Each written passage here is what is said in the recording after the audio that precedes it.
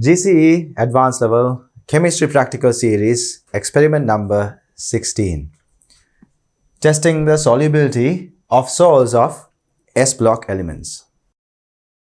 The aim of this experiment is to provide necessary skills and knowledge to identify salts of S-block elements that precipitate in water with common anions.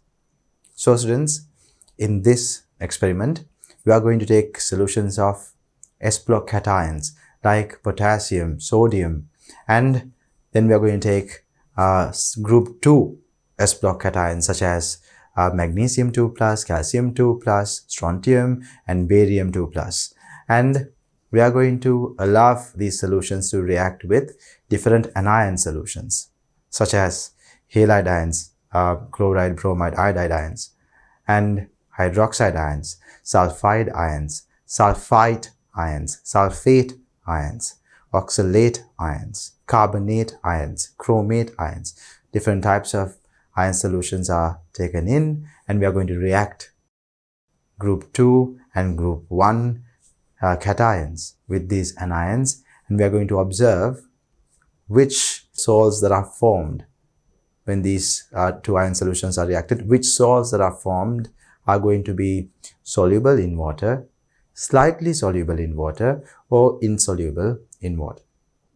Now, some salts are very soluble in water. Some salts are not very soluble, in the sense only a little bit will dissolve in water, but the rest will not dissolve in water. And there will be certain salts that are extremely insoluble in water. So, we will categorize them as insoluble salts, water insoluble salts. So, the aim of this experiment is to identify what salts that are going to be formed that are insoluble in water or that are slightly soluble in water. So, let's take a look at the introduction. It is important to study the solubility of cations of S-block elements with different anions to understand periodic trends and differences between elements. Now, as you conduct this experiment, one of the things that you are going to observe is that these cations, when they are being reacted with different anions, they show different trends. So, we are going to observe those trends as well. So, let's take a look at some of the cations and anions, or basically in this case, we are going to first come across the anions that we are going to be seeing in this experiment. Now, let's take a look at the chemical formula of S-block elements with different types of halides. When it comes to halides, we are going to be using chlorides, bromides, and iodide ions. And we have hydroxides, chromate, phosphate ions are used in this experiment, oxalate ions, sulfate, sulfite, and this is sulfide. So you have to understand the difference between these three names. Sulfate, this is sulfate, and SO32- is sulfite. So it is ending in ITE, and this is sulfide. It is ending in IDE. SUL, FIDE. Sulfide. So sulfide ions are just S2- ions. Then we have sulfite ions here, and this is sulfate ions. Don't mix the three up. So then we have carbonate, hydrogen carbonate, which is commonly known as bicarbonate as well. So CO32- is carbonate, and then we have our bicarbonate ions. Bicarbonate ions are normally referred to as hydrogen carbonates. We have nitrate ions and nitrite ions. This is nitrite, and what we have over here is nitrate ions. And then we are going to make different types of salts with the use of potassium ions, magnesium ions, calcium ions, strontium, and barium ions. So let's take a look at the salts that they form with potassium ions. Now we can actually obtain potassium ions by dissolving water-soluble potassium salt in water. So if you take a salt like potassium nitrate, it is very soluble in water. So if you take potassium nitrate solution, it definitely will contain potassium ions or K plus ions. And then if you take an ion solution that contains, let's say, oxalate ion, ammonium oxalate, let's say. So ammonium oxalate solution will contain ammonium ions and oxalate ions. So if you mix potassium ions and oxalate ions together, you will get potassium oxalate. And if you observe a precipitate, that means potassium oxalate was not soluble. So the aim of this experiment is to figure out what salts that are formed are going to be insoluble in water.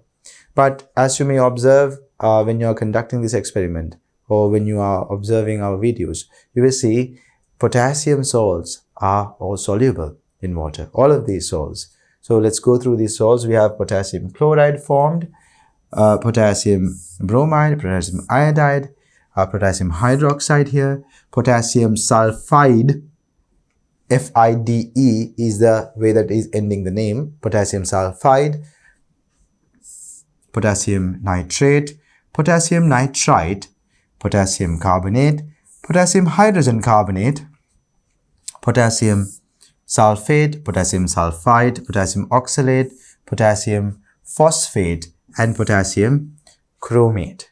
All of these salts are soluble in water. Now students, except for group 1 lithium, lithium shows some exceptional properties compared to other group 1 elements. So except for lithium, sodium, potassium salts are quite soluble in water. So keep that in mind. All of these salts that I just mentioned that we formed with potassium are going to be soluble in water. Then we move on to a group 2 element.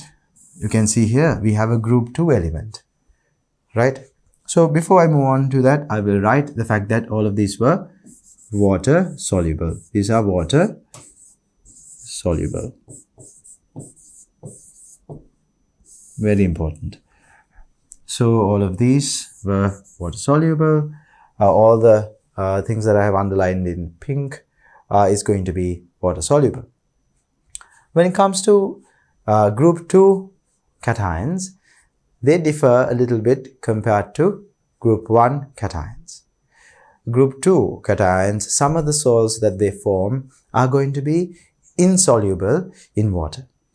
So let's take a look at the group 2 cations when they react with halides, how they form different salts. You can see magnesium chloride, magnesium bromide, and magnesium iodide is formed, and they are all of these salts are without any issue soluble in water. Then we come across magnesium hydroxide. Now magnesium hydroxide is not soluble in water.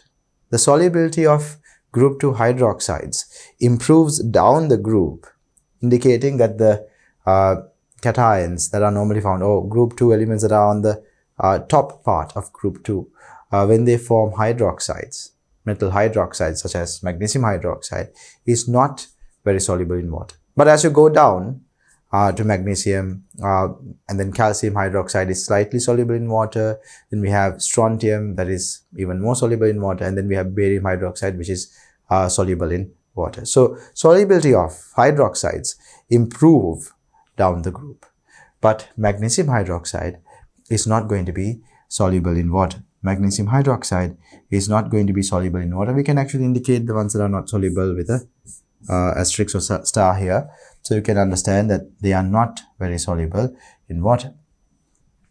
Magnesium sulfides are soluble, nitrates, nitrites, and then we come across carbonates. Now group 2 carbonates are not soluble in water. Actually group 2 carbonates, group 2 phosphates, they are not soluble in water.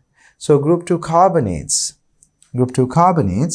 are not soluble in water. So we have to understand or remember that detail as well. Magnesium carbonate, calcium carbonate, strontium carbonate, barium carbonate, these things are not going to be very soluble in water. Thus, beryllium carbonate might be slightly soluble in water. However, solubility decreases down the group. So, magnesium carbonate, calcium carbonate, strontium and barium carbonate, they are not going to be very soluble in water. Then we have magnesium hydrogen carbonate. All of the hydrogen carbonates are soluble in water. So, magnesium bicarbonate, calcium, strontium, barium, all of these bicarbonates are soluble in water. So, we don't have a problem with the bicarbonates. Only the carbonates are insoluble in water when it comes to group 2 salts. Magnesium sulfate. Now, magnesium sulfate is soluble in water. But solubility of sulfates in group 2 cations actually decrease down the group. So, group 2 metal sulfates are going to be showing a trend here. As you go down the group, sulfate solubility or group 2 metal sulfate solubility is going to be decreasing. That's why now magnesium sulfate is soluble, calcium sulfate is slightly soluble, then we have strontium sulfate and barium sulfate which are insoluble in water. Now, you would have actually come across the fact that when you want to identify the presence of sulfate ions, what do? You would normally add a barium salt or barium 2 plus ion solution into the solution where you want to find whether there are any sulfate ions. So, in the presence of barium 2 plus ions, sulfate ions will precipitate out as barium sulfate, which is a white color, water insoluble precipitate. So, magnesium sulfate is soluble, but as you go down the group, the sulfate solubility of group 2 actually decreases. Magnesium sulfate is soluble in water. Magnesium sulfite is slightly soluble in water, but as you go down the group, just like I mentioned earlier, sulfites somewhat follows the trend that you see in sulfate, because as you go down the group, sulfites are also becoming more and more insoluble. So, solubility of sulfites of group 2 are decreasing down the group, but when it comes to magnesium sulfite, it's going to be slightly soluble in water. So, I would not put a star next to it because it is not insoluble. The solubility of it is low. And then we have magnesium oxalate. Magnesium oxalate is slightly soluble in water. However, down the group 2, the oxalate solubility changes. Magnesium is going to be slightly soluble, magnesium oxalate. Then we have calcium oxalate, which is insoluble in water. And then we have strontium oxalate, which is also insoluble in water. But barium oxalate again is going to be slightly soluble in water. So, this is another trend that we see here. Magnesium oxalate slightly soluble, calcium oxalate and strontium oxalate not soluble. Again, barium oxalate slightly soluble. So, magnesium oxalate, just like magnesium sulfite, is going to be slightly soluble in water.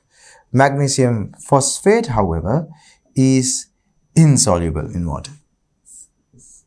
Group 2 phosphates are going to be insoluble in water. Group 2 chromates follow a similar trend to group 2 sulfates. Now, when it comes to group 2 chromate, magnesium chromate, it is going to be soluble in water. Now, we move on to calcium salts. Calcium chloride, calcium bromide and calcium iodide. So, when it comes to metal halides that group 2 ions form, they are going to be water soluble without an issue. So, let's underline them with this color. So, this particular color indicates that these salts are soluble in water. As I mentioned earlier, when it comes to group 2 hydroxides, what did I mention earlier? When it comes to group 2 hydroxide, their solubilities increase down the group. Magnesium hydroxide is insoluble, but calcium hydroxide is slightly soluble. As students who are doing chemistry practicals, you know very well, calcium hydroxide is used to identify carbon dioxide gas. We call this lime water. If you take calcium hydroxide and dissolve it in water, we can obtain a clear solution, which we usually identify as lime water. And we can use lime water to identify the presence of carbon dioxide gas. So when we send carbon dioxide through calcium hydroxide will get converted into calcium carbonate, making lime water turn to a milky white color. So calcium hydroxide is slightly soluble in water. If you have ever made a calcium hydroxide solution, you would know when you add calcium hydroxide into water, not all of it will dissolve in water. Only a small portion of it will dissolve in water. Others, when you try to dissolve it, you will see that it will not dissolve in water. So it is having a slight solubility in water. So we call this slightly soluble. So we'll underline it in a blue color, right? Blue color indicates that they are slightly soluble in water. When it comes to calcium sulfide, calcium nitrate, calcium nitrite, they are soluble in water.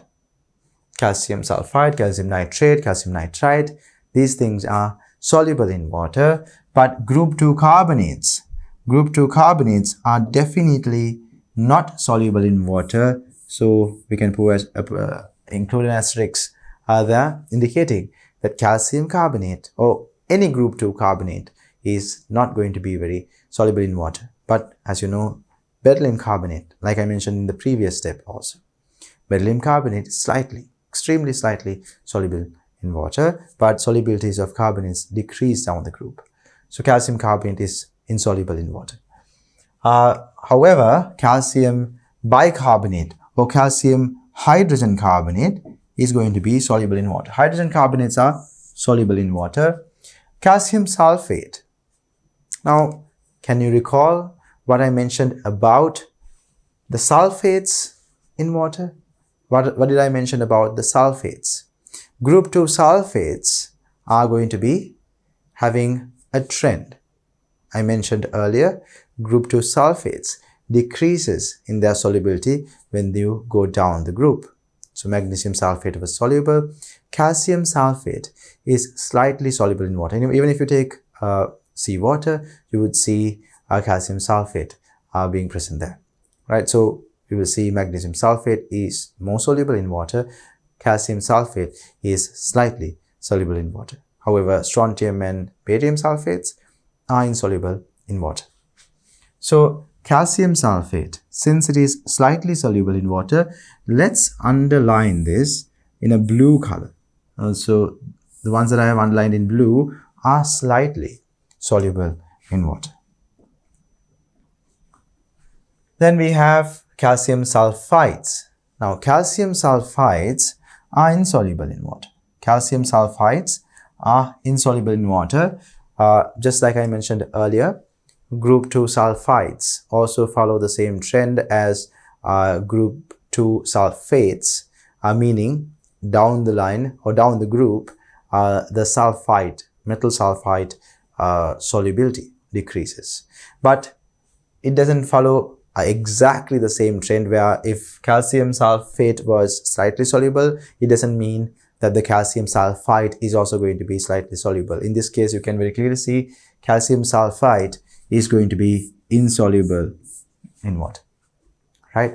So solubility trend wise, we can say down the group, both calcium or both group 2 sulfides and sulfates decrease in their solubility down the group. But when you compare each, for example, calcium sulfate and calcium sulfide together, they would not have the same water solubility, right? When you go down the group, solubilities decrease. That's the only similarity.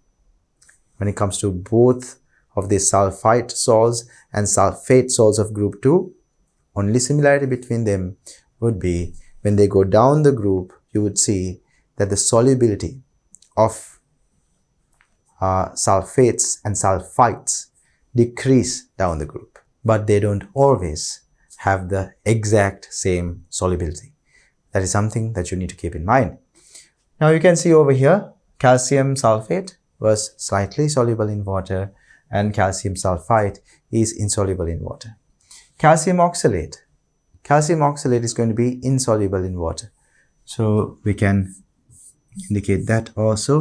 Calcium oxalate is insoluble in water. When it comes to group 2 oxalates, I mentioned earlier, magnesium oxalate is soluble or slightly soluble in water. Calcium and strontium oxalates are insoluble in water. Again, barium oxalate is going to be slightly soluble in water. So it's a different trend. It's a bit of an uncommon trend that you see. It's either majority of the time when you go down a group, you're going to either see increasing solubility of a salt or the decrease of solubility of a salt. But when it comes to oxalate salts, you see a bit of a different trend. Slightly soluble, and then there are 2 salts that are insoluble. Again, at barium oxalate, you will see there is going to be slightly soluble.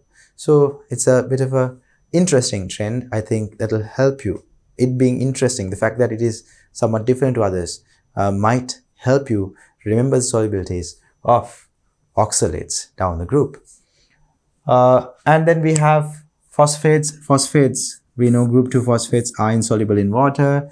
Calcium chromate, however, is soluble in water. Chromate solubility decreased down the group, but calcium chromate is soluble in water. But strontium and barium chromates are insoluble in water. We'll quickly move on to others as well. When it comes to strontium salts, as we saw earlier, all the halides are going to be soluble. Strontium hydroxide is going to be soluble. As you know, when you go down the group, hydroxide solubilities are going to increase. Strontium hydroxide soluble in water. Strontium sulfide, strontium nitrate, nitrite, strontium carbonate. Is it soluble in water, students? Strontium carbonate is not soluble in water. All the group 2 carbonates are insoluble in water. Group 2 hydrogen carbonates are soluble in water. Group 2 sulfates. What do you know about group 2 sulfates? I told you. Group 2 sulfates decrease in their solubility as they go down the group. Strontium sulfate is insoluble. Strontium sulfate is insoluble in water. Strontium sulfite is insoluble in water. Strontium oxalate is insoluble in water. Strontium phosphate is insoluble in water. Strontium chromate is also insoluble in water. So all of these are insoluble in water, except for the ones that I have underlined. The ones that I have marked with a star or an asterisk is going to be insoluble in water. So this blue color star indicates the salts that are insoluble in water. Then we come across barium salts, barium halides, barium chloride, bromide, and iodide. They are soluble in water. Barium hydroxide, on the other hand, now we saw magnesium hydroxide was insoluble in water, calcium hydroxide was slightly soluble in water, and then we have strontium hydroxide that is soluble in water. Barium hydroxide is a little bit even more soluble in water. Barium hydroxide has a higher solubility because as you go down the group of group 2, you're going to see the hydroxides tend to be more soluble in water. Barium sulfide is soluble, nitrate, nitrite, and barium carbonate, of course, is insoluble in water. We know this now. Group 2 carbonates are not soluble in water. And then we have hydrogen carbonates. We know hydrogen carbonates are soluble in water. Barium sulfate. We know what? Sulfates of group 2. When you go down the group, sulfate solubilities decrease. So barium sulfate, of course, is insoluble. Sulfites, again, as you go down the group, sulfide solubility was also decreasing. It is insoluble in water. However, barium oxalate, if you remember, I told you barium oxalate is slightly soluble in water. So what I have underlined here in blue color indicates slightly soluble salts. So barium oxalate is slightly soluble in water. Barium phosphate, we know group 2 phosphates are insoluble in water. In this case, it is barium chromate. Barium chromate, as you know, is also going to be insoluble in water. Now, when it comes to group 2 chromates, as you go down the group 2 chromates are going to show lower solubilities. So, group 2 or barium chromate here is insoluble in water. Now, students, we have gone through the salts that we usually make in this experiment. I just wanted to give you a little bit of an idea about the solubilities before jumping into the trends that we observe when it comes to talking about each of these different types of salts that we form. So now we can move into the experiment that we conduct. So we have this equipment and chemicals taken in. The equipment that we will be needing are test tubes, boiling tubes, droppers, glass rods can be taken to stir. Droppers are normally taken to transfer small amounts of liquid, and then we have beakers to hold our stock solutions. And then we have these chemicals, 0.1 moles per decimeters cube solutions of potassium ions, magnesium ions, calcium ions, strontium ions, and barium ions that are normally obtained through dissolving a salt of these ions that are very water soluble. We normally take nitrate salts of each of these ions. So we will take potassium nitrate, calcium nitrate, magnesium nitrate, strontium nitrate, and barium nitrate, and we will dissolve those salts in water because these salts are very water soluble, or the nitrates are very water soluble. So we will take these nitrate salts and we will prepare our solutions, right? The concentration should be 0.1 moles per decimeters cube.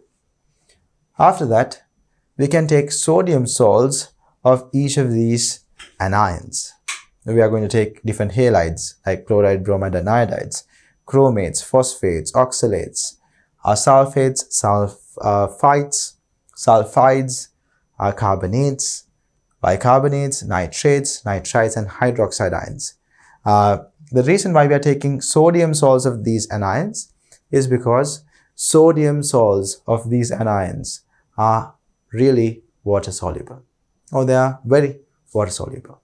Because of this, we wouldn't have any issues about whether or not these ions have actually come into the medium. When you're talking about ion solution that is containing these ions, the only way to be very sure of the fact that these ions are plentiful in the medium is to dissolve a salt that is very soluble in aqueous medium. So sodium salts of these ions are going to be very soluble in aqueous medium. So we do not have a problem when it comes to using sodium salts of these anions. We can be very sure all of these anions are in the aqueous medium when we are taking sodium salts of these anions.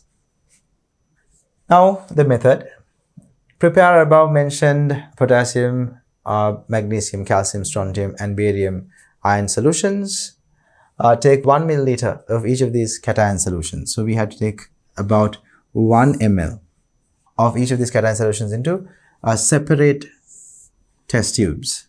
We have to take a few test tubes and then we have to separately take 1 milliliter of each of these solutions into these separate test tubes. So we have 1, 2, 3, 4, 5 different anions. So we'll take 5 different test tubes and we'll add 1 milliliter of each anion solution into them.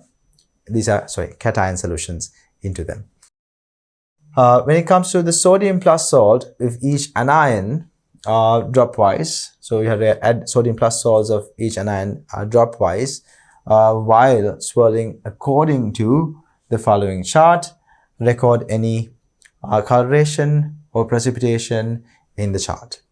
So students, we can move on to the chart here.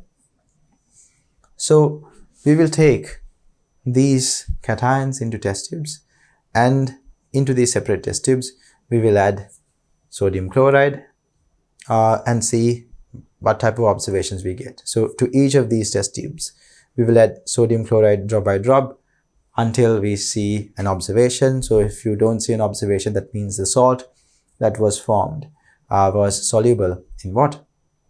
And after adding sodium chloride, we will be moving on to a new set of test tubes, and we will add 1 milliliter of each of these cations, and then start adding sodium bromide dropwise into each of those.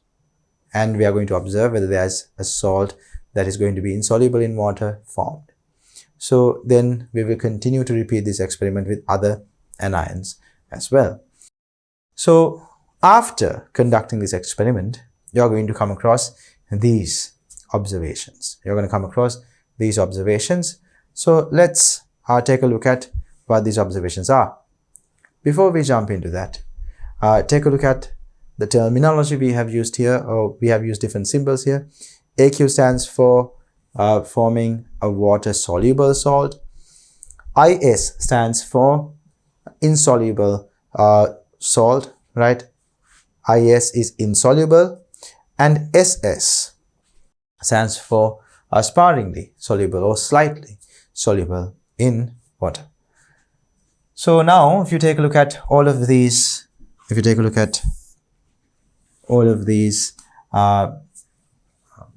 ions that are reacted with the chloride ions, what has happened? All of them are water soluble. So just to give you an idea about what actually takes place here, I think it is important that students have an in-depth idea about how these reactions are happening and why we take certain solutions. So to develop an idea, we'll take a look at this diagram that I'm about to draw. So when you take potassium nitrate, this is an ionic compound. It consists of two ions. It consists of potassium plus ions and nitrate ions. So when you have these two ions in aqueous medium, let's say you have a solution of potassium nitrate.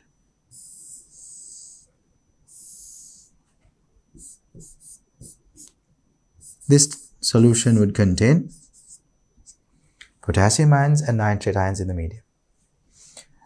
And if you add, let's say, sodium chloride into this NaCl solution. Now, NaCl aqueous solutions would mean that in aqueous medium, sodium plus ions and chloride minus ions are present. And if you add, let's say you're adding a small amount of Na plus ions and Cl minus ions into this medium, then what happens, students? Then the potassium ions and the nitrate ions these ions actually get to interact with the sodium plus ions and chloride minus ions. So potassium ions can actually interact with the chloride ions and form potassium chloride. Sodium ions could form sodium nitrate. However, none of these compounds are going to be water insoluble. Potassium chloride that is formed here and sodium nitrate that is formed here is going to be water soluble. So because of that, you will not see any precipitate. So the reason why I wanted to draw this and show it to you was to make sure that you understand when you are adding sodium chloride, you are going to introduce sodium ions as well as chloride ions into the medium. So this negatively charged chloride ion can easily interact with this positively charged potassium ion to form potassium chloride. And potassium chloride is water insoluble. And the sodium salt that is usually formed here is sodium nitrate in each of these experiments. So sodium nitrate is very water soluble, so it will not interfere with our reaction. Right. So when it comes to all of the halides we saw, they are all water soluble, students. you can see all of these metal bromides and metal iodides. So bromide, chlorides and iodides are water soluble, right, when it comes to group 1 and group 2 elements. But lithium fluoride is a bit of an exception. Lithium fluoride is insoluble in water, but majority of the other group 1 elements doesn't have any issue dissolving in water with when it comes to their halides. And then we have hydroxides. Lithium hydroxide. When it comes to group 1, lithium is a bit of an exception. Lithium hydroxide is slightly soluble in water. It is not completely insoluble, it's slightly soluble in water, but all the other group 1 hydroxides are soluble in water. So lithium is the exception. So lithium over here is slightly soluble. We use blue color to indicate slightly soluble. You can very clearly see lithium hydroxide is slightly soluble in water. If you take sodium potassium hydroxides, they are very soluble in water. When it comes to magnesium hydroxide, we learned that the group 2 hydroxides, when it comes to their hydroxide, we do see a trend. What is the trend? When you go down the group 2 hydroxides become more and more soluble. So down the group we can observe group 2 hydroxides have become more and more soluble. Magnesium hydroxide is insoluble in water. Calcium hydroxide is slightly soluble. Strontium hydroxide is also slightly soluble in water. But when it comes to finally barium hydroxide, it is soluble in water. So solubilities have increased. Actually, strontium hydroxide is more soluble than calcium hydroxide. Strontium hydroxide is more soluble than calcium hydroxide. So down the group, the solubilities have actually increased. If you can take a look at this particular trend here, as you go down the group, solubility has increased as you go down the group. When it comes to sulfides, all metal sulfides that you can see over here, lithium sulfide, potassium sulfide, magnesium, calcium, strontium and barium sulfide, all are water soluble. So it is easy to remember. And nitrates, all nitrates are also water soluble, starting from lithium, potassium, all the way, now we are talking about magnesium, calcium, strontium and barium. So all of these are going to be forming nitrates that are water soluble. Finally, nitrites are also water soluble. All of these metal nitrites are going to be water soluble.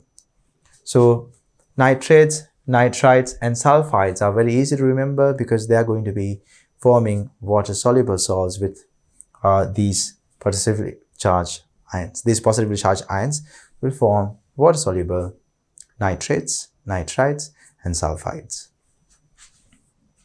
Right, students.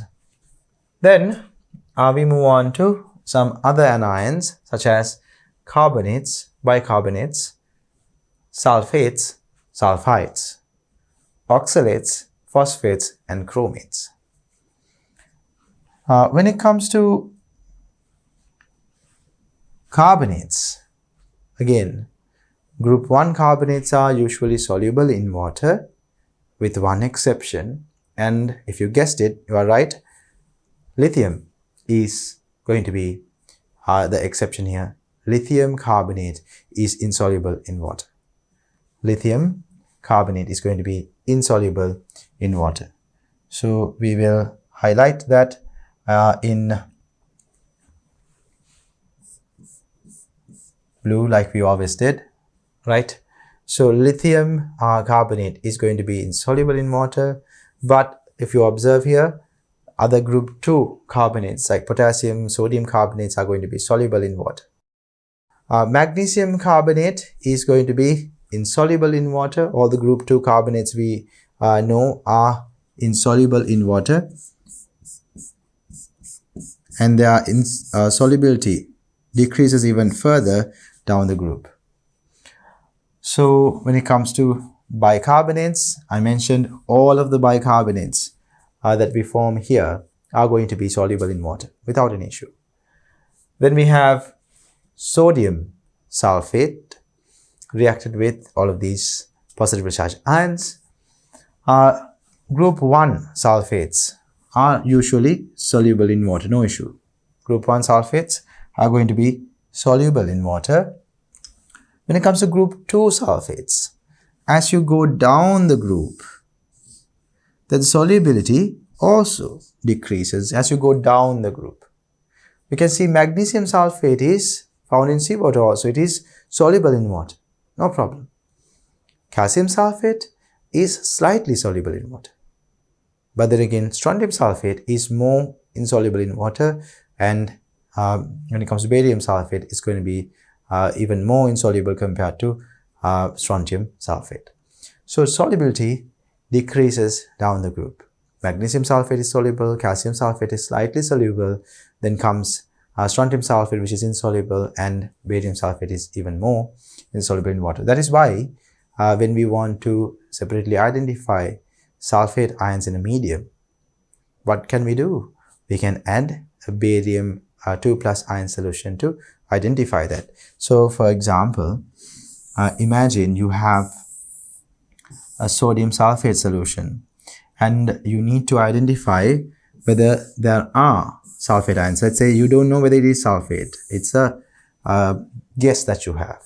So if it is actually a sodium sulfate solution, you would have sodium plus ions in the medium and sulfate ions in the medium. Right? I will draw 2 sodium ions to avoid the confusion. But you will have more sulfate ions and more sodium ions in the medium.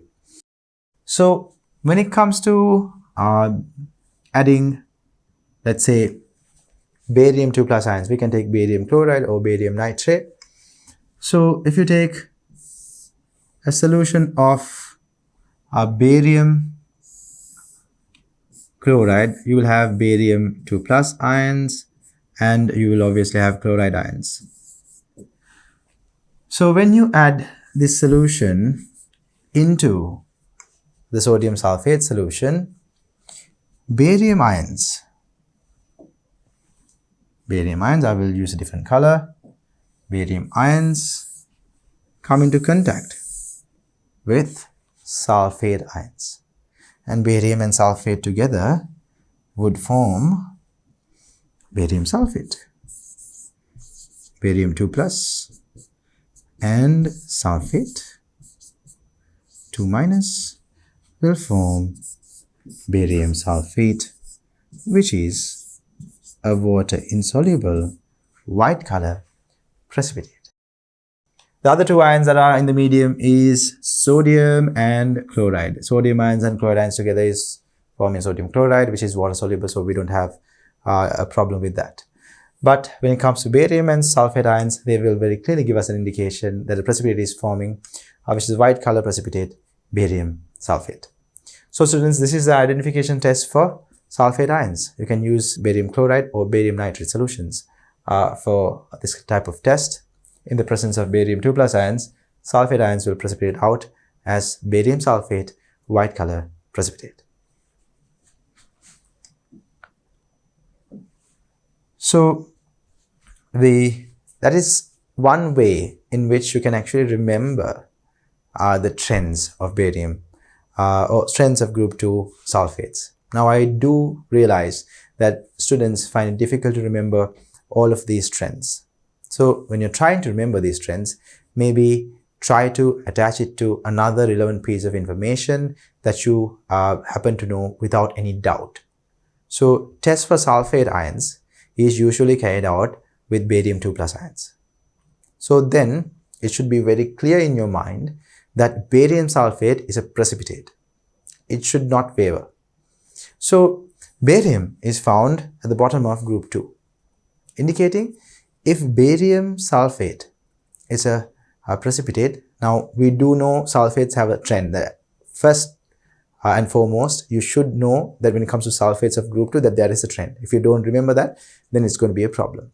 So when it comes to remembering, all right, when it comes to group 2, sulfates, there is a trend. What is the trend? Solubility decreases down the group. How do you remember that? Because barium sulfate is definitely a precipitate, because we actually use barium 2 plus ions to precipitate sulfate ions and identify the presence of sulfate ions in a medium. That's basically an identification test that you can carry out for sulfate ions. So because of that, you will remember, all right, barium sulfate is a precipitate. So I remember that there was a group 2 sulfate trend also, meaning from the top, when you go to the bottom of group 2, sulfate solubility in water decreases. That means magnesium sulfate will be soluble, but little by little solubility of sulfates decrease. Magnesium sulfate is soluble, calcium sulfate is slightly soluble, and then strontium and barium sulfates are insoluble in water. And you can, to this particular piece of information, you can attach another trend, which is when it comes to hydroxides and sulfate trends in group 2, they follow opposite trends, right? Sulfates decrease their solubility when you go down the group. But when it comes to hydroxides, they increase their solubility when you go down the group, right? So you can attach those two pieces of information together. If you remember sulfates become less soluble when you go down, you will remember that hydroxides become more soluble when you go down. Magnesium hydroxide is insoluble in water. But barium hydroxide is soluble in water. So you can figure out, right, they follow opposite trends, right? So when it comes to remembering trends, if you find it difficult, always try to attach one piece of information that you very clearly know into these trends. And then, for example, like I mentioned earlier, you very clearly should know barium sulfate is a precipitate. When you have that information coupled with the fact that sulfates of group 2 follows a specific trend, you will remember as you go down the group, sulfates decrease their solubility in water. And if sulfates decrease in solubility, group 2 hydroxide actually increase their solubility when you go down the group, right? So I would advise you to employ such a method if you're finding it very, very difficult to remember these trends. Some students, of course, will not have any trouble, but if you are one who's actually finding it difficult to remember these trends, please employ such a method. And then we have sulfites. Sulfites are somewhat similar in trend when it comes to sulfates. As you go down the group of group 2 sulfites, you are going to observe their solubility. Their solubility again decreases down the group. Group 1 sulfites are soluble in water, so lithium and potassium sulfides, you can see they are soluble in water. But when it comes to magnesium sulfide, it is slightly soluble in water. And then from that point onwards, the rest is insoluble in water. They don't actually, when it comes to sulfates and sulfides of group 2, they don't follow the exact same trend. Only similarity between those two is the fact that when you go down the group, solubility decreases of both sulfates and sulfides, right?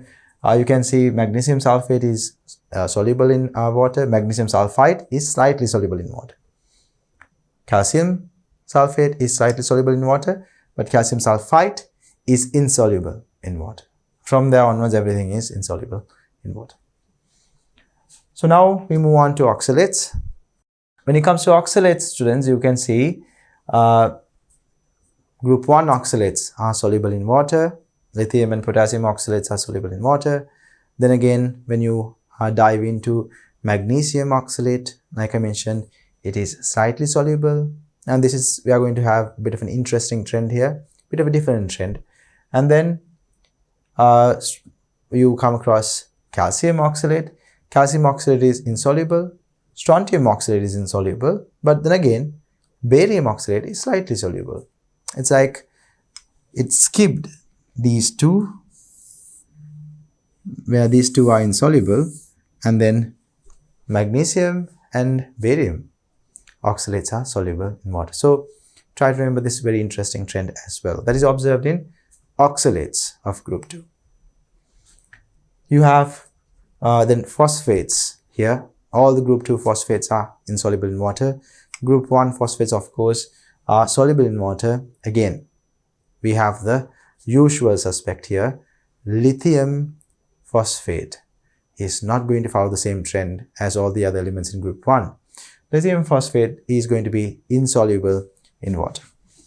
Lithium phosphate is the exception. Or lithium in this case, we have seen lithium following more like, or lithium having more of a following towards group 2 elements, right? Although lithium is a group 1 element, we saw it is a bit of an exception when it comes to the trends that we see here. It follows the group 2 trends, such as group 2 carbonates are insoluble. Lithium carbonate is insoluble.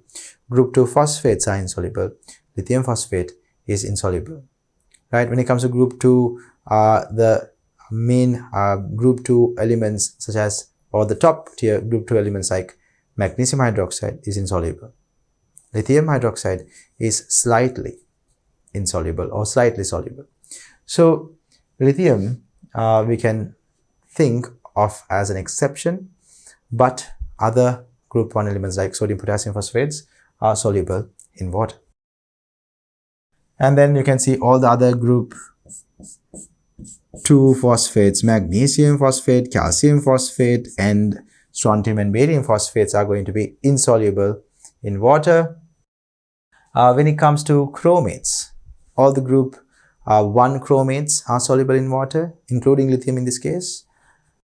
And when it comes to group 2 chromates, so group 1 chromates are all soluble in water like I mentioned earlier, but group 2 chromates are different.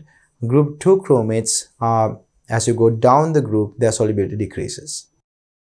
Group 2 magnesium chromate, group 2 calcium chromate are soluble in water. However, strontium and barium chromates are insoluble in water. Strontium and barium chromates are going to be insoluble in water. Now students, we have actually covered all of the trends that you see when it comes to the S block element salts. So now let's move on to the next slide to talk about a few more additional details revolving around this practical. They say all group 1 salts are soluble in water except some lithium salts such as lithium fluoride, lithium carbonate, lithium phosphate, and lithium hydroxide is slightly soluble in water. So it's very important to keep these in mind. Lithium fluoride, lithium carbonate, and lithium phosphate. Lithium fluoride, lithium carbonate, and lithium phosphate are insoluble in water like I mentioned earlier. Lithium hydroxide is sparingly soluble in water or slightly soluble in water, and compared to other group 1 hydroxides like sodium potassium hydroxides, lithium hydroxide is slightly soluble in water.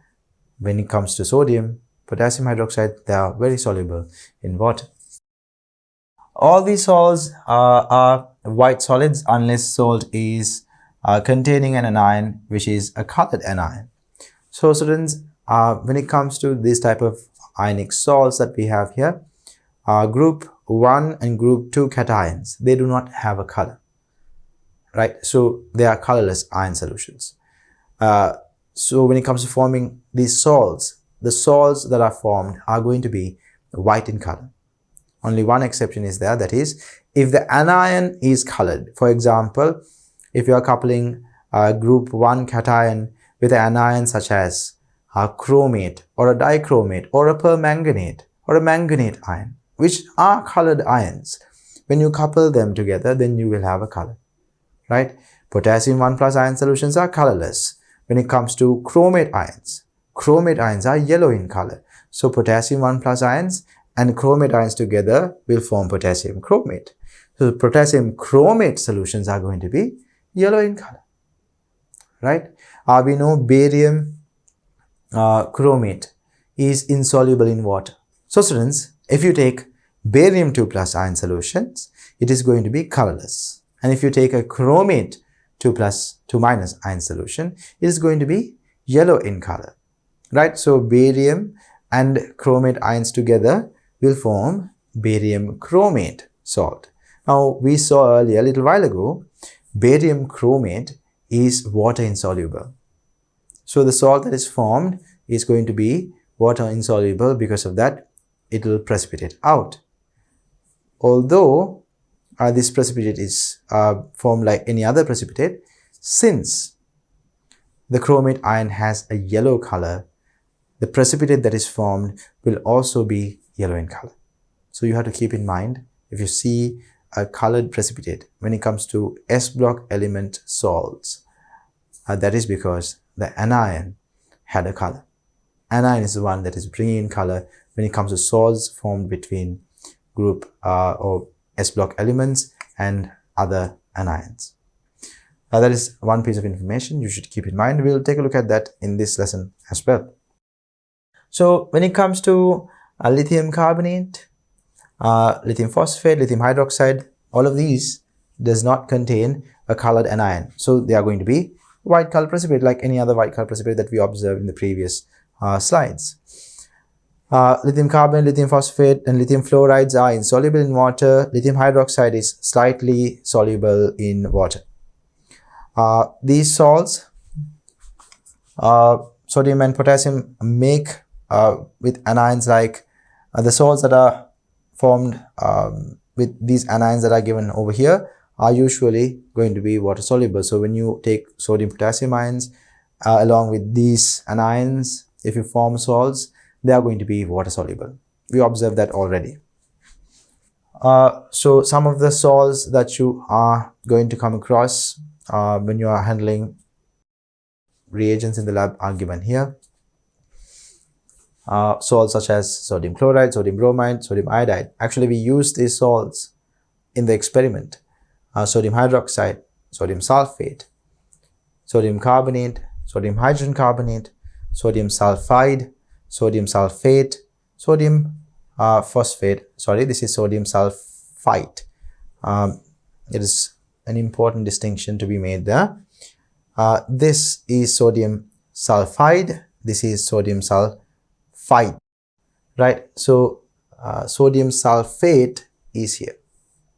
Sodium sulfate, sodium sulfite, and sodium sulfide, F-I-D-E, is going to be there.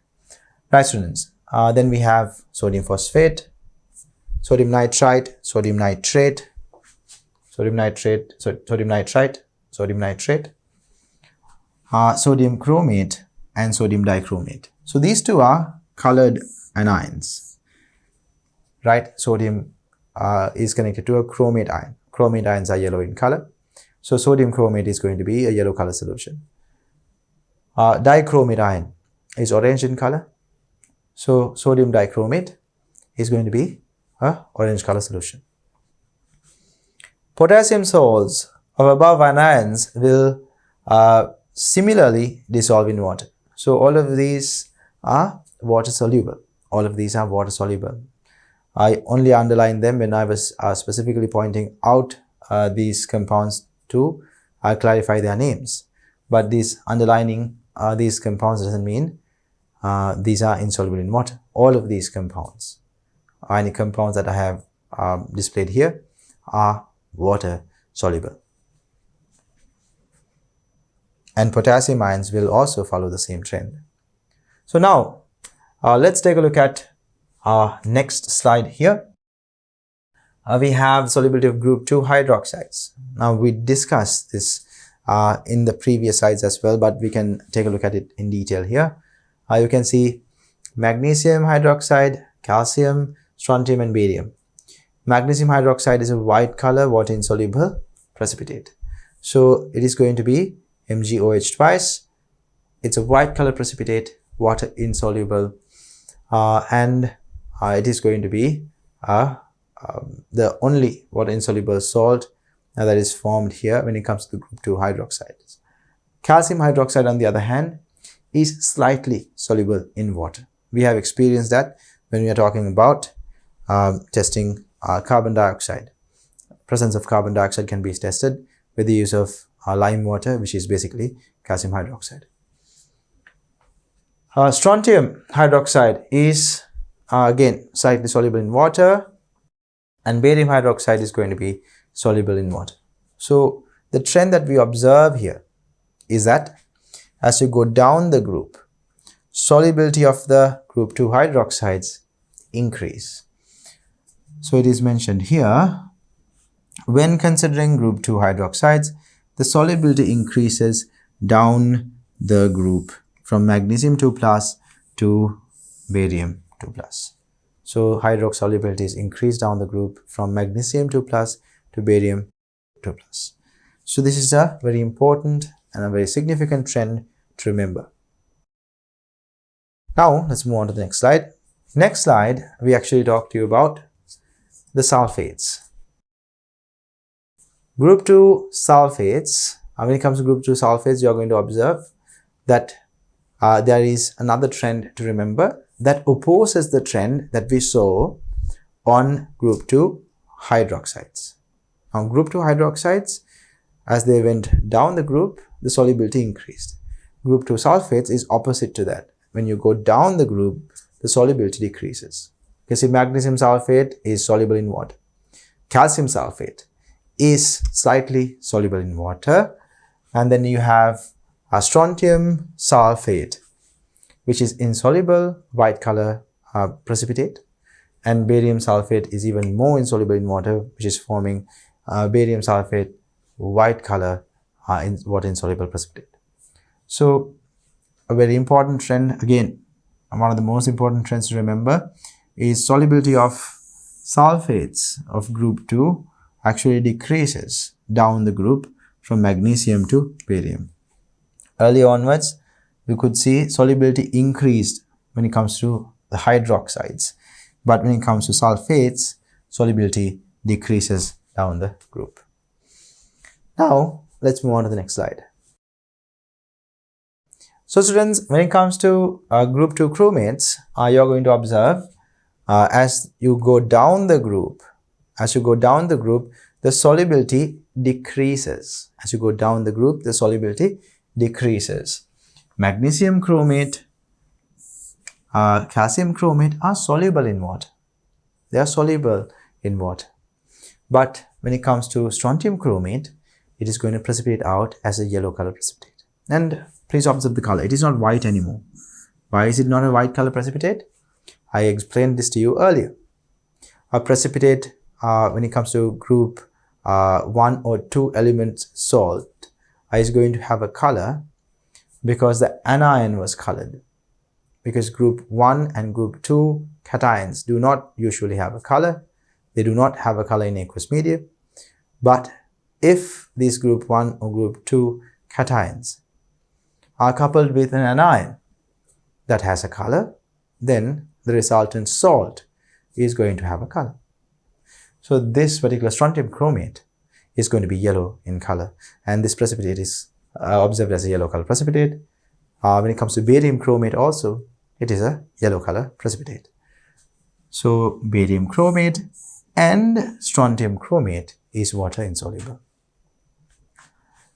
When considering the group 2 chromates, solubility decreases. Very important, it decreases. Solubility decreases down the group from magnesium 2 plus to barium 2 plus.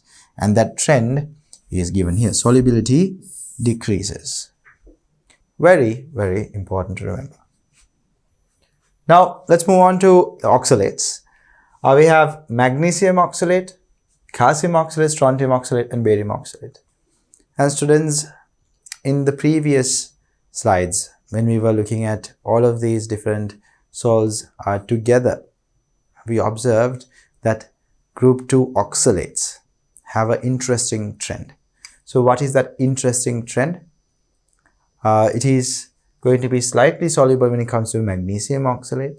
When you're going from magnesium to barium, it is going to be slightly soluble, and then calcium oxalate and strontium oxalate is going to be white color precipitates. They are water insoluble. So you can see they're insoluble in water, they precipitate out as white color precipitates. And then again, barium oxalate is going to be a colorless solution. It is slightly soluble. So it's slightly soluble. There's going to be still a portion of barium oxalate that is not going to be very soluble in water. But when it comes to barium oxalate, it is slightly soluble. So magnesium oxalate and barium oxalate is slightly soluble in water, but calcium and strontium oxalate is going to be insoluble in water. So you can say when it comes to starting from calcium, right? If you leave out magnesium, starting from calcium, the solubility of oxalates increase. So when considering the group 2 oxalates, the solubility increases down the group starting from calcium to barium.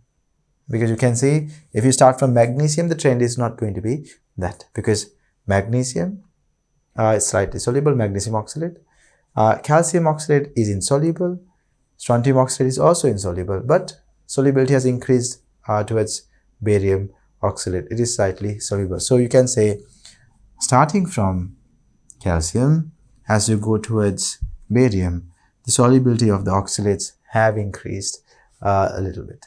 So when you are writing the trend, if you're writing saying solubility of oxalates increase down the group, it will be incorrect. You have to make sure that you mention that solubility of oxalates mainly increase starting from calcium. As you go down the group, solubility of oxalates are going to increase. So that is what you need to keep in mind. And then we move on to group 2 carbonates. Now group 2 carbonates are going to be all insoluble in water. They are all going to be white color precipitate. Magnesium carbonate, calcium carbonate, strontium and barium carbonates, they are all insoluble in water. Beryllium carbonate is very slightly soluble in water. So when considering group 2 carbonates, except for beryllium carbonate, all other carbonates are water insoluble white precipitates. All other carbonates are water insoluble white precipitates. White precipitate is important. Beryllium carbonate is very slightly soluble in water. But actually you can consider its solubility is extremely low. Although these carbonates are considered insoluble, they are dissolving in water in extremely small quantities. So when you are talking about insoluble salts, that doesn't mean not a single speck or not a single ion comes into the aqueous medium when you add calcium carbonate into water, right? Extremely small amounts, right? Milligrams per 100 liters, right? Of solubility is there when it comes to these salts. But practically, they are insoluble in water. Only extremely small amounts of ions will come into the aqueous medium. So because of that, we consider them to be insoluble compared to all the other salts that easily dissolve in water, when only a very small portion of ions get into water when you are trying to dissolve calcium carbonate and all that. We can consider that to be insoluble. So that is why we have mentioned here, although we say that these ions are insoluble, that doesn't mean not a single ion comes into the aqueous medium when you're trying to dissolve them in water. Small portion of ions actually do become soluble in water, but it is such a small portion and we consider it to be negligible and we call it insoluble in water. With the use of lattice enthalpy and hydration enthalpy of the constituent ions, solubility levels of each carbonate can be calculated. According to these calculations, the solubility of group 2 carbonates are as follows. Going from magnesium carbonate to barium carbonate, you can see the solubility has decreased. Solubility is decreasing down the group. Although these are considered to be insoluble, we can see how insoluble they become as you go down the group. As you go down the group, they become more and more insoluble. And how did we calculate whether they're actually going to be more and more insoluble? We used data or we used enthalpy values to calculate their dissolution enthalpy.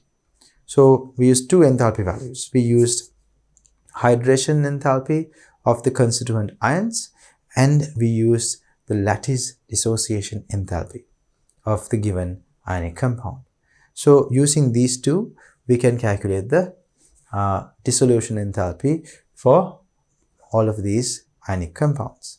And when you observe that, you can make predictions about their solubility in water.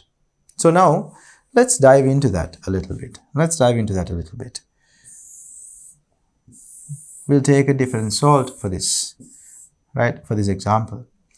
So when we're talking about group 1 ions, we actually came across lithium, which was a little bit of an exception, and we saw lithium fluoride was insoluble in water. So let's take a look at lithium fluoride.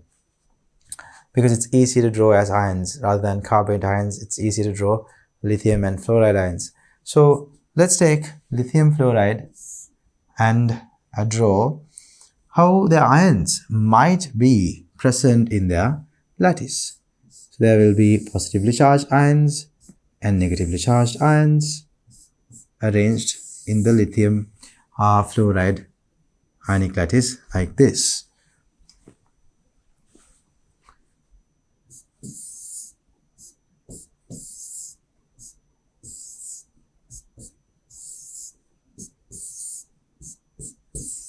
Now students, in the lithium fluoride ionic lattice, these ions are held together by very strong forces of attraction. So we call them ionic bond. So what exactly is this ionic bond?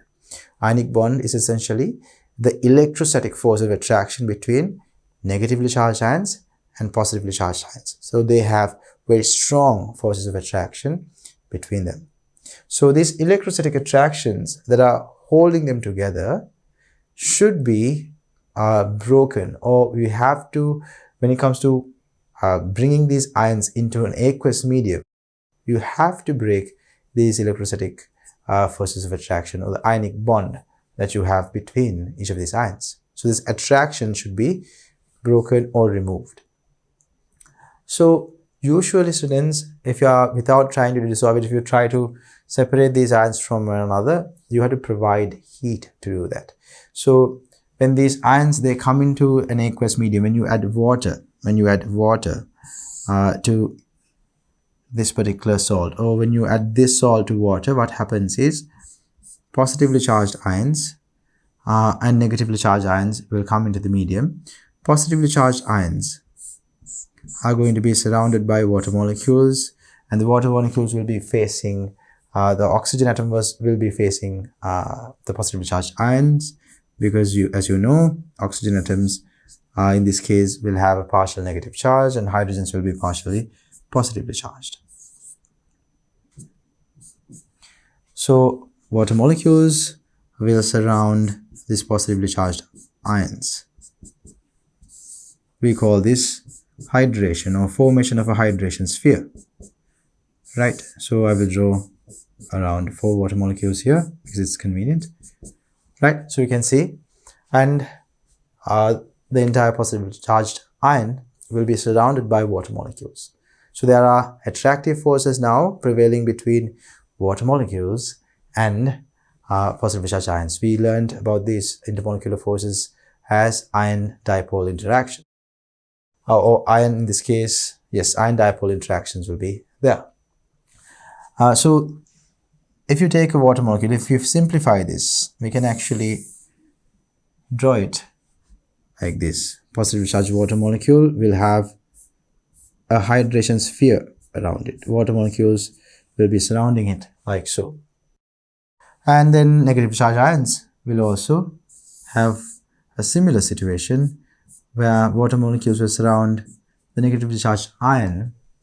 Also, in this case, actually, when a negatively charged ion is going to be hydrated, or when a hydration sphere is formed around a negatively charged ion, students, what's going to happen is the hydrogen end of the water molecule will be facing the negatively charged ion, because hydrogen end is delta positive, oxygen is delta negative. So hydrogen end of the water molecule will be attracted towards the negative charge of the negatively charged ion.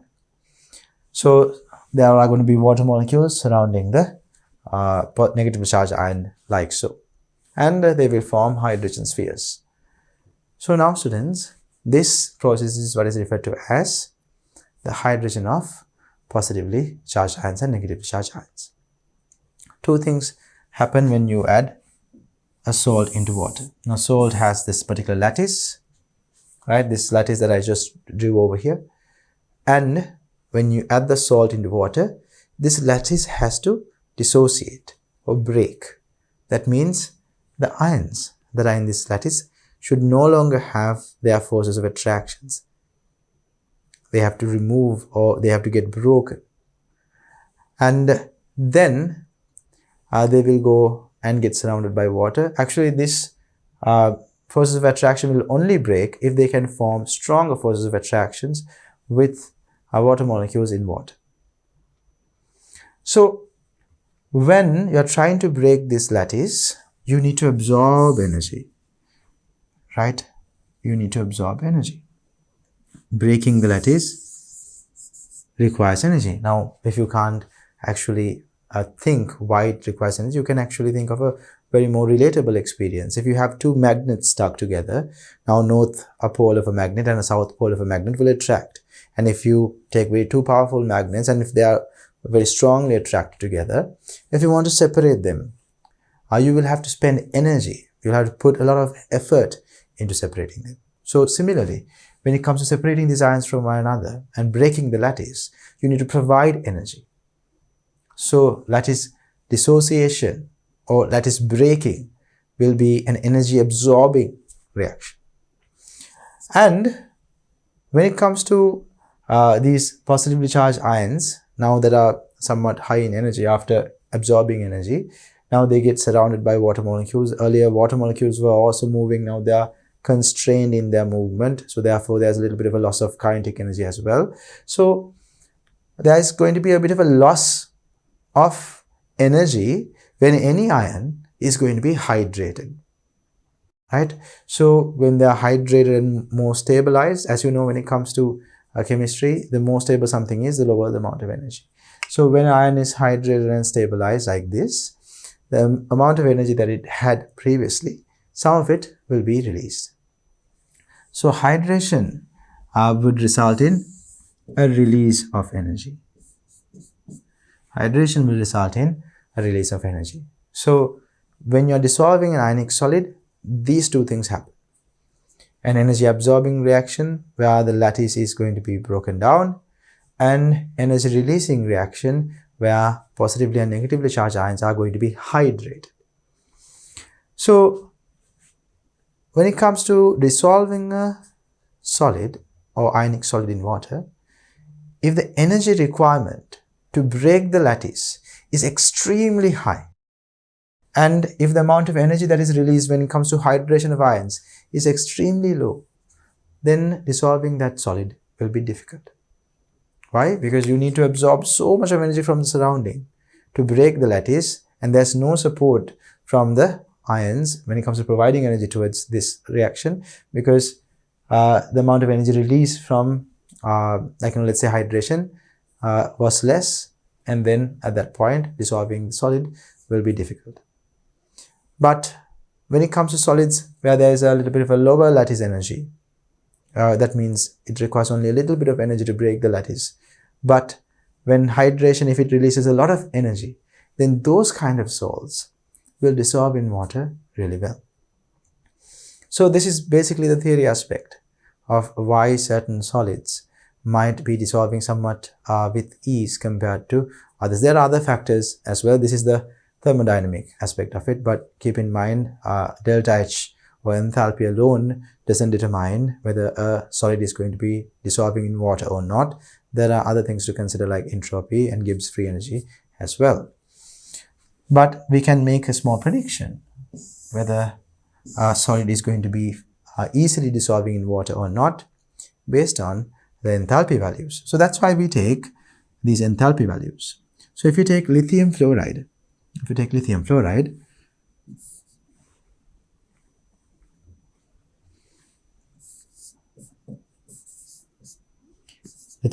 solid, and if you dissolve it in water, you are going to get lithium ions, lithium 1 plus ions. If you are able to dissolve it in water, you will get lithium 1 plus ions, and fluoride 1 minus aqueous ions. So this reaction's energy change could be referred to as standard enthalpy change of dissolution.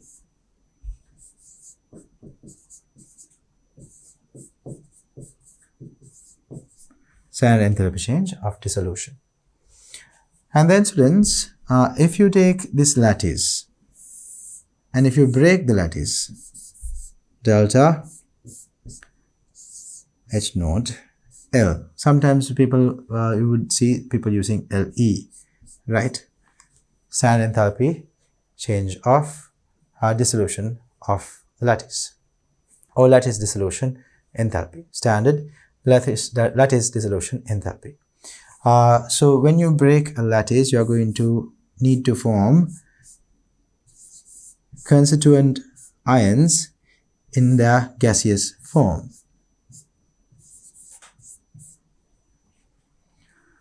Right, students. So keep in mind when it comes to lattice energy. Now, if you try to find more details about lattice energy and type it in your search engines or on the internet, you would most likely find the opposite of the definition that I just gave. Now, in our syllabus, we learn lattice dissociation energy, which is the amount of energy needed to take an ionic compound in its standard state and break the lattice or separate these ions and form the constituent ions in their gaseous form.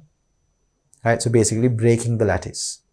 Energy required to break the lattice. So normally, since it's an energy absorbing reaction, when we are defining our lattice dissociation energy, the way that we did just now, the energy value is going to be a positive value because it's an energy absorbing reaction. But there you will find a lot of literature out there in all the search engines that you normally type this on. That is, when it comes to lattice dissociation or lattice energy, what they actually talk about is lattice formation energy. In our syllabus, we talk about lattice dissociation energy, but majority of the definitions out there talk about lattice formation energy. So don't get confused.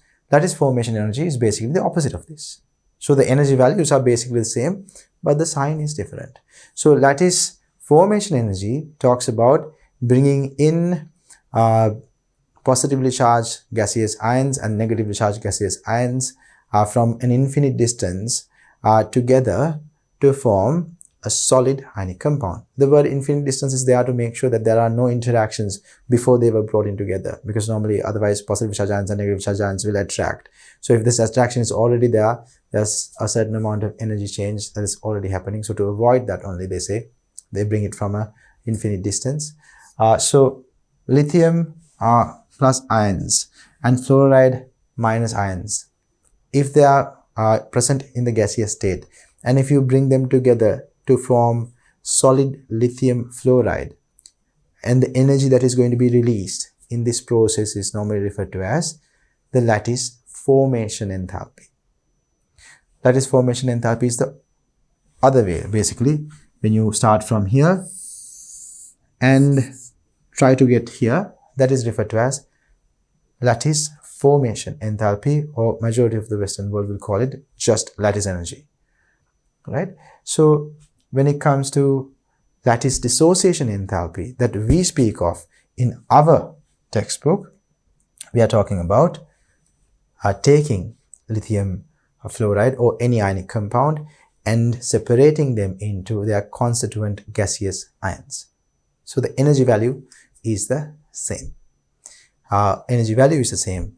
Lattice dissociation is going to be positively, it has a positive sign, right? Because we are absorbing energy to break a lattice. But if we are talking about formation of a lattice, it is going to be releasing energy. So therefore, it is going to have a minus sign. But when it comes to our lattice energies, they are always going to have a positive sign. I hope you're clear about that. It's a very important distinction. lattice dissociation enthalpy. Lattice dissociation enthalpy. To break, like I mentioned, if you want to break, separate two powerful magnets that are attracted to one another, if you want to separate them, you have to give energy. So similarly, when you're trying to separate the ions that are present in a lattice, you have to provide energy. So therefore, energy absorbing reactions. So when it comes to lattice dissociation, it's a positive sign. Lattice forming is negative in their sign. So if you take each of these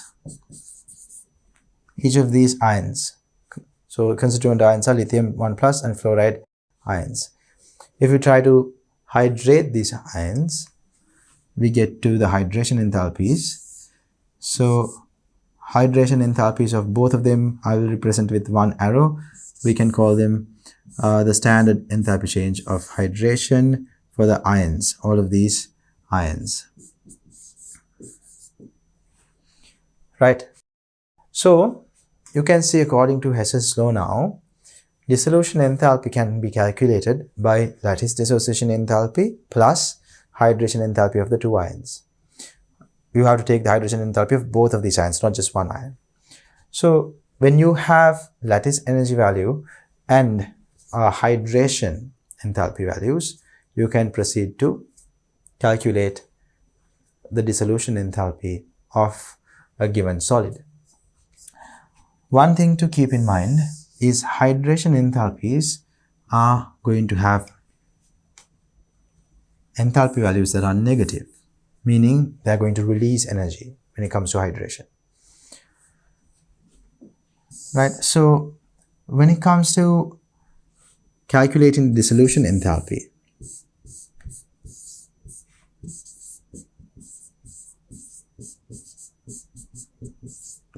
it is going to be equal to, according to the Hess's law, you can see, you can directly take this root. You can take this root directly, or else you can go to this point and then go to the final destination like that. So basically, these two arrows, when you add their enthalpy values, it should be equal to the enthalpy value of dissolution. So delta H note lattice energy, lattice dissociation energy, plus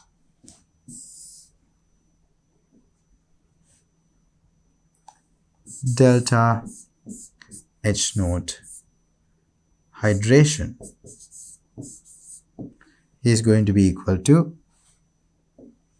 lattice dissolution, or it's going to be equal to, dissolution enthalpy of this solution. And as you know, lattice dissolution enthalpy is going to be positively charged value or positive value. When it comes to hydration enthalpy, it's a negative value. Now students, if this positive value is really high in magnitude and this negatively charged value is quite small in its magnitude, then what happens? Then the resultant value is going to be a positive value. Right. So at that point, students, dissolving the solid is going to be difficult. Why? Because you need a lot of energy to break the lattice, and the hydration process will not release enough energy to aid with the dissolution. So if you have really high positive value for lattice energy and a very small value for hydration, then those kind of salts will have a positive dissolution enthalpy, meaning dissolution is endothermic, which is not going to be in favor of actually making the salt more soluble in water. But if you have another situation where, let's say, positive and the negative value here, let's say the positive value was a bit of a small value, but the negative value was quite a high value, then what happens?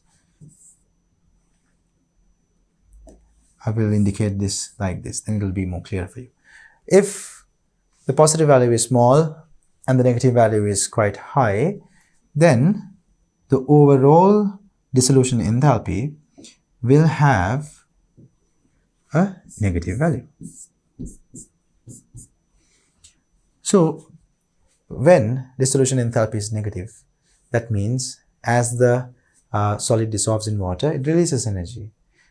This indicates, or this can lead us to predict that when you are talking about a solid that has a negative dissolution enthalpy, it is going to be somewhat more soluble in water. As I mentioned earlier, we can't definitively always determine just by looking at the enthalpy values it's going to be soluble or not in water, but having a really large negative value for dissolution enthalpy would indicate that these solids are more soluble in water. If you have a really large positive value for dissolution enthalpy, it would indicate that those kind of ionic solids are less soluble in water. So in summary, if the lattice dissociation enthalpy is large and hydration enthalpy is small, then those kind of solids are not very soluble in water. If the lattice dissociation enthalpy is small and hydration enthalpy is large, then there's a higher probability that those solids are more soluble in water. So as I mentioned earlier, this is the way in which we determine whether carbonates that we looked at in group 2 become more and more insoluble in water. So as they go down, their lattice dissociation enthalpies became bigger and bigger, but the hydration enthalpies didn't surpass the magnitude of lattice dissociation enthalpy. So as you go down the group of magnesium, calcium, strontium and barium carbonate, their lattice dissociation enthalpies got bigger and their hydration enthalpies didn't significantly get bigger. Because of that, their dissolution enthalpies are somewhat significantly more positive, making it difficult to dissolve these ionic compounds. Right? So keep it in mind, we can make predictions based on lattice dissociation enthalpy and hydration enthalpy. If the lattice dissociation enthalpy is a much larger positive value compared to the magnitude of hydration enthalpy, we are only looking at the magnitude because hydration enthalpy is a negative value. So when it comes to these values, if you have a very large positive lattice dissociation enthalpy and a very small hydration enthalpy, at that point dissolving this ionic solid will be difficult. So let's actually plug in the numbers for this. When it comes to delta H naught, that is energy of lithium fluoride, it's going to be 1036 kilojoules per mole. And hydration enthalpy of lithium 1 plus hydration enthalpy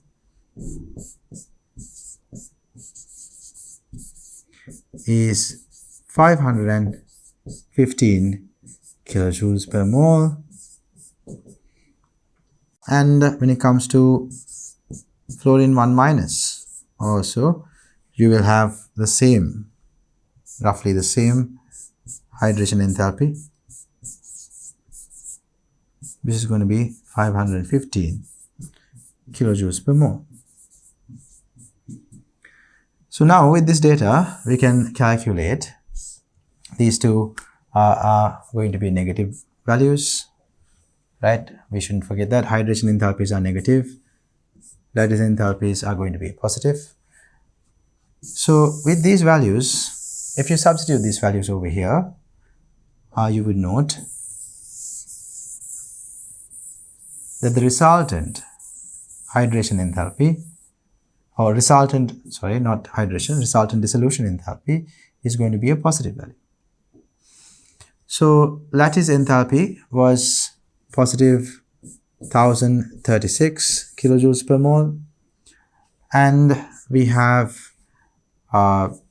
lithium and fluoride hydration enthalpies. Lithium and fluoride hydration enthalpies are 515 each, but they are negative values.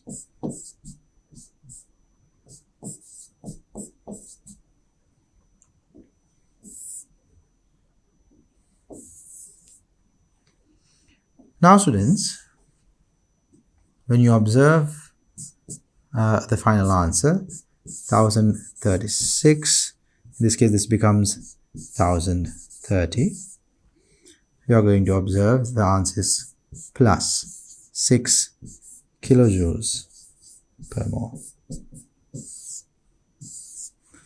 Plus 6 kilojoules per mole.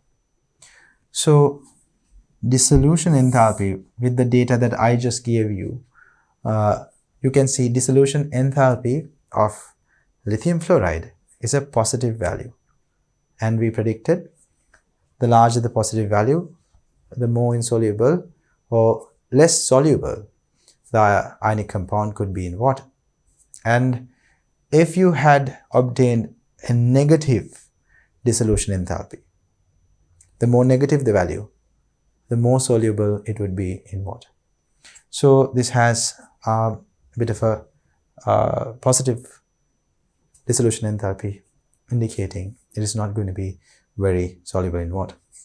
So you can see the positive value over here is larger, or if I use this particular value, you can see this value is the lattice dissociation energy value that is larger than the hydration enthalpy.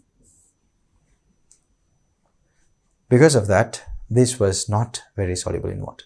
So keep in mind, if you have a larger lattice energy, then dissolving them in water could be difficult. If you have larger lattice energy and a smaller hydration energy. If you have a larger hydration energy and a smaller lattice energy, dissolving them in water would be easier. Now, with that in mind, let's move on to the next slide. So in this slide, we are going to be talking about sulfides. When it comes to sulfides, students, they follow a similar trend to sulfates, but you can see magnesium sulfide is only slightly soluble in water. From that point onwards, everything else is going to be insoluble in water, and they become more and more insoluble as you go down the group. So solubility decreases. Solubility decreases down the group, right? Now we are going to be looking at important trends in group 2 salts. When moving down the group 2 from magnesium to barium, we saw these following trends. We saw that metal sulfates of group 2 and metal sulfides of group 2 became more and more less soluble in water, or more and more insoluble in water. And when it comes to group 2 chromates, also chromate solubility also decreased down the group. So just like sulfates and sulfides, chromates also decrease in their solubility when you go down the group. Carbonates. Now carbonates, of course, we should add a special note here. Carbonates, all metal carbonates, were insoluble. All of them are insoluble in water, but we saw that when using lattice energy values or lattice dissociation energy values and hydration values of different ions that are taken seen in these ionic compounds, we saw we can calculate how soluble or how insoluble these compounds are. So using the lattice dissociation energy values and hydration energy values, we calculated that all of these insoluble carbonates actually increase in their insolubility when you go down the group. When you go down the group, carbonate is becoming more and more insoluble in water, or else you can say carbonate solubility decreases further when you go down the group. Keep in mind, students, all of them are insoluble in water, and their solubility further decreases as you go down the group. Metal oxalates, water solubility increases down the group, except for magnesium oxalate, which is slightly soluble already. And then we start with calcium oxalate, which is insoluble in water, strontium oxalate, which is insoluble in water. But then again, when it comes to barium oxalate, it's going to be slightly soluble or sparingly soluble in water. And then we have metal hydroxides. As you saw, as you go down the group, it followed the opposite trend to sulfates. Group 2 hydroxides were becoming more and more soluble in water. Group 2 hydroxides were becoming more and more soluble in water. Note, group 2 beryllium carbonate is sparingly soluble in water, right? So we mentioned it a couple of times earlier also. Although group 2 carbonates are insoluble, beryllium carbonate is a bit of an exception. It is slightly, very slightly soluble in water. Group 2 metal salts are made from beryllium to magnesium with nitrite ions, nitrate ions, hydrogen carbonate, acetate, right? Or this is ethanoate ion. And we have chloride, bromide, iodide, sulfide are considerably soluble in water. So group 2 metal salts with these ions are going to be quite soluble in water. Majority of the group 1 ions, of course, are very soluble, all of these ions.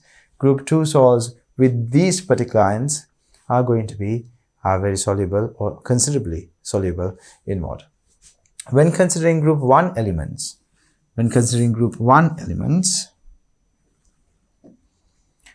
from sodium to cesium, there are salts formed with anions such as the above mentioned anions here, but apart from that we have some other anions like phosphates, oxalates, and carbonates and chromates.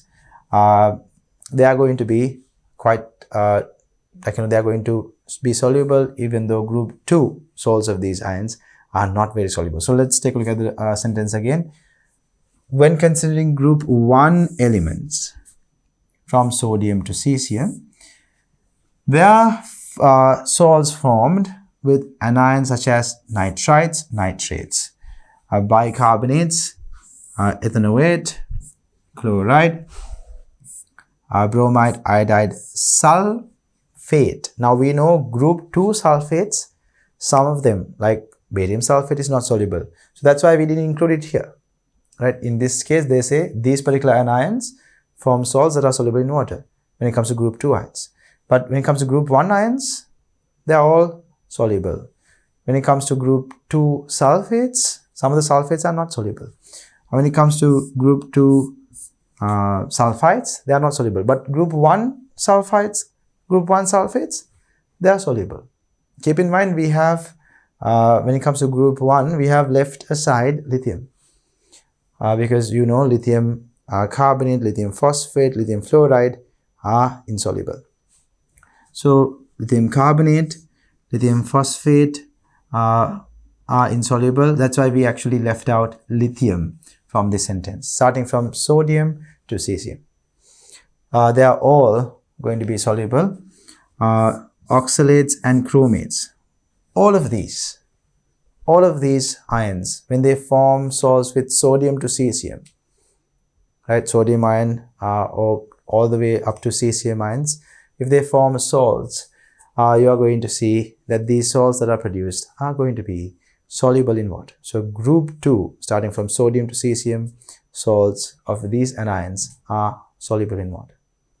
The ones that I have underlined show different types of solubilities when it comes to group 2 ions.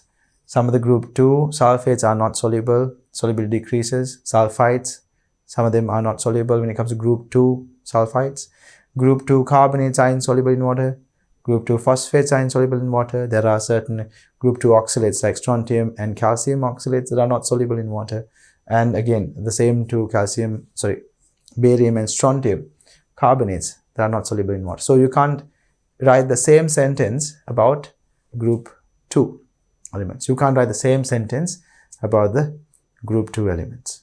Group 2 elements are actually going to show precipitates. Some group 2 elements are going to show precipitates with these underlined anions. So therefore, I can't write the same sentence about group 2 elements like this. Group 2 elements have a separate set of anions that they will form salts with that are soluble in water.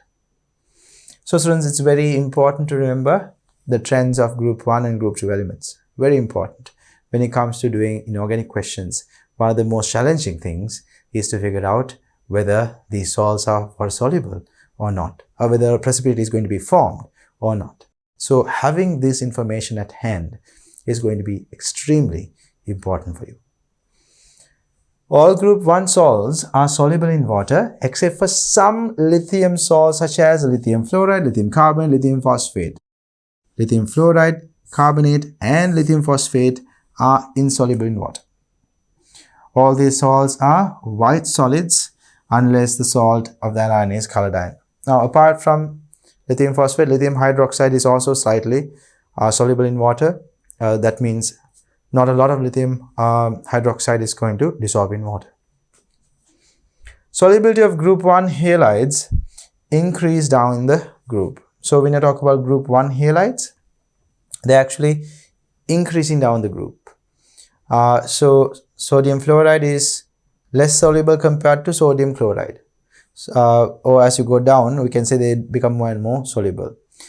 Sodium iodide is going to be extremely more soluble compared to sodium fluoride. So solubility of group 1 halides increase down the group, but keep in mind, students, lithium fluoride is going to be insoluble.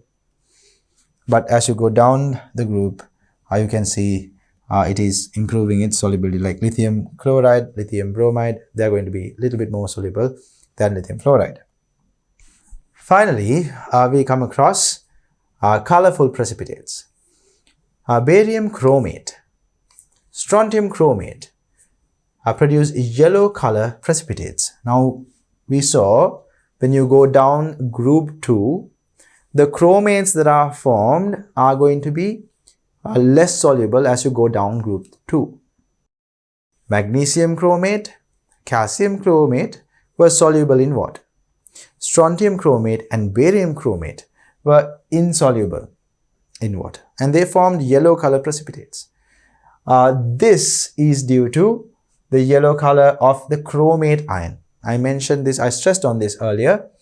Group 1 and group 2 cations, they do not have a color. They are not colored ions. But there are some anions like chromate, dichromate, permanganate, manganate ions that you normally come across. These are the colored ions that you come across majority of the time when you're conducting experiments. So these types of anions are going to have different colors. Chromate, yellow color, dichromate is going to be orange in color, permanganate is purple in color, manganate is in green color. So you have to remember these ions and their colors a little bit, because when it comes to coupling these ions together and forming solutions or sometimes precipitates, you need to know what color the solution or the precipitate would be. In this case, when you have coupled strontium and barium with chromate ions, which are yellow in color, they formed a precipitate, and that precipitate was yellow in color because the anion was yellow in color. When colorless aqueous ions come together to form a precipitate, the color of the precipitate will be white. So if all of the ions were colorless, the precipitate formed is not going to have a different color. It's going to be just color. Basically, it's going to be white because you don't have a separate color in the ions present. So if all of the two ions, for example, if you take sulfate ions and barium ions, barium ions are colorless, sulfate ions are colorless. When you get them together, they form a water-insoluble salt, barium sulfate. So none of the ions that form this barium sulfate is having a special color. They were all colorless. So the precipitate that is formed is going to be white. So we have some of the precipitates that are white. So we'll quickly run through them before we move on to our lab. So magnesium hydroxide is water insoluble. It is going to produce a white color precipitate. Barium carbonate white color precipitate. We know all group 2 carbonates are insoluble. Barium sulfate, white color. Barium sulfite, white color. Calcium hydroxide, slightly soluble in water, but if you have enough and more calcium hydroxide in the medium, it is going to be appearing as a white color precipitate. So calcium hydroxide is white in color. Strontium carbonate, white in color. Strontium sulfate, barium phosphate, calcium carbonate, magnesium carbonate, calcium oxalate are white color precipitates. So students, when it comes to this particular theory part, we aimed to give you adequate knowledge about what sort of salts are going to be soluble, what sort of salts are going to be slightly soluble in water, and what salts are insoluble in water. And also, you need to keep in mind there are some salts that are going to produce precipitates that are colored, like barium and strontium chromates. So students, with that information, I think now it's time for us to move into the lab and conduct this experiment. I'll see you in the lab. GCE Advanced Level Chemistry Practical Series, practical number 16, testing the solubility of salts of S block elements. The aim of this practical is to provide you with the necessary skills and knowledge to identify the salts of S block elements that precipitate in water when reacted with common anions. So without further ado, let's move on to the reagents we will be using for this practical. Students, to conduct this practical, we'll be needing 5 different S block elements ions, and to obtain these ions, we will be taking their nitrates. So why do we take their nitrates? Because nitrates of all of the S block elements are highly soluble in water. So therefore, to obtain potassium 1+ ions, we will be taking potassium nitrate. To obtain magnesium 2+ ions, we will be using magnesium nitrate. To obtain calcium 2+ ions, we will be using calcium nitrate. To obtain strontium 2+ ions, we will be using strontium nitrate. And finally, to obtain barium 2+ ions, we will be using barium nitrate. With that out of the way, let's move on to identifying the other reagents we will be using for this practical. We will be using sodium chloride, sodium bromide, sodium iodide, sodium hydroxide, sodium sulfide, sodium nitrite, sodium nitrate, sodium carbonate, sodium bicarbonate, also referred to as sodium hydrogen carbonate, sodium sulfate, sodium sulfite, sodium oxalate, sodium phosphate, and sodium chromate. Observe the color of sodium chromate. Now students, when I was introducing these solutions, you might have noticed all of these solutions were aqueous salt solutions of sodium. Why do we take sodium salts here? Now, these solutions are used to introduce different types of anions into these cations. So why do we use sodium salt solutions to introduce the anions that are here? The main reason is sodium is forming all soluble salts, or actually any group 1 element. All of the salts of group 1 elements are soluble in water except for some salts of lithium, such as lithium fluoride, lithium carbonate and lithium phosphate. Those salts are not soluble in water. However, all of the group 1 elements salts are soluble in water. So it is quite suitable to take sodium salts to introduce the necessary anions into these cations that we have here. Keeping that in mind, we'll move on to the next few items we'll be using in this practical. We'll be using droppers to obtain small amounts of these solutions, and we'll be using labeled test tubes so that we can very clearly identify which cations we are referring to. With that, let's move on to our practical. In this part of the practical, we will be focusing on taking these cation solutions and reacting them with halide ions. So as you know, we have 5 different cations here, 1 group 1 cation and 4 group 2 cations.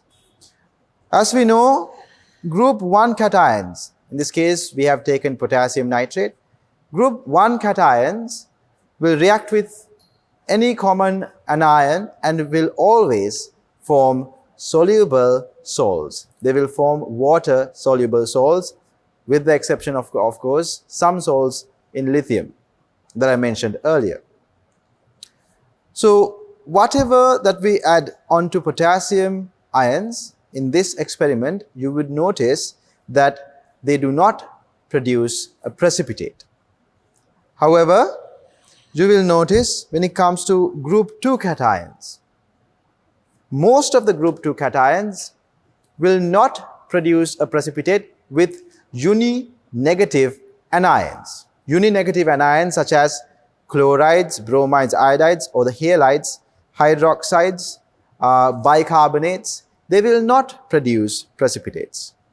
But some cations will produce precipitates with certain anions.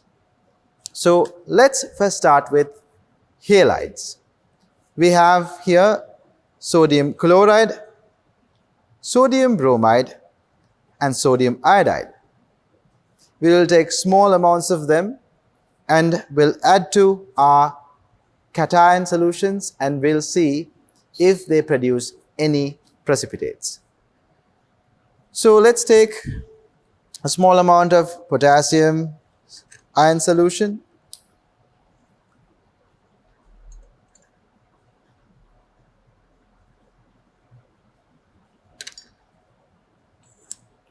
This is a potassium 1 plus aqueous ion solution. As you can see, all of these salt solutions are colorless. We will take small portions of all of these cation aqueous ion solutions into labeled test tubes. As they are all colorless, having a label on the test tubes will help us identify what they are.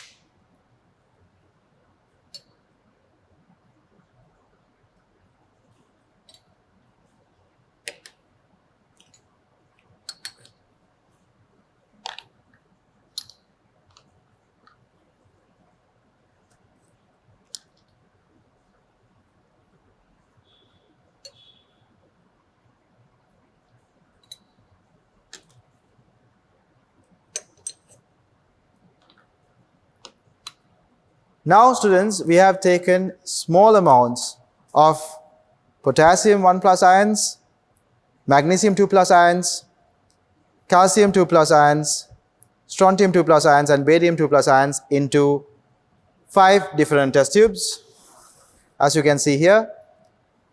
Now we will be starting to add small amounts of sodium chloride to each of these test tubes, and we are going to notice if there are any precipitates formed when we are adding sodium chloride or when we are introducing chloride ions into this medium. This is our sodium chloride solution. We'll use a small dropper, and this is our potassium 1 plus ion solution, and let's add a drop, or few drops rather, of sodium chloride to see if there is a precipitate formed when adding sodium chloride. As you can see, upon addition of sodium chloride into potassium 1 plus ion aqueous solution, we did not form a precipitate as expected. Now we have our magnesium 2 plus ion solution. To that also let's add a few drops of chloride ions solution. So you can see upon addition of few drops of chloride ion solution, we did not form a precipitate. Again, we expected this outcome because majority of the group 2 cations do not form precipitates with most of the uni-negative anions, and especially halides do not form any precipitates with any of these cations. But let's move on ahead and add sodium chloride to all of these cations just to observe what happens. So right now I am adding sodium chloride to calcium 2 plus aqueous solution. You can see there is no precipitate formed. There are no traces of any precipitate. We have our strontium 2 plus ion solution. Let's add a few drops of sodium chloride. As you can see, when you add a few drops of sodium chloride to strontium 2 plus aqueous ions, there is no precipitate formed. Finally, we have our barium 2 plus aqueous solutions. So let's add a few drops of sodium chloride to that as well. And let's shake it. You can see there are no traces of any precipitate here. As expected, when chlorides or when chloride ions are mixed with these cations, we will not be forming any precipitate. Potassium chloride, magnesium chloride, calcium chloride, strontium chloride, and barium chloride that is formed here are soluble in water. So therefore, you would not observe any precipitates formed here. Let's move on to bromides. Now we have taken all of our cation solutions into 5 different test tubes, and we have labeled these test tubes so that we can clearly identify them. To these cation solutions, we will be adding sodium bromide to introduce bromide ions into each of these solutions. So let's take each of these test tubes. We have potassium ions here, and we have our sodium bromide here.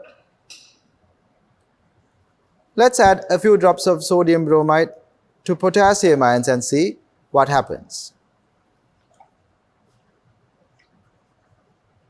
As you see, students, upon addition of bromide ions into potassium ions, there is no precipitate formed, indicating the potassium bromide that is formed here is soluble in water.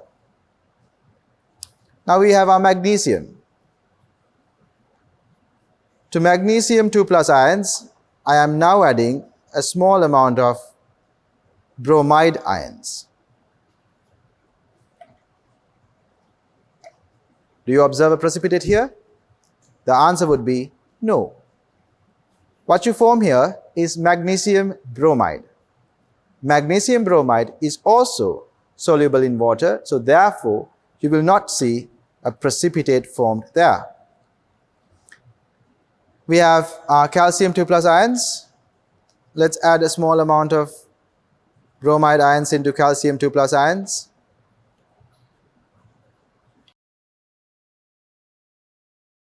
Again, calcium 2 plus ions, when reacted with bromide ions, forms calcium bromide. This is also soluble in water and will not form a precipitate. We have strontium 2 plus ions here. If we add a small amount of bromide ions into this and give it a little mix, you can see even when it comes to strontium 2 plus ions reacted with bromide ions, we will not form a precipitate because the strontium bromide formed is soluble in water. Finally, we have our barium ion solution. Let's add a little bit of bromide ions to barium and let's mix it up. You can see when barium is reacted with bromide, you form barium bromide. Even barium bromide is not forming a precipitate because barium bromide is soluble in water. As you can see, when bromide ions were reacted with these cations, we did not form any precipitates. Let's move on to iodide ions. Like in the previous part of the experiment, we have a new batch of our cation solutions taken into 5 different test tubes and we have labeled them. And to these test tubes or to these cation solutions, we will be adding sodium iodide. We have here our sodium iodide. We will be adding small amounts of sodium iodide into each of these cation solutions. Let's take our potassium 1 plus aqueous ion solution and add a little bit of sodium iodide.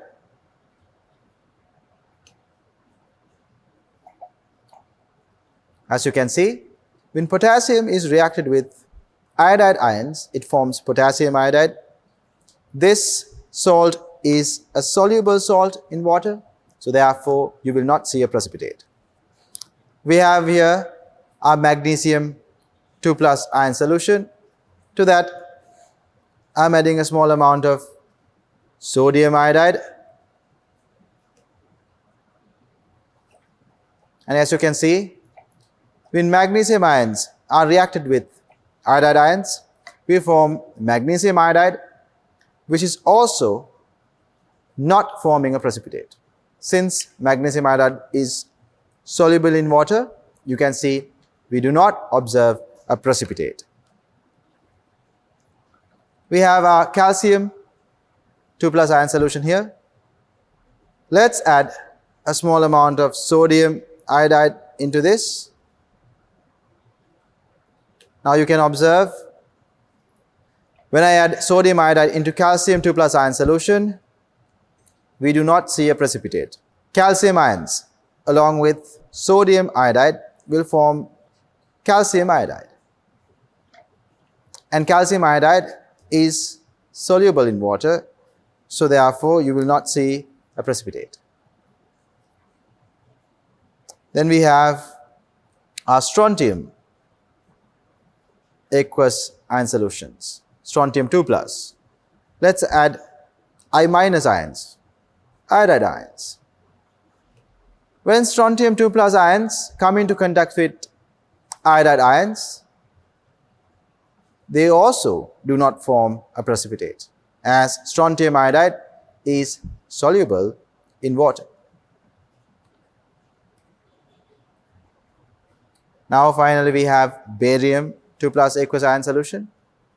To that, let's add a small amount of iodide ions. Barium ions along with iodide ions will form barium iodide. Barium iodide is also a soluble salt. It's a water soluble salt. So therefore, it will also not form a precipitate. As you can see, it's a clear solution, no precipitate formed. So students, as expected, all of the iodide ions, when reacted with these cations we have in front of us, did not form a precipitate, indicating all of these iodide salts that are formed when iodide ions are reacted with these cations are water soluble. This, in summary, tells us all of the halide ions, when reacted with these cations, group 1 and group 2 cations, when they are reacted with halide ions that are present here, they do not form any precipitates. Let's move on to sodium hydroxide. We have here new portions of all of the cation solutions taken into 5 different test tubes. And to these test tubes, we will be adding sodium hydroxide. So, when you add sodium hydroxide, you will notice that the group 1 cations do not form any precipitates. All of the group 1 cations, when reacted with hydroxide anion, will form soluble salts. However, group 2 cations, when reacted with hydroxide ions, will not always form soluble salts. Solubility of the group 2 hydroxides increase down the group, and solubility of group 2 hydroxides such as magnesium and calcium are actually not that high. That means they will form precipitates, but as you go down the group 2 hydroxides starts to become more and more soluble. Let's see if we can make that observation here. To represent the group 1, we have our potassium 1 plus ions. Let's add a small amount of sodium hydroxide and observe if potassium hydroxide that is formed here produces a precipitate. So we have potassium 1 plus ions here along with hydroxide ions in this medium. You can see they do not form a precipitate. This indicates potassium hydroxide do not produce a precipitate. Similarly, all of the group 1 element hydroxides are soluble in water. Let's move on to magnesium 2 plus aqueous ion solutions. This is a group 2 cation. Let's add a little bit of sodium hydroxide.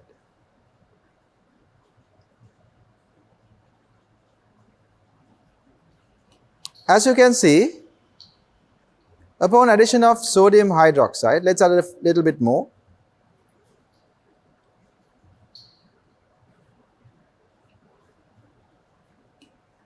We form a white color precipitate.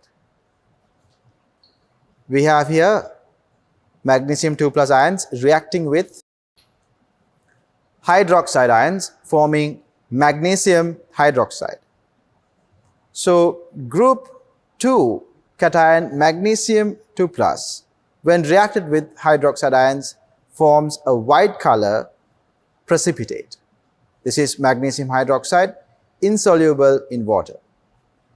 Let's give it a little shake so that you can very clearly see the color of the solid suspension that we have here. We can see this is not a white color solution we have. What we have here is fine magnesium hydroxide precipitate particles dispersed through the aqueous medium, making this entire aqueous medium cloudy. So what you see here is magnesium hydroxide, which is a white color precipitate that is insoluble in water.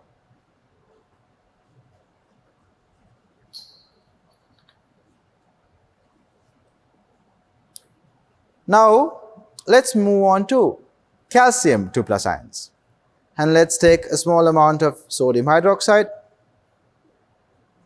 and add sodium hydroxide into our calcium 2 plus ion solution.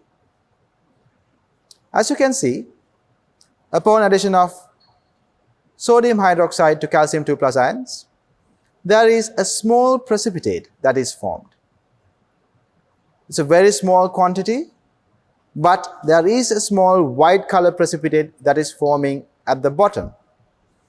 When calcium 2 plus ions are reacted with hydroxide ions, it forms a white color precipitate that is calcium hydroxide. But keep in mind, students, calcium hydroxide is not completely insoluble in water. It is sparingly soluble in water.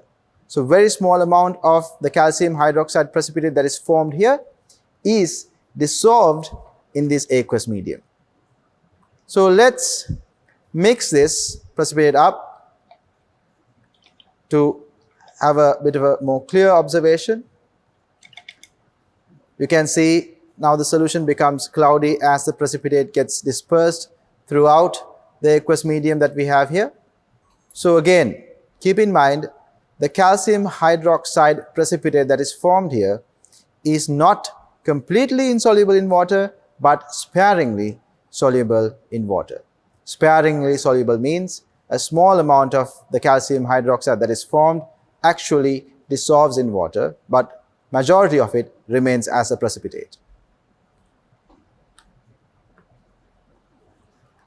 Let's take our strontium 2 plus aqueous ion solution and add a small amount of sodium hydroxide and observe what happens. Let's add it drop by drop.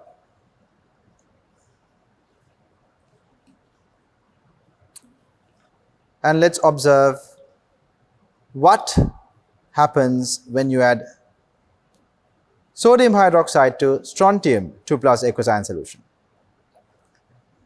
As I told you before, solubility of group 2 hydroxides increases down the group.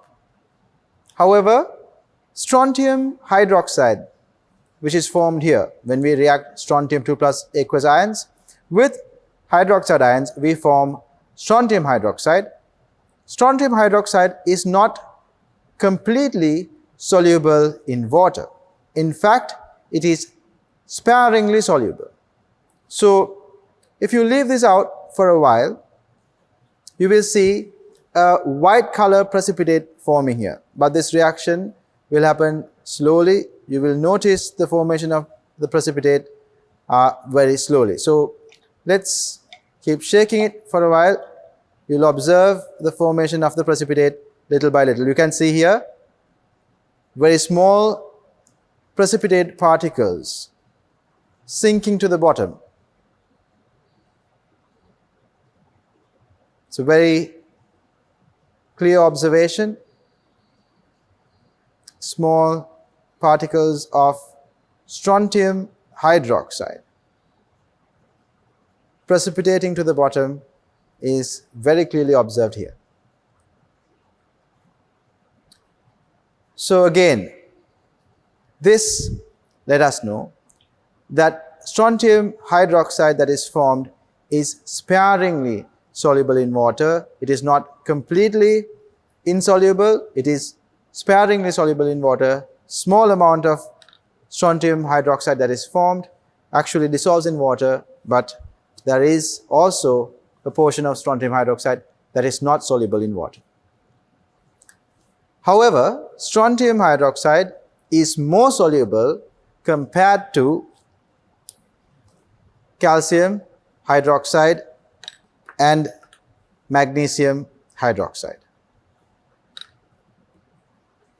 Now let's take barium 2 plus aqueous ion solution and add a small amount of sodium hydroxide.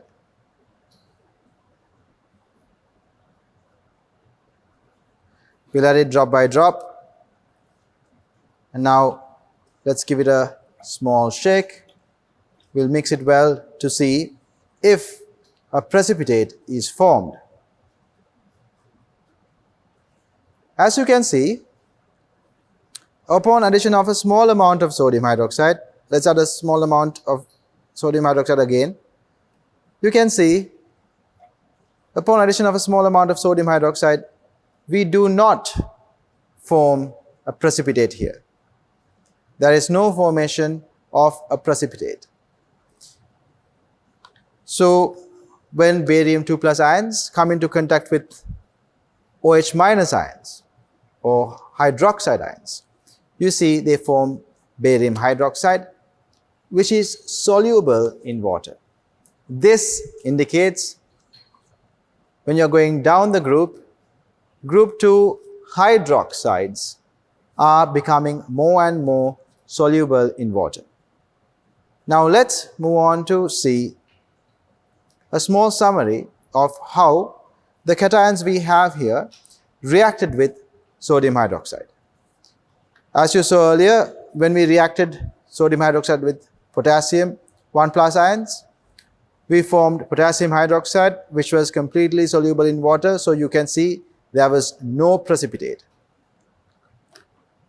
Magnesium hydroxide, that is formed by reacting magnesium 2 plus ions with the hydroxide ions, was insoluble in water. A white color precipitate was formed. Due to the very fine nature of the precipitate, you can see the precipitate is dispersed throughout the aqueous medium, and therefore you can see a cloudy nature over here. What you see here is the insoluble magnesium hydroxide precipitate. Then we took a small amount of calcium 2 plus and added sodium hydroxide to this. You can see calcium 2 plus, when reacted with hydroxide ions, forms a calcium hydroxide precipitate. Calcium hydroxide is sparingly soluble in water. That means a small amount of calcium hydroxide actually dissolved in water. The remainder of the precipitate can be observed at the bottom of the test tube. This is a white color precipitate. Then we have here our strontium 2 plus aqueous solution reacted with hydroxide ions. We have strontium 2 plus aqueous ions reacted with sodium hydroxide. And as you can see, strontium hydroxide that is formed did give us a precipitate. This precipitate is also sparingly soluble, and you can see strontium hydroxide crystals very clearly formed here. Strontium hydroxide is also sparingly soluble in water. That means a small amount of strontium hydroxide that is formed here is dissolved in the aqueous medium. However, strontium hydroxide is a bit more soluble in aqueous medium than calcium hydroxide. And finally, we have our barium hydroxide solution here. So we have our barium 2 plus aqueous ions reacted with the sodium hydroxide, and you can see barium hydroxide did not produce a precipitate. The reason for this is that the barium hydroxide is a water soluble hydroxide. So therefore, it is not going to produce a precipitate in water. We have here potassium 1 plus ions reacted with sodium hydroxide. If you keep this aside, the remainder of the test tubes contain group 2 cations. As you know, when you go down the group 2 hydroxides, the group 2 hydroxides become more and more soluble as you go down the group. And that is also clearly visible here. Magnesium hydroxide has magnesium hydroxide white color precipitate, which is quite insoluble in water, has quite a bit of precipitate produced here. We have calcium hydroxide sparingly soluble in water, strontium hydroxide sparingly soluble in water, and barium hydroxide, which is soluble in water. So solubility of these hydroxides increased down the group, producing less and less precipitate. Let's take a look at what happens when sodium sulfide is added to these cation solutions. We have taken small portions of each of these cations into 5 different test tubes, as you can see here. And now we are going to add sodium sulfide to each of these test tubes and observe what happens. So let's take a dropper. Let's take a small dropper and take a small amount of sodium sulfide and add a few drops of sodium sulfide into our potassium nitrate solution. So we have our potassium 1 plus aqueous ion solution obtained with the use of potassium nitrate, and to that we added sodium sulfide. And when we mix it, you can see there is no precipitate formed. Do we see a precipitate formed here? We see a clear solution. The reason for this is when potassium ions come into contact with sulfide ions, what is formed is potassium sulfide.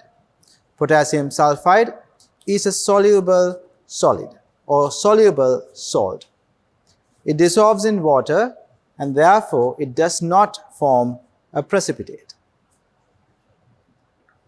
Now we can move on to magnesium 2 plus ions. Again, we obtained this magnesium 2 plus aqueous ion solution with the help of magnesium nitrate. So what you see here is magnesium nitrate, and magnesium 2 plus ions are in the medium, so we can introduce sulfide ions by addition of sodium sulfide into this. So let's take a small amount of sodium sulfide. So when I add few drops of sodium sulfide, that introduces small amount of sulfide ions into this test tube. Now let's mix it well and see if magnesium ions, when in contact with sulfide ions, whether it forms a precipitate. As you can observe here, we do not form a precipitate when magnesium 2 plus ions come into contact with sulfide ions. As magnesium ions form magnesium sulfide is water soluble and therefore will not form a precipitate.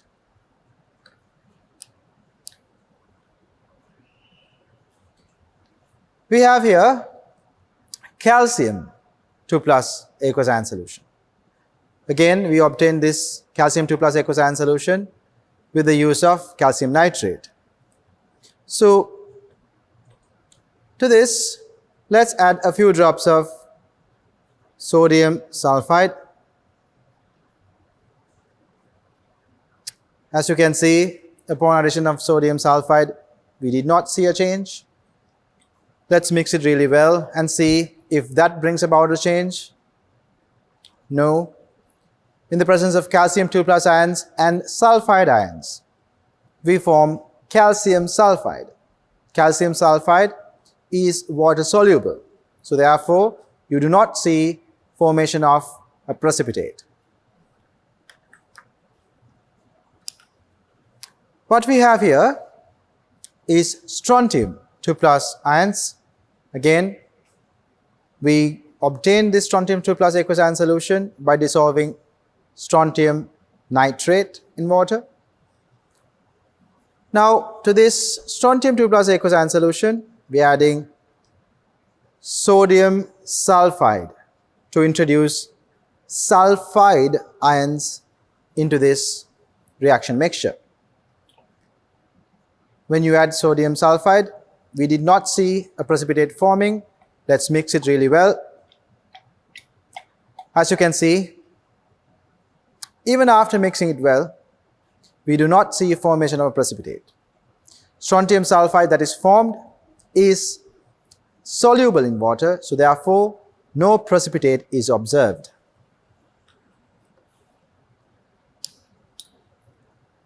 We have here a barium 2 plus aqueous ion solution obtained through barium nitrate.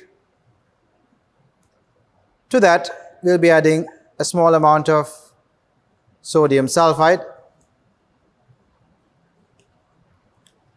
Now I have added a small amount of sodium sulfide here. Do you observe a precipitate being formed or any color change? The answer to that would be no. As barium 2 plus ions come into contact with sulfide ions, they form barium sulfide, which is soluble salt, a water soluble salt, so therefore you will not observe formation of a precipitate. In summary, we observed when group 1 cation that we have here, potassium ions, reacted with sulfide ions, we do not form precipitate, and all of the group 2 cations that we have here, when treated with sodium sulfate, did not form a precipitate. Let's move on to sodium nitrite. In this part of our experiment, we'll be focusing on how nitrite ions and nitrate ions react with these cations. To each of these test tubes, we have taken cations that we looked at earlier in the earlier parts of the experiments as well. So, as you can see, we have our potassium, magnesium, calcium, strontium and barium cations solutions taken into 5 different test tubes, and we actually have 2 sets of those test tubes. This is to compare what happens when we react each of these cation solutions with nitrite ions and nitrate ions. Let's take a look at what happens when we react each of these cation solutions with nitrite ions. To introduce nitrite ions into our cation solutions, we are going to be using sodium nitrite.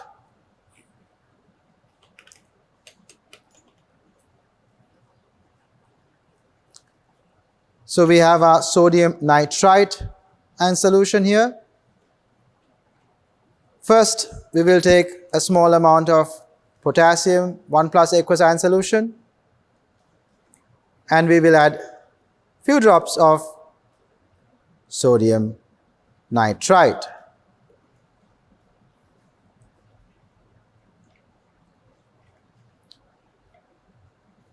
Upon addition of nitrite ions into potassium 1 plus ions, we do not see a precipitate being formed. This is because the potassium nitrite that is formed is soluble in water. In fact, all of the group 1 nitrites are very soluble in water.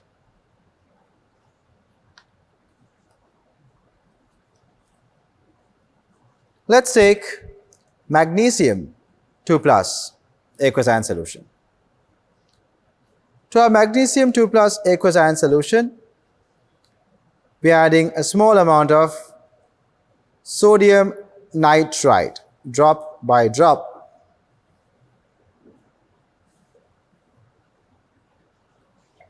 When magnesium 2 plus ions react with nitrite ions, it produces magnesium nitrite.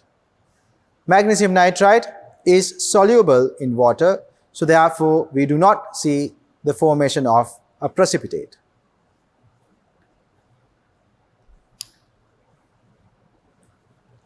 We have our calcium 2 plus aqueous ion solution. To that as well, we will add a small amount of nitrite ions by adding sodium nitrite into the mixture. You can see calcium ions, when reacted with nitrite ions, form calcium nitrite, which is soluble in water, so therefore it will also not form a precipitate.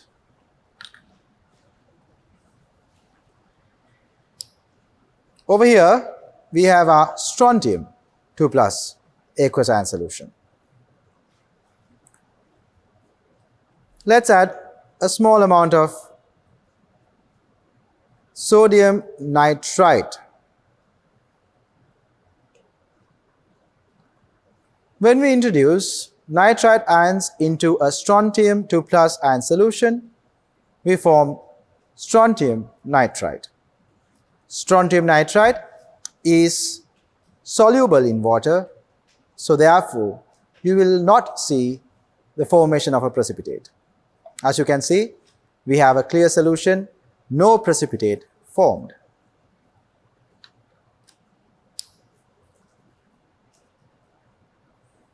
When it comes to barium, we have a barium 2 plus aqueous ion solution. To that, let's add a small amount of nitrite ions, drop by drop, and let's mix it really well. And you can see we do not form a precipitate here as well, as barium ions and nitrite ions form barium nitrite, which is soluble in water. The salt barium nitrite is soluble in water, so therefore you will not see the formation of a precipitate. With this experiment, we observed that all of the nitrites that we had here were soluble, starting from potassium to barium. When potassium ions, magnesium, calcium, strontium and barium ions were reacted with nitrites, we saw they did not form precipitate. In fact, both the group 1 and group 2 elements do not form precipitates with nitrite ions. Let's move on to nitrate ions. So we have our sodium nitrate solution here. Using this solution, we will introduce nitrate ions into our cation solutions. Let's take new samples of each of our cation solutions here. So we have potassium, magnesium, calcium, strontium and barium ion solutions that are not reacted with anything else at the moment. So to that, we will be adding nitrate ions. To add nitrate ions, as I mentioned before, we will be using sodium nitrate. Let's take our potassium 1 plus aqueous ion solution and add nitrate ion solution and see what happens. As you can see, when nitrate ions are added to potassium ions, we form potassium nitrate, which is soluble in water. In fact, all of the group 1 nitrates are soluble in water. Let's move on to a group 2 element, magnesium 2 plus aqueous ion solution. To that, let's add a small amount of sodium nitrate. We added a small amount of sodium nitrate into magnesium 2 plus aqueous ion solution. As you can see, upon addition of nitrate ions into magnesium 2 plus solution, we do not see the formation of a precipitate. We form magnesium nitrate here, and we do not observe a precipitate being formed upon the addition of nitrate ions.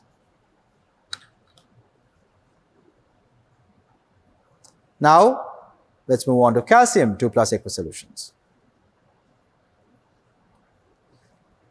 Let's add a small amount of nitrate ion solution into calcium 2 plus. Calcium 2 plus, when reacted with nitrate ions, will form calcium nitrate. Calcium nitrate is also very soluble in water, so therefore you will not see the formation of a precipitate here as well.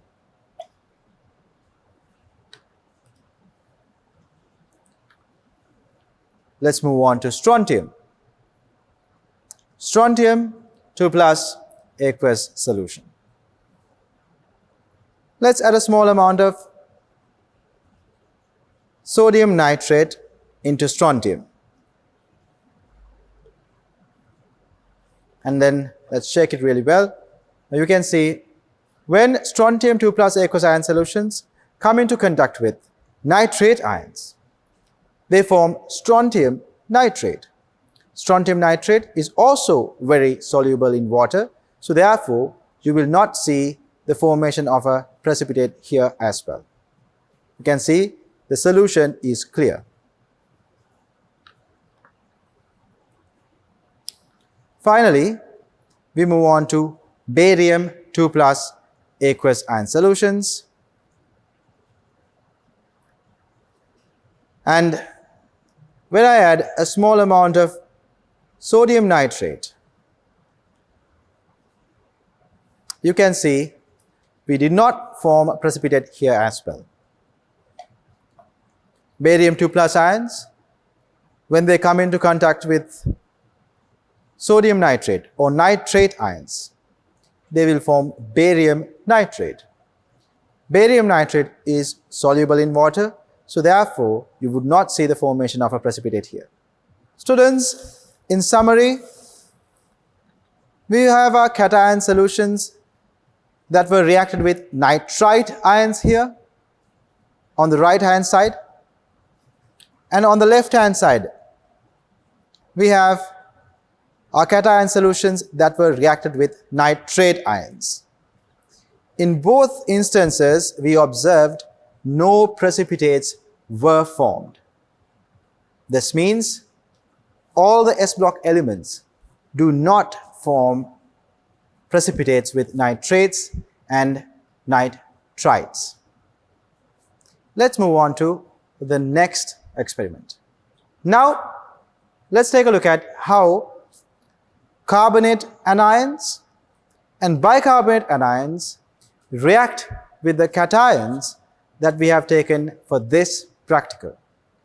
In this practical, we are taking a look at potassium, magnesium, calcium, strontium and barium cations. So we have taken 5 test tubes with these cation solutions. Actually, we have 2 sets of these test tubes, as we are going to be comparing the observations that we get when we react carbonate ions and bicarbonate ions with these cations. Let's first take one set of these cation solutions and start adding carbonate ions into each of these cation solutions. We have here sodium carbonate, and let's take a small amount of sodium carbonate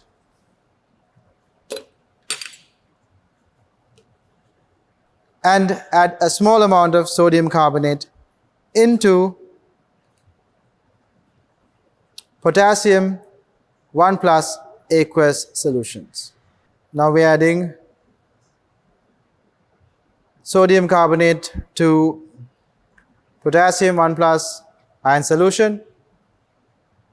As you can see, there is no precipitate formed. Potassium 1 plus ions, when reacted with carbonate ions, will not form a precipitate. All the group 1 cations, when reacted with carbonates, will not form a precipitate as they are water soluble, except for lithium carbonate. Let's move on to magnesium. We have magnesium 2 plus aqueous solution here. Let's add a small amount of sodium carbonate into this. Do you see? When I add sodium carbonate drop by drop to magnesium 2 plus aqueous solution, we formed a white color precipitate. So when magnesium 2 plus ions come into contact with carbonate ions, they form magnesium carbonate, which is a white color precipitate. carbonates of group 2 are not soluble in water. Actually, group 2 carbonates decrease in their solubility in water as you go down the group. So what you see here is a formation of magnesium carbonate upon addition of carbonate and iron into magnesium 2 plus ions. It's a white color precipitate. Let's move on to the next cation.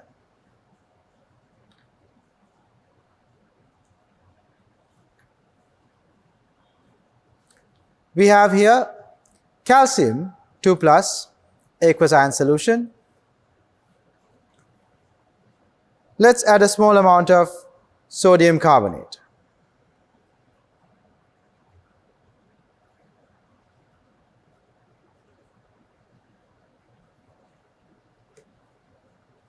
You can see upon addition of sodium carbonate or carbonate ions into calcium 2 plus ion solution, we saw a white precipitate was formed. Again, as I mentioned earlier, as you go down the group of group 2 carbonates become more and more less soluble in water. So calcium 2 plus ions, when reacted with carbonate and ions, they form calcium carbonate, which is a white color precipitate.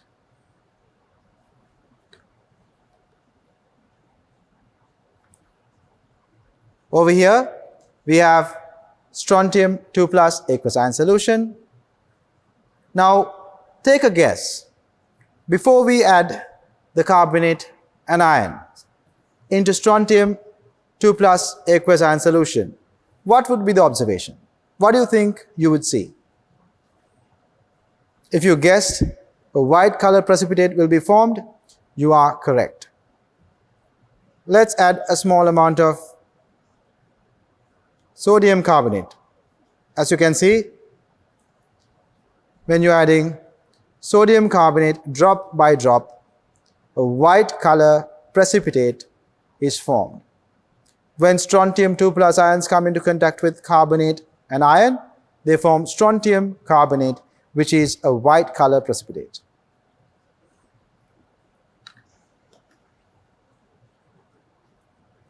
Finally, we have barium 2 plus aqueous ions. Let's add a small amount of sodium carbonate into this as well.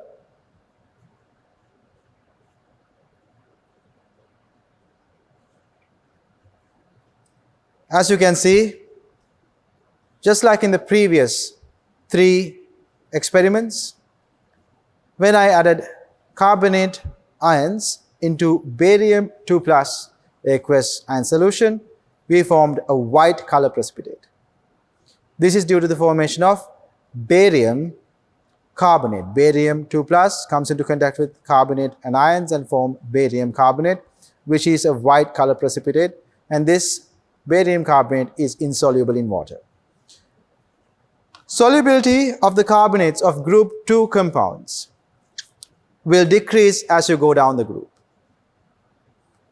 So, as you can see, except for the group 1 element that we have here, so we have a potassium 1 plus ion solution. When reacted with carbonates, we did not see the formation of a precipitate. But except for that, all the group 2 carbonates produced precipitates. Let's move on to bicarbonate and ions.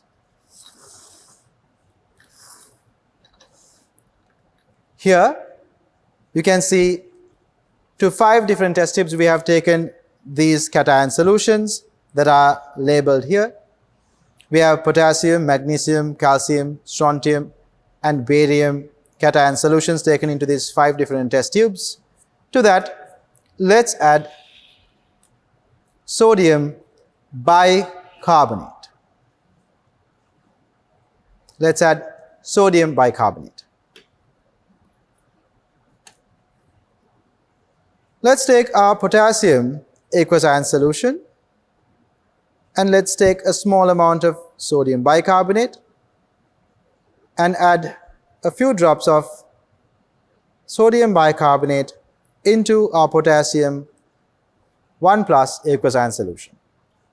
So by adding sodium bicarbonate, we introduce bicarbonate ions into this reaction mixture.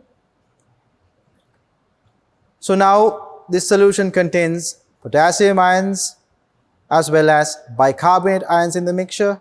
So you can see the formation of potassium bicarbonate.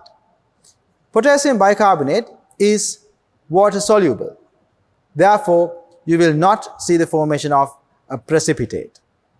Potassium bicarbonate is water soluble and no precipitate is observed. Now let's take magnesium 2 plus aqueous ion solution. If you remember, just a little while back, when we added carbonate and ions into magnesium 2 plus aqueous solution, a white color precipitate was formed. Let's observe what happens when we add bicarbonate and ion solution here. Now, we will take a small amount of bicarbonate and ion solution and we are adding few drops of bicarbonate and ion solution into magnesium 2 plus aqueous ion solution. What is the observation? Do you see the formation of a white color precipitate? No. In the previous situation, when we added the carbonate and ion to magnesium 2 plus, we saw the formation of a white color precipitate. But we will not see the formation of a white color precipitate when we add bicarbonate into magnesium 2 plus aqueous ion solution. Let's take our calcium 2 plus aqueous ion solution, and to that let's add a few drops of sodium bicarbonate solution. As you can see, when you add sodium bicarbonate into calcium 2 plus aqueous ion solution, we do not form a precipitate. In the presence of bicarbonate ions, calcium ions will form calcium bicarbonate. Calcium bicarbonate is water soluble.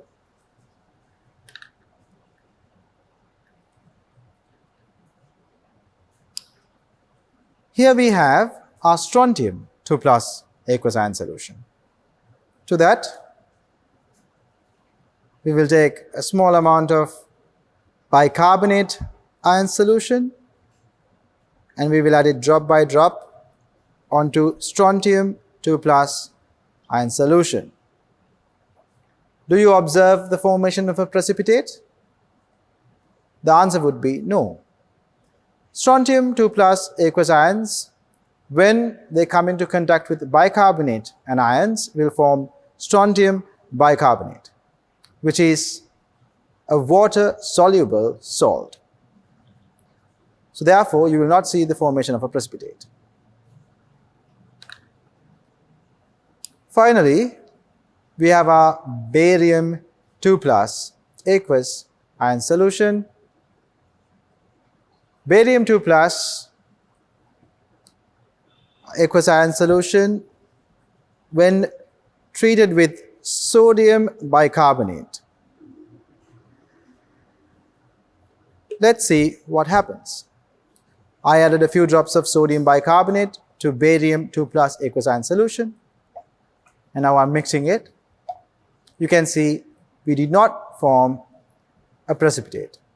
Barium 2 plus ions forms barium bicarbonate with the carbonate and ion. Barium bicarbonate is a water soluble salt. So therefore, you will not see the formation of a precipitate.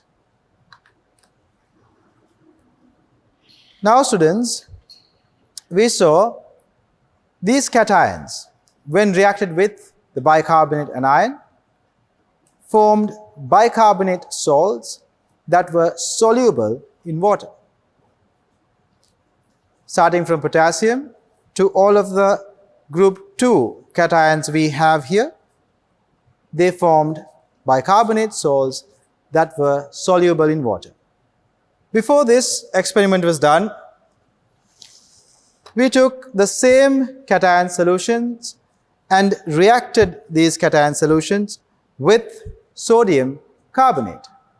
And we saw, except for the potassium 1 plus ion solution, the rest of the cations formed carbonates that were insoluble in water.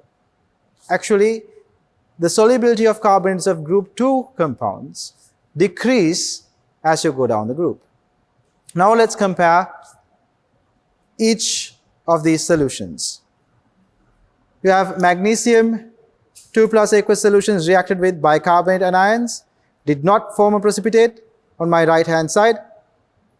And on my left hand, I have magnesium 2 plus aqueous solution reacted with carbonate ion solutions. You can see the formation of white color magnesium carbonate precipitate.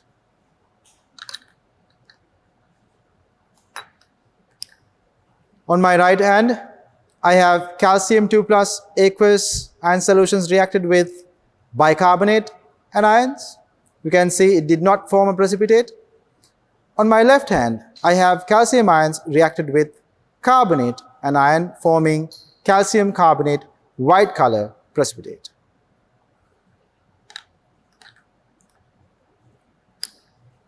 Then we have strontium. We can see the same trend here as well. Strontium ions, when reacted with bicarbonate, did not give us a precipitate, so therefore you can see a clear solution here. But strontium ions, when reacted with carbonate anions, formed a white color strontium carbonate water insoluble precipitate.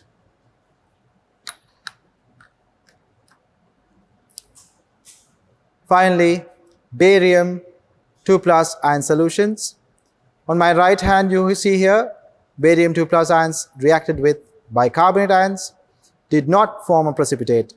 On my left hand here, you can see barium 2 plus ions reacted with carbonate anions forming barium carbonate white color precipitate. Let's take a look at how sulfate anions and sulfite anions will react with these cation solutions. Just like in the previous parts of our experiment, we have 5 different cation solutions: potassium, magnesium, calcium, strontium and barium are cation solutions. We actually have 2 sets of test tubes containing these cation solutions. To the first set of test tubes containing these solutions, we will be adding sodium sulfate. So sodium sulfate will introduce sulfate ions into each of these cation solutions. So let's take potassium plus aqueous ion solution, and to that let's add a small amount of sodium sulfate. Now when I'm adding sodium sulfate into this solution, I'm introducing sulfate anion to potassium ions. You can see when I added sulfate ions to our potassium ion solution, we did not form a precipitate. In the presence of sulfate anion, potassium ions will form potassium sulfate, which is soluble in water. Now let's move on to magnesium 2 plus ion solutions. We'll take a small amount of sodium sulfate and introduce sulfate ions by adding few drops of sulfate ion solution into magnesium ions. In the presence of magnesium ions, sulfate ions will form magnesium sulfate. Magnesium 2 plus and sulfate ions will get together and will form magnesium sulfate. magnesium sulfate is soluble in water. So therefore, you will not see the formation of a precipitate.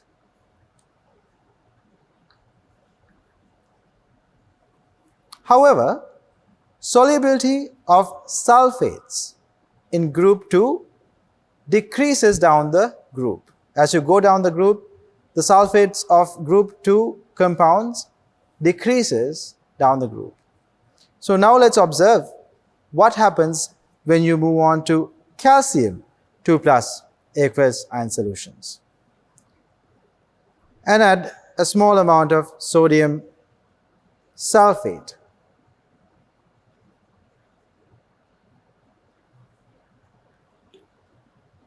When we add sodium sulfate to calcium 2 plus aqueous ion solution and mix it, we make the calcium 2 plus ions come into contact with the sulfate anion. Calcium 2 plus and sulfate anions together will form calcium sulfate. You can see very slowly forming a white color precipitate. Calcium sulfate is a sparingly soluble white color precipitate. It is not completely insoluble in water. However, the precipitate that you form is slightly or sparingly soluble in water. Small amount of the calcium sulfate precipitate has dissolved in water. The remainder is dispersed in water, making this aqueous medium cloudy. Due to the fine calcium sulfate precipitate particles, you can see the aqueous medium here is appearing cloudy. And you can now see the precipitate particles are collecting at the bottom due to gravity. So keep in mind, magnesium sulfate was completely soluble in water. Calcium sulfate was sparingly soluble in water. Now, we are moving on to strontium 2 plus aqueous ion solution. Let's add a few drops of sodium sulfate. So now I'm introducing sulfate ions into our strontium 2 plus ion solution. As you can see, as soon as a small amount of sodium sulfate was added to strontium 2 plus ion solution, we started forming a white color precipitate. This white color precipitate is insoluble in water. What we have formed here is strontium sulfate, which is a white color insoluble precipitate. Strontium sulfate. So this indicates the solubility of sulfate keeps on decreasing as you go down the group 2 cations. Finally, we have our barium 2 plus aqueous ion solution. Let's take our barium 2 plus aqueous ions and add a small amount of sulfate anion. As you can see, as soon as even a drop of the sulfate anion solution was added, a white color precipitate was formed. Let's add a few more drops.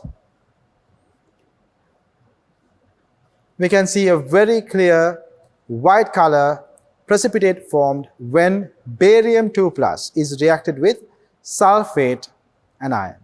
What you see here is a formation of barium sulfate precipitate, which is white in color.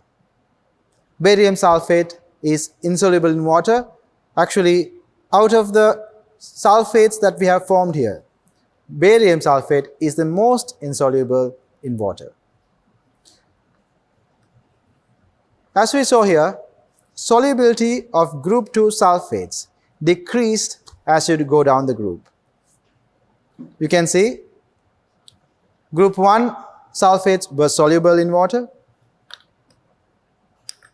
We can see magnesium sulfate formed here. You can see we do not see a precipitate here, meaning magnesium sulfate was soluble in water. In this test tube we have calcium sulfate formed. Calcium sulfate was sparingly soluble in water, meaning a small amount of calcium sulfate was dissolved in water. Over here we have strontium sulfate formed. It is insoluble in water. And finally, we have barium sulfate, that is the most insoluble out of the sulfates that we have here. These are all white color precipitates, and this is what happens when we react sulfate ions with S block cations. Now, let's move on to sulfite ions. We'll keep this aside for the time being, and we'll take a new set of samples of each of the cations.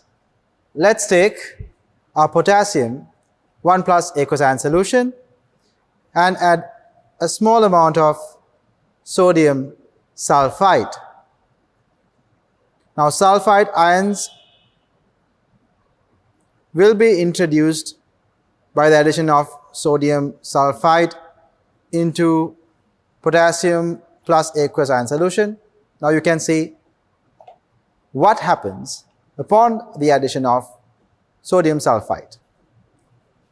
Potassium 1 plus ions, when in presence of sulfite anion, will form potassium sulfite. Potassium sulfite is a salt that is soluble in water. So therefore, you will see that this solution is not producing a precipitate. There will be no precipitate present when reacting potassium ions with sulfite anion. Now let's move on to group 2 cations we have here. We have a magnesium 2 plus aqueous ion solution. To that, let's add a small amount of sodium sulfite. We'll add a few more drops of sodium sulfite.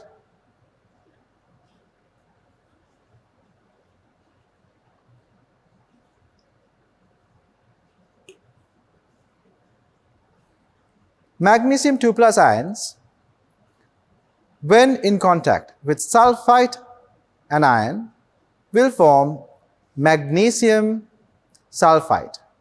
Magnesium sulfite is a white color precipitate that is sparingly soluble or slightly soluble in water. It takes a while for the precipitate to be formed, so let's shake this test tube for a while until we observe the formation of a precipitate.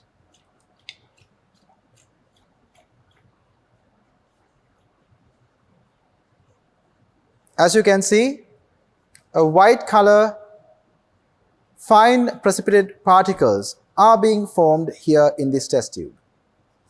For comparison, let's take a clear test tube close to it so that you might be able to observe the white color precipitate being formed.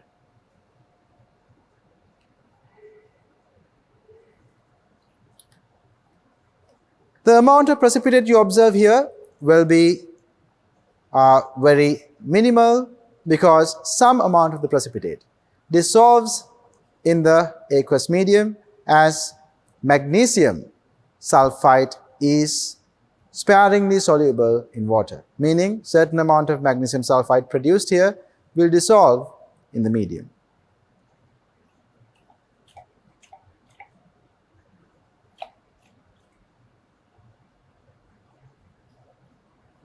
You can observe the precipitate particles present in the aqueous medium suspended very clearly now. If we set it aside for a while, you will be able to notice the precipitate collecting at the bottom. So when we are doing the summary for this particular part of the practical, you will be able to observe the precipitate a little bit more clearly.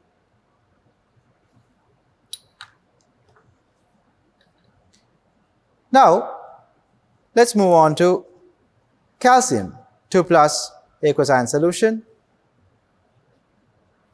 and let's add a small amount of sodium sulfite into this medium. You can see when sodium sulfite is added, it forms a white color precipitate.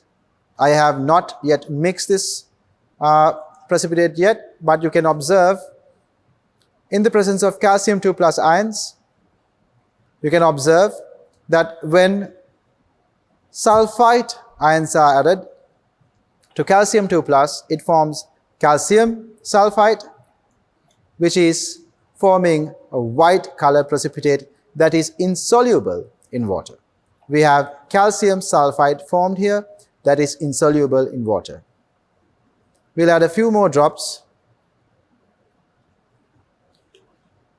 to increase the precipitate we have here, and then you can see a very clear white color precipitate that is formed here. The entire aqueous medium appears white as calcium sulfite fine precipitate particles are dispersed in the aqueous medium, making the entire medium appear white.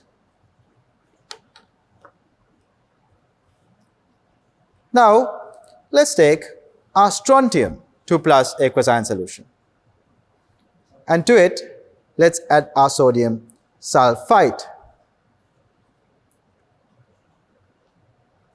By adding sodium sulfite, we introduce sulfite anion, and you can see as I add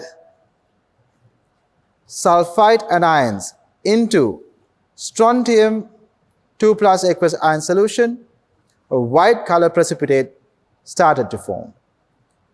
This is strontium sulfite, which is a white color, water insoluble precipitate. To see the color very clearly, let's add a little bit more sodium sulfite to increase the precipitate. Now you can see, due to dispersion of fine white color strontium sulfite precipitate particles, this entire aqueous medium appears white.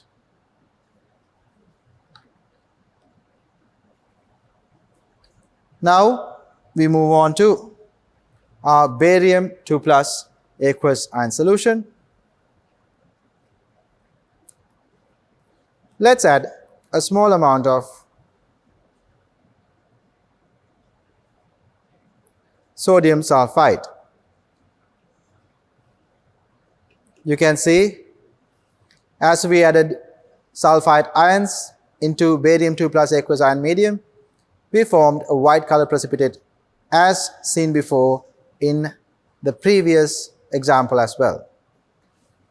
Barium 2 plus, when in contact with sulfite ions, will form barium sulfite, which is a white color, water insoluble precipitate.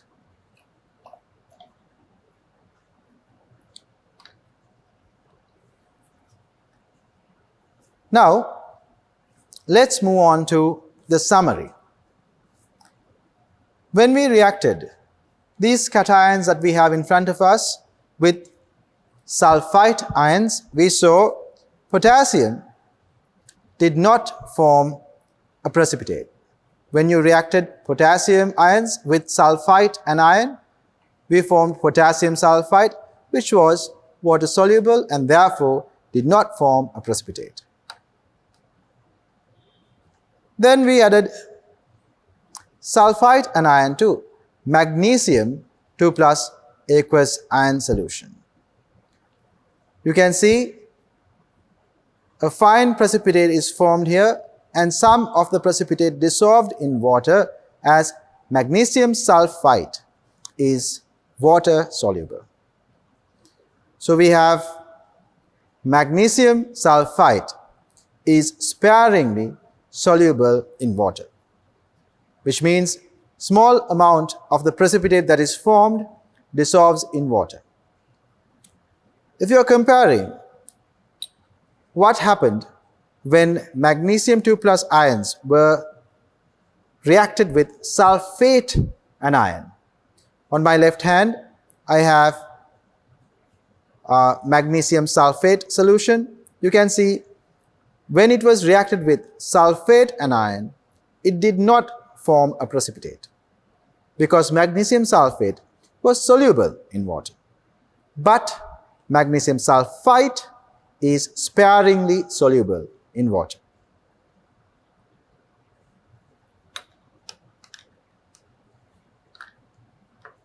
Then we took a small amount of calcium 2 plus aqueous ion solution, reacted it with sulfite anions. We saw the formation of a white color calcium sulfite precipitate. When comparing it to the previous experiment we did, that is calcium 2 plus ions reacted with sulfate anions, we formed calcium sulfate, which is also a water insoluble white color precipitate. So on my right hand side, I have calcium sulfite. On my left hand side, I have calcium sulfate precipitate. Both are forming precipitates in this instance.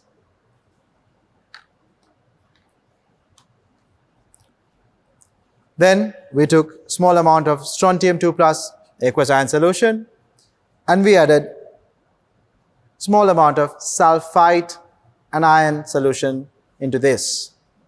And we formed strontium sulfite, which is a white color precipitate. When we are comparing what happened when we added strontium, when we are comparing what happened when we added sulfate anion into strontium 2 plus aqueous solutions, you can see even when we added sulfate anion into strontium 2 plus, it formed a white color precipitate. So in both instances, when strontium was treated with sulfite and sulfate anion, they formed white color precipitates.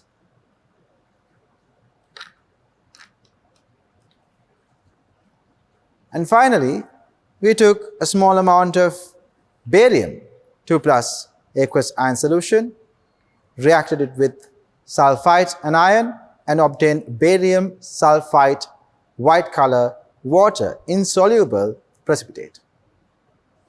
In comparison to the previous experiment, you can see on my left hand we have barium 2 plus ions reacted with sodium sulfate.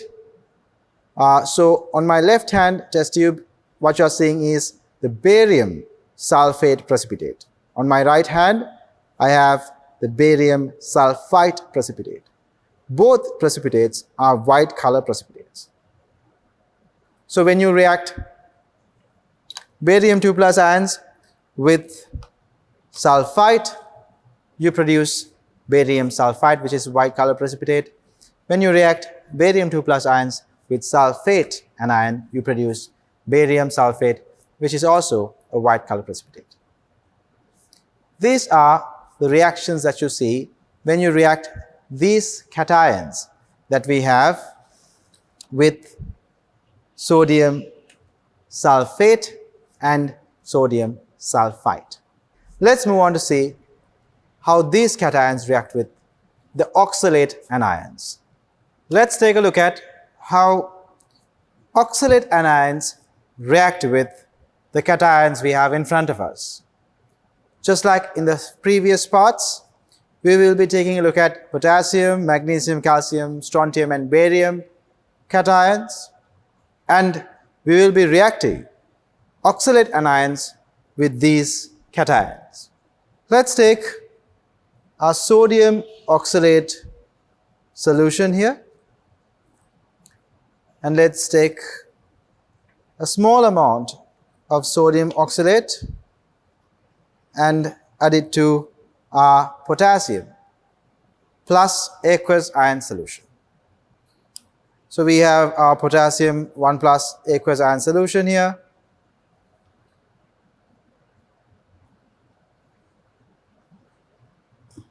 And let's see what happens when a drop of oxalate anion solution is added. As you can see, when you add oxalate anion, you do not see the formation of a precipitate. Potassium ions along with oxalate anion will form potassium oxalate, which is a water-soluble salt. So therefore, you will not see the formation of a precipitate. Please observe that potassium oxalate that is formed here does not form a precipitate. Now let's take our magnesium 2 plus aqueous ion solution, and we'll add a small amount of sodium oxalate.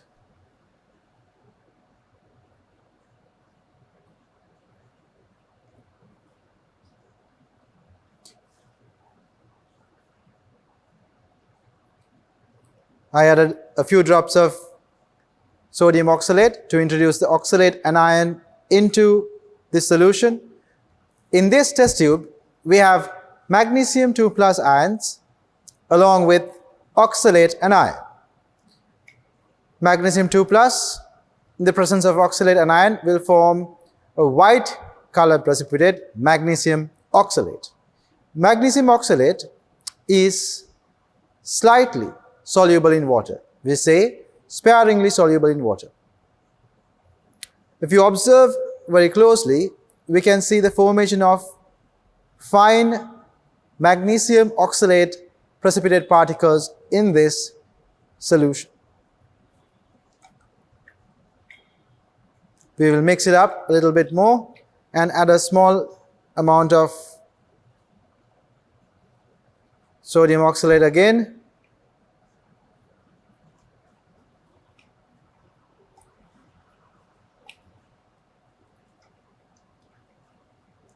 We can see after shaking it for a while, we can see the formation of magnesium oxalate.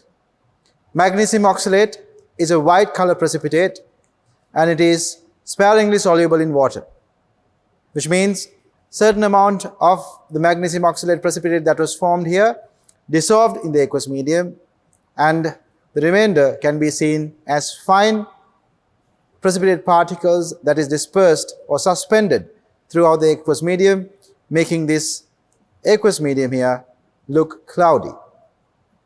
So with the presence of oxalate anions, magnesium 2 plus will form magnesium oxalate, which is a white color precipitate. We have here our calcium 2 plus aqueous ion solution. Let's take this calcium 2 plus aqueous ion solution and react it with sodium oxalate.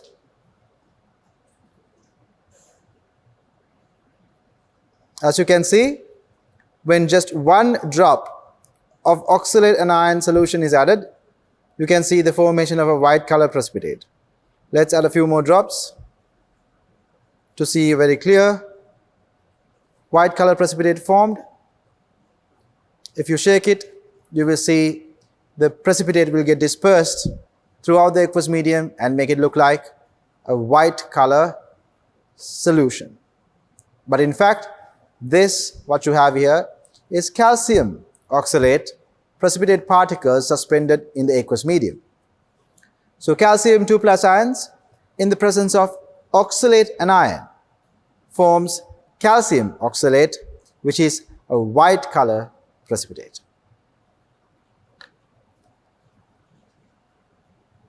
Then let's move on to our strontium 2 plus aqueous ion solution.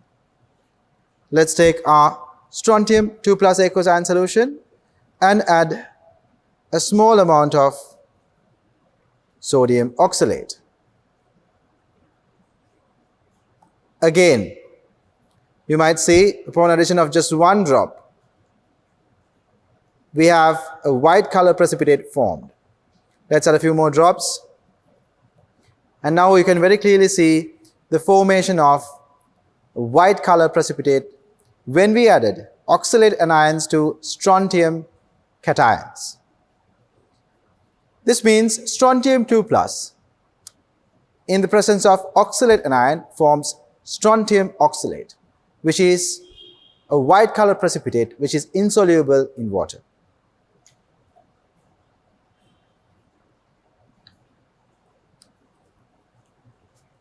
Finally, we have our barium 2 plus aqueous ion solution. Let's take our barium 2 plus aqueous ion solution, and just like we did before, we'll add a small amount of oxalate anion solution into this barium cation solution.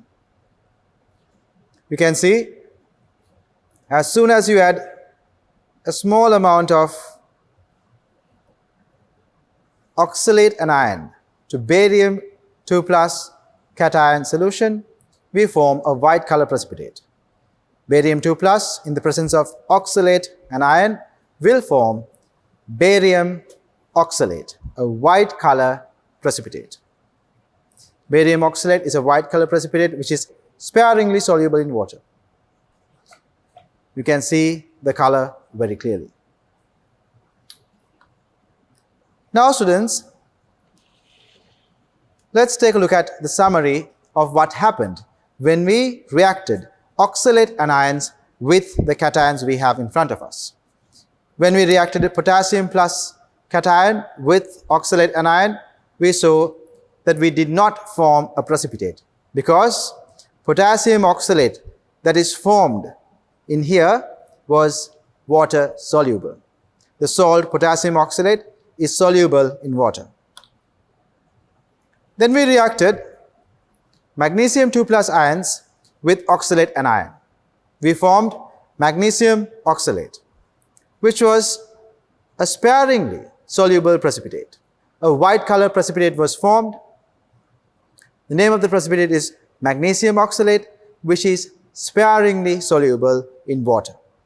Then we took calcium 2 plus ions, reacted it with oxalate anion, and we saw the formation of a white color precipitate which is calcium oxalate. Calcium oxalate is a white color precipitate which is insoluble in water. Then we moved on to strontium 2 plus aqueous ion solution, reacted it with sodium oxalate, formed strontium oxalate, a white color water insoluble precipitate was formed.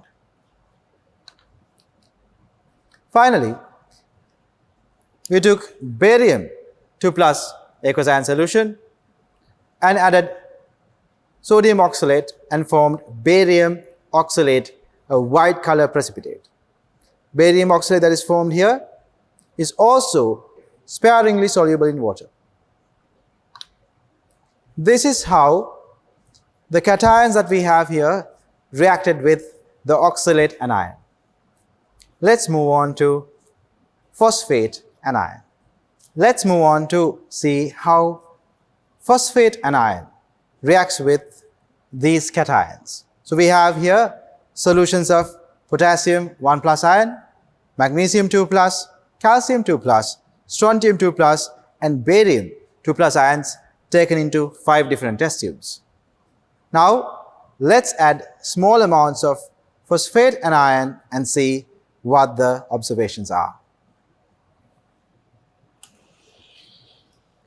We have here our sodium phosphate solution. Using this solution, we will be introducing phosphate anions into our cation solutions here.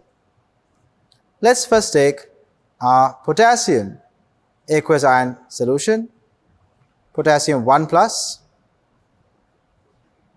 and add a small amount of sodium phosphate or phosphate anion solution. As you can see, when I add phosphate ion solution drop by drop to potassium 1 plus aqueous ion solution, it does not form a precipitate. The reason why you do not see a precipitate is potassium ions, when reacted with phosphate ions, it will be forming potassium phosphate. Potassium phosphate is water soluble and therefore it will not form a precipitate. Now we move on to magnesium 2 plus aqueous ion solutions.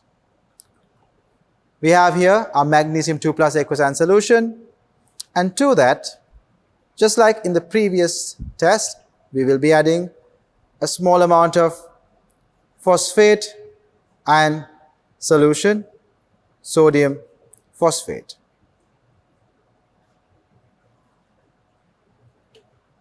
Now you can see here, when I started adding phosphate ion solution to magnesium, immediately a white color precipitate was starting to form. What you see here is magnesium phosphate.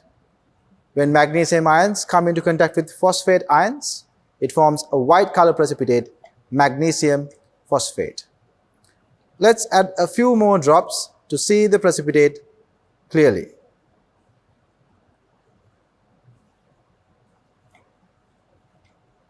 You can see the white color precipitate particles of magnesium phosphate here. Magnesium phosphate is a water insoluble white color precipitate. Now let's move on to calcium 2 plus aqueous ion solution. To this calcium 2 plus aqueous ion solution, we will be adding sodium phosphate like in the previous experiment, and you can see upon addition of a single drop of sodium phosphate, a precipitate is starting to form. We added a few more drops to see the precipitate very clearly. Before shaking this mixture, you can see the calcium phosphate precipitate that is formed very clearly here. And now what you observe here is calcium 2 plus ions, when coming into contact with phosphate anion, forms calcium phosphate, which is a white color precipitate. That is why the suspension appears to be white. Let's move on to strontium 2 plus aqueous ion solutions. We have here our strontium 2 plus aqueous ion solution. To that, we will be adding phosphate ions.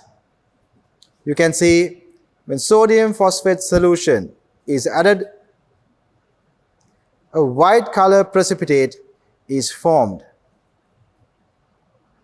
You can very clearly see the formation of a white color precipitate here. So when strontium 2 plus ions come into contact with phosphate ions, they form strontium phosphate, a white color, water insoluble precipitate. If I shake it, these precipitate particles will be suspended in the aqueous medium, forming a white color suspension here. So what is the color of strontium phosphate? It is a white color, water insoluble precipitate. Now we move on to barium 2 plus aqueous ion solutions. To this barium 2 plus aqueous ion solutions, let's also add sodium phosphate.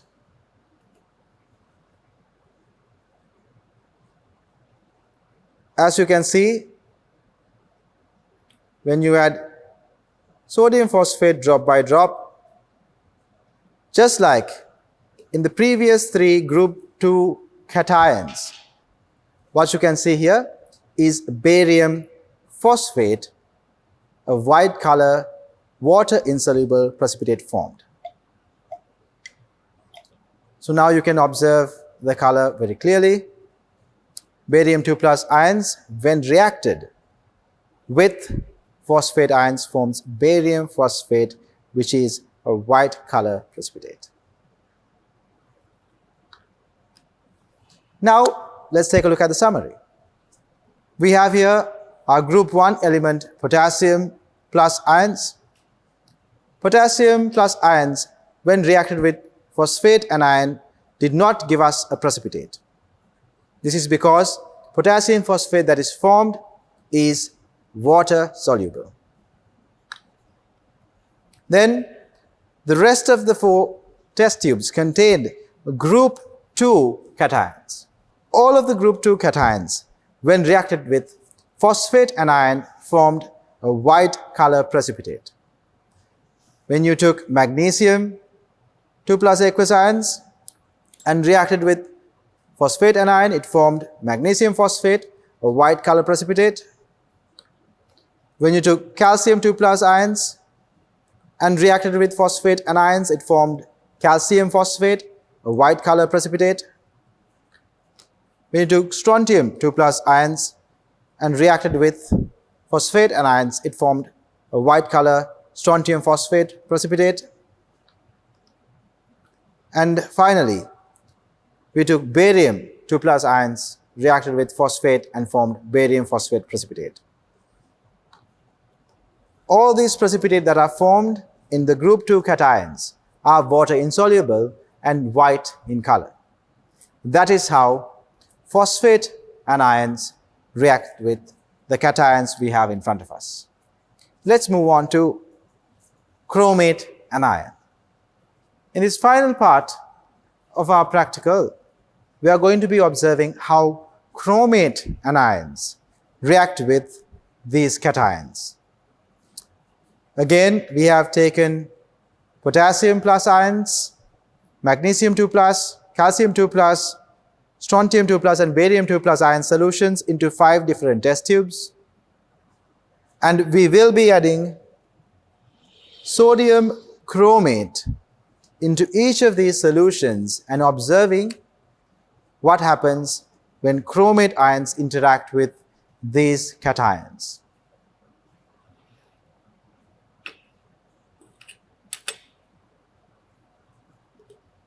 Let's first take potassium 1 plus ion solution that we have here and add a small amount of sodium chromate. Now, before adding sodium chromate, please observe the color of the sodium chromate solution. Sodium chromate is a yellow in color. The reason for this yellow color is the chromate anion. Chromate anion is a colored anion and it has a yellow color.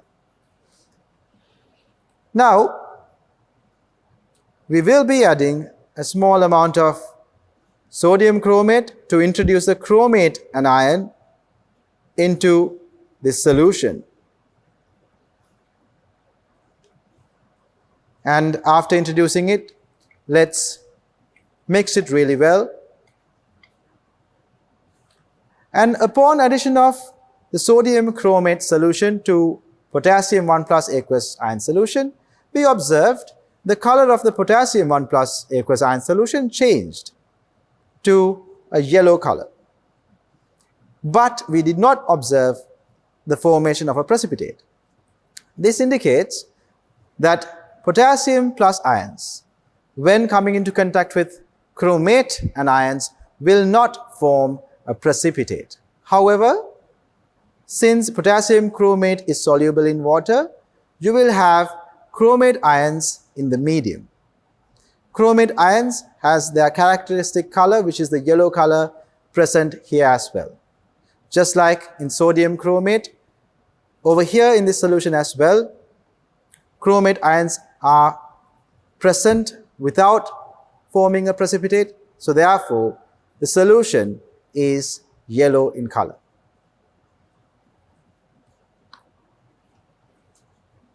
Now, let's move on to magnesium 2 plus aqueous solutions, which we have here. To this magnesium 2 plus aqueous ion solution, we will be adding a small amount of sodium chromate.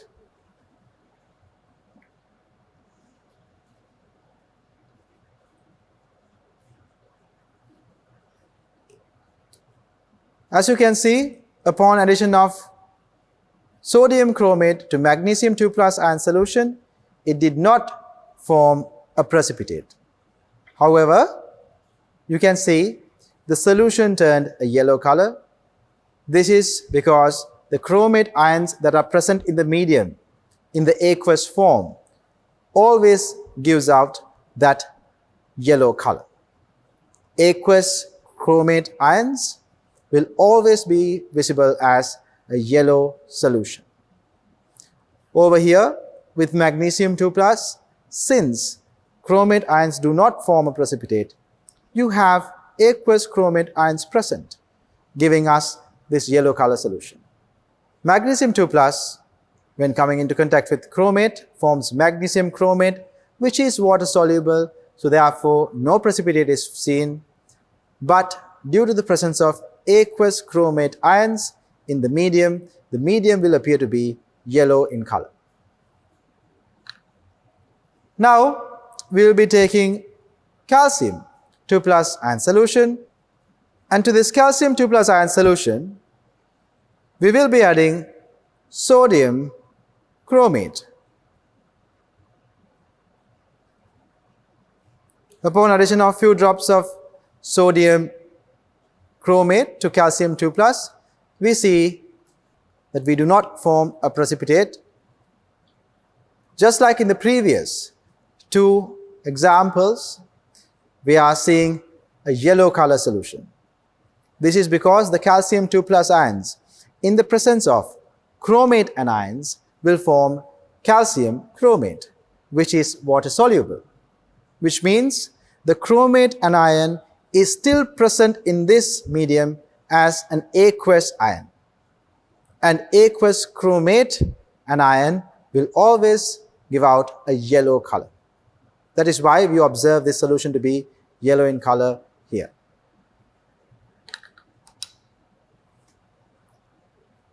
Now we have our strontium 2 plus aqueous ion solution.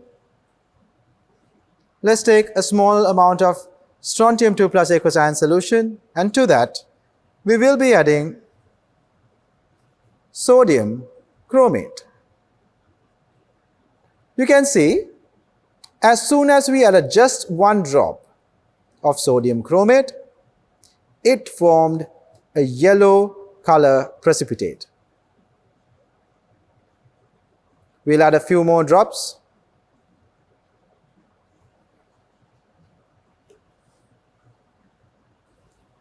You can see the formation of a yellow precipitate when sodium chromate was added to strontium 2 plus aqueous ion solution. Let's mix it really well. When strontium 2 plus comes into contact with chromate anion, it forms strontium chromate. Strontium chromate is a yellow color water insoluble precipitate. So what you see here is fine particles of strontium chromate yellow color precipitate being dispersed in the aqueous medium, creating a yellow color suspension. This is not a yellow color solution. What you see here is a yellow color suspension of strontium chromate water insoluble precipitate. Finally, we move on to barium 2 plus aqueous ion solution. We have here our barium 2 plus aqueous ion solution, and to that we will be adding a small amount of sodium chromate. As you can observe, when just one drop of sodium chromate is added, a yellow color precipitate was formed. We'll add a few more drops.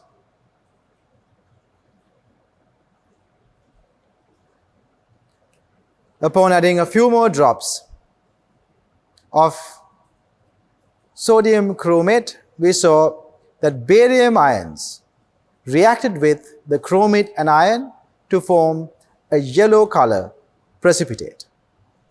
A pale yellow color precipitate is formed, and this precipitate is barium chromate.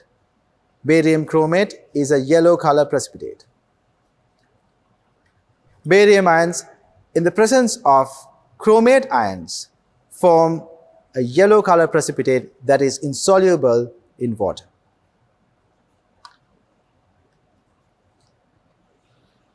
Now, let's move on to the summary of what happens when chromate ions are reacted with potassium, magnesium, calcium, strontium, and barium cations. When chromate ions are added with potassium ions, we form potassium chromate, which is water soluble, so therefore no precipitate will be observed. But due to the presence of aqueous chromate anions in the solution will appear to be yellow. In magnesium 2 plus aqueous solution also, we saw a very similar observation, because with the chromate anion, magnesium do not form a precipitate, because magnesium chromate is a water soluble salt. Due to the presence of chromate anions in the medium, the solution will appear to be yellow.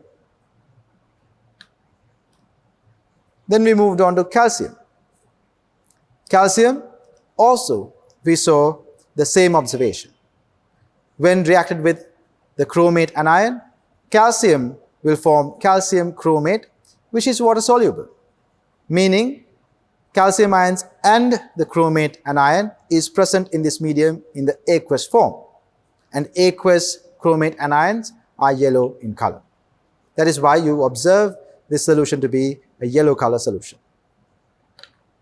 So in all of these three solutions you have in front of us, they appear to be yellow in color because these three ions have aqueous chromate anion present in them. Then we moved on to strontium. Strontium, when reacted with chromate, formed strontium chromate, which is a water insoluble yellow color precipitate. You can see a yellow color precipitate present in this test tube. This is strontium chromate.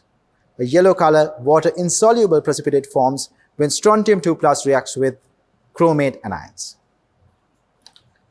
And finally, when we added chromate anion to barium cation, we saw the formation of another yellow color precipitate, which is barium chromate.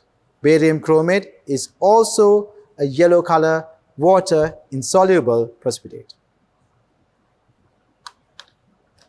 This is how chromate ion reacts with the cations that we have here today. With that, we come to an end of today's practical. The important details pertaining to this practical, as well as some other theory parts, will be discussed in the next session. GCE Advanced Level Chemistry Practical Series, Experiment number 16. Testing the solubility of the salts of S-block elements. Now, we did discuss the theory parts revolving around this experiment. Then we went into the lab, conducted the experiment, and here we are discussing questions that are revolving around this experiment. So let's take a look at the first question.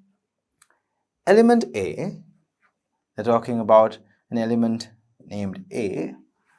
Oh, we have given an arbitrary name to this element. Element A belongs to S block of elements.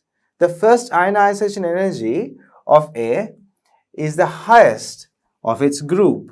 So this is a very important statement.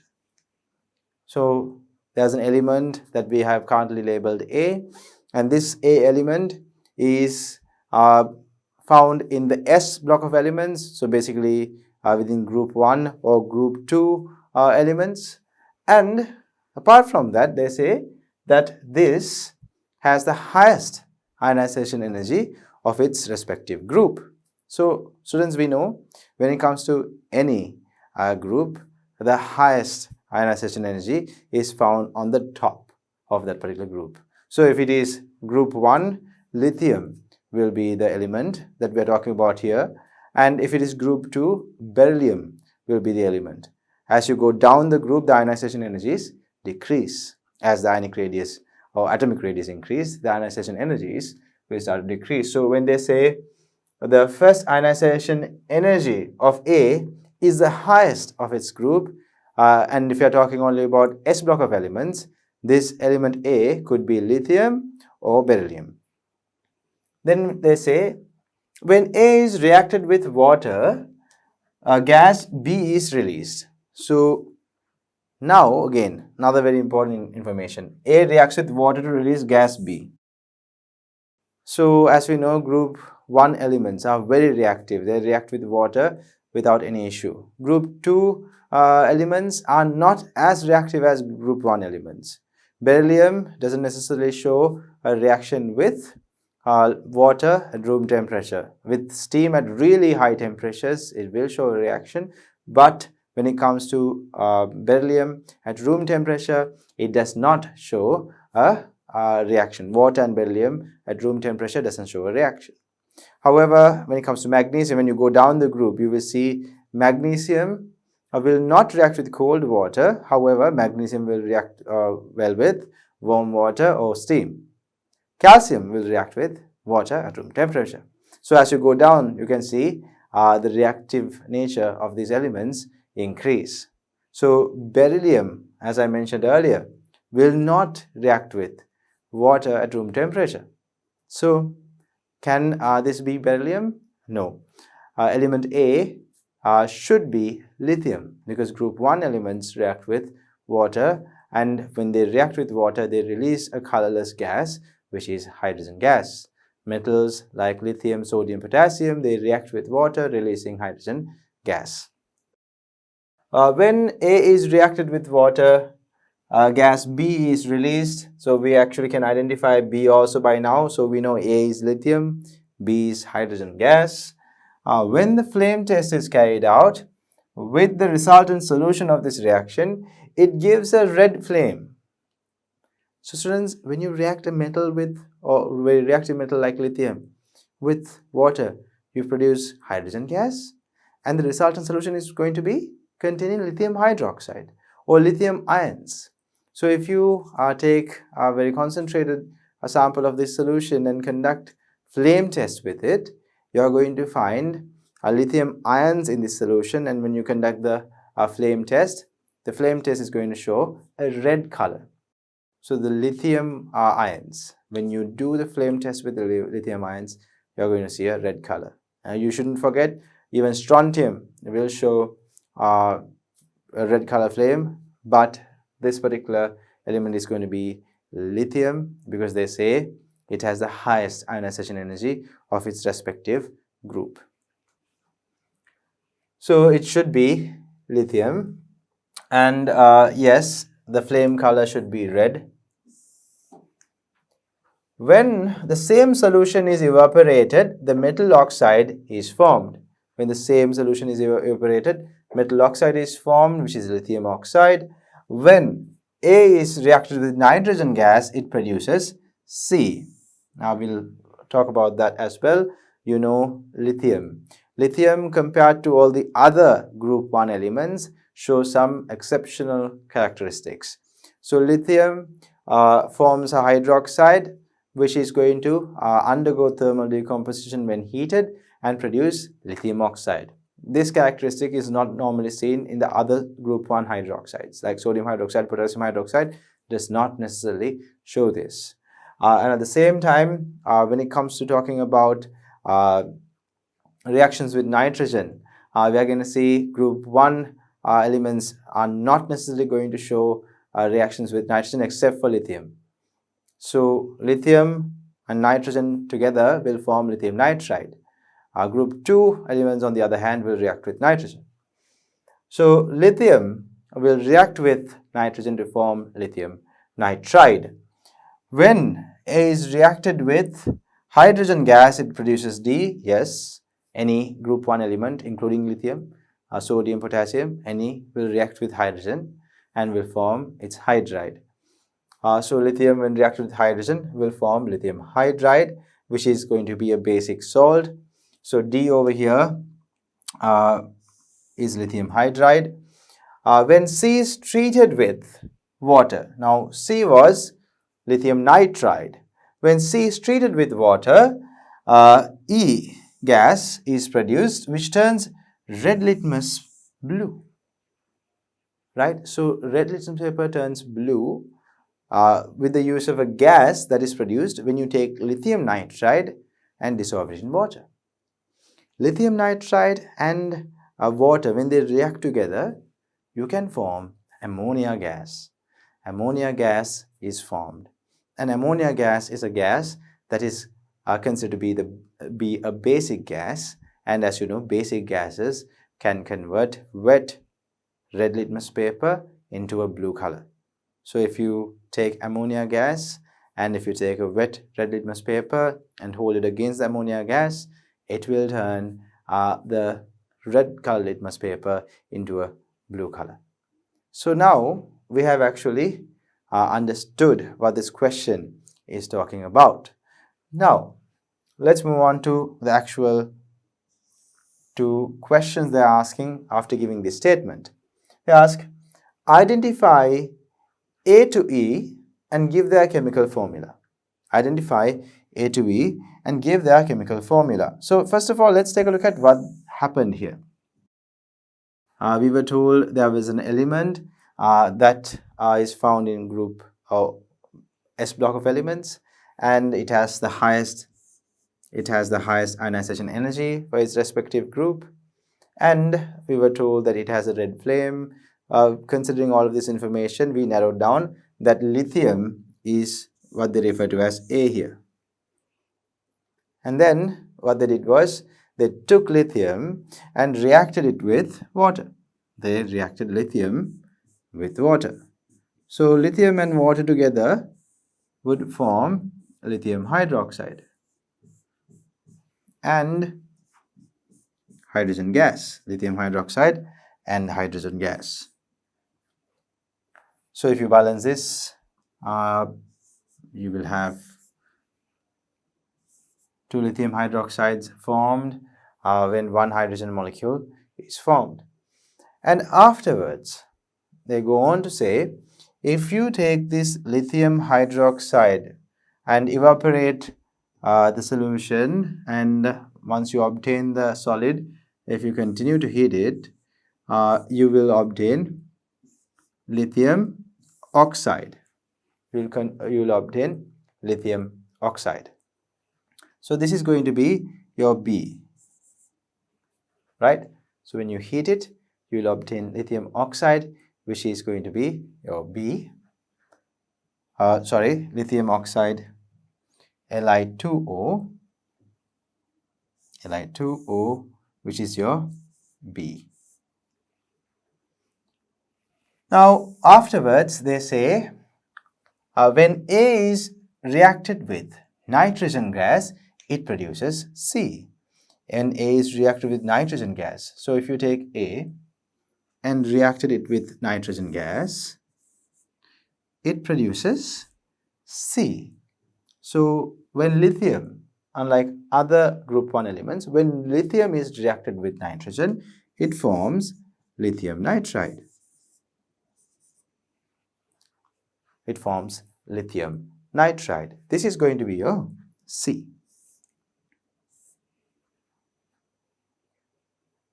After that, they also move on to say, if you take a little bit of A and react it with hydrogen, they say, if you take A and react it with hydrogen gas, then it produces a basic salt. So when lithium is reacted with hydrogen, you form lithium hydride, which happens to be a basic salt. So this is going to be your D. Afterwards, the final statement says, when you take C, lithium nitride, and react it with water, or when you treat it with water, that you produce a gas that is capable of turning red litmus blue. So if you add water here, you are going to see lithium nitride will turn to lithium hydroxide, and you will see the formation of ammonia gas. Ammonia gas. Now students, ammonia gas is capable of turning red litmus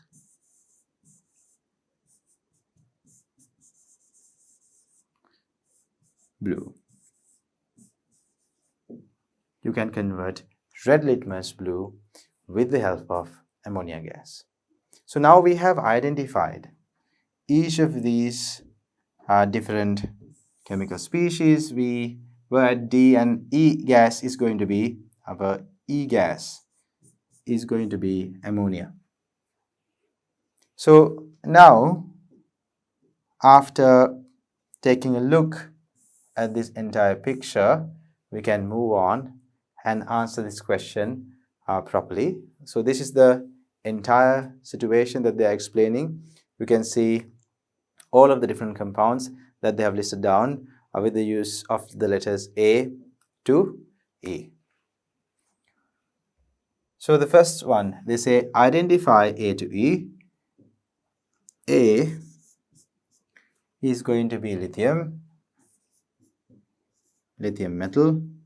Then we have B, which is formed when you heat the oxide, right? Sorry students, I think previously when I named B, I named it incorrectly because in this case they are asking B, which is a gas. When you react lithium with water, they say B is released. So over here, it's not B. B is the gas, hydrogen. This is B, right? So the colorless gas that is released is going to be our B. So when A is reacted with water, gas B is released.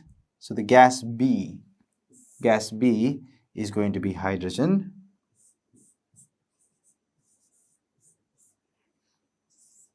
C, they say when the same solution is evaporated, metal oxide is formed, and after that they say when A is reacted with nitrogen gas, it produces C. So this is going to be lithium nitride, Li3N, and then we have D. D is when lithium was reacted with hydrogen gas, so the answer would be lithium hydride. And E. Now, E says, they say, when C is reacted with water, E gas is formed. And the gas E would be ammonia. When you react lithium nitride with water, you will be forming ammonia gas. So these are the chemical formula of what you actually form. These are the chemical formula of the different chemical species that you form when you react lithium with hydrogen, when you react lithium with water, when you react lithium with nitrogen. With that, students, we can now move on to the next part of this question. Give the balanced chemical equations for the reactions mentioned above. Now they're asking for balanced chemical equations. So the very first one is simple enough. We have lithium reacting with water, turning into lithium hydroxide plus hydrogen gas. So to balance this off, you would have to add a 2 in front of each of these. 2 lithiums react with 2 water molecules to produce 2 lithium hydroxide and hydrogen gas. And they say afterwards, lithium hydroxide is heated to produce lithium oxide, Li2O plus H2O. So to balance this off, you will have to take two lithiums and then you will have one lithium oxide formed along with one water molecule. So if you want, you can include the state symbols as well. Solid, this is liquid. Lithium hydroxide is going to be aqueous, and you will have hydrogen gas produced here. When it comes to lithium hydroxide, it is in aqueous form, and when you keep heating it, you will be producing lithium oxide solid, and H2O will be produced as steam. Apart from that, they mention in the third part of the question, after taking a lithium, when lithium solid is reacted with nitrogen gas, lithium nitride is produced, Li3N solid. So since we have one nitrogen molecule here, to make the number of nitrogens equal on the right hand side, if you put it, if we added 2 in front of lithium nitride, you will have to add 6 in front of lithium. So now this is balanced. 6 lithium solid will react with 1 molecule of nitrogen gas to produce 2 lithium nitrides. And then we have lithium reacting with hydrogen,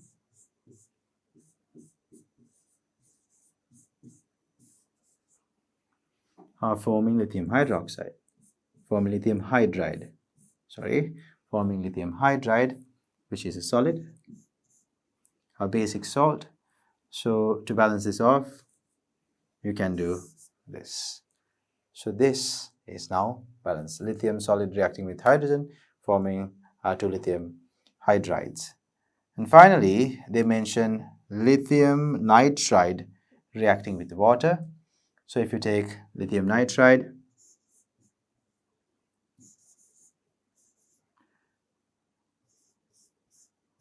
if you react it with water, you're going to obtain lithium hydroxide,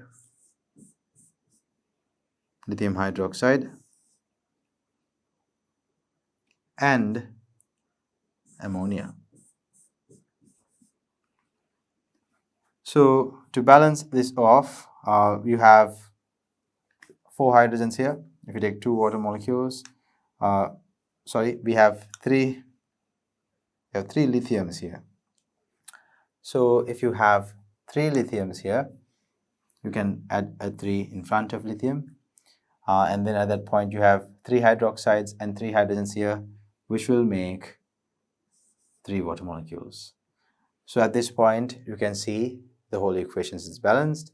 3 lithiums on the left hand side, 3 lithium on the right hand side, 1 nitrogen here, 1 nitrogen on the right hand side as well. Altogether 6 hydrogens on the right hand side, and 3 oxygens on the left hand side, and 3 oxygens on the right hand side. So this equation is also balanced.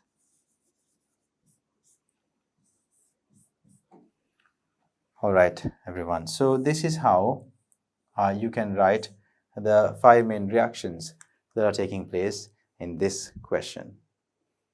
With that, we'll move on to the next question. Next question is talking to us about few different solutions that we have, and we are going to identify the solutions by reacting these solutions with barium chloride and dilute ammonia. There are 5 test tubes labeled A to E. In each of these test tubes, one of the following solutions are found. We have magnesium nitrate, sodium carbonate, potassium chloride, zinc sulfate, lead nitrate. So these are the 5 different solutions we have with us. To separate samples of each of these solutions, barium chloride and ammonium hydroxide is added. The observations are given in the table below. Now students, when it comes to a question like this, a lot of the students start to panic because there is a lot of information and they feel like there can be so many different answers to each of these observations that we have here. So to the trained mind, if you have done many questions like this, as soon as you see some of these observations, you will be able to connect it to some of the solutions that are present over here. So let's try that approach first, considering that you are someone who's actually trained to answer these questions quite well. And then after that, we'll see another approach which we can use to identify how each of these solutions are producing these observations. First one, a white precipitate that is soluble in hot water. White precipitate, soluble in hot water. So in your inorganic chemistry syllabus, we learn about such precipitate, or actually few of these precipitates. So all those precipitates are lead halides, right? We have lead chloride, lead bromide, and lead iodide, which is going to form precipitates, but they are going to be soluble in hot water. Lead chloride, lead bromide are going to be white, and lead iodide is going to be yellow. So we have a white precipitate. So this could be due to formation of something like lead chloride or lead bromide. And then they say it is dissolving in hot water. So we do have a lead salt here, right? Lead nitrate. So when you add barium chloride, lead nitrate and barium chloride together will actually form lead chloride and barium nitrate. So lead chloride is going to be a white color precipitate which is going to dissolve in hot water. But again, upon cooling, it will form the precipitate back. So it could be, the first A solution could be lead nitrate. And then the next one says dilute ammonia solution is added and a white precipitate is formed. So when you have a lead and hydroxide together, you will form lead hydroxide, which is going to be a white color precipitate. So the first answer is going to be lead nitrate. First answer is going to be lead nitrate.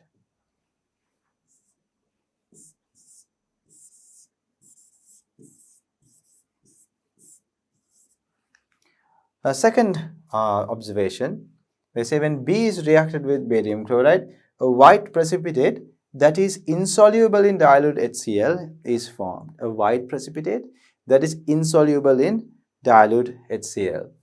So white precipitates are formed out of these things. Now you have barium.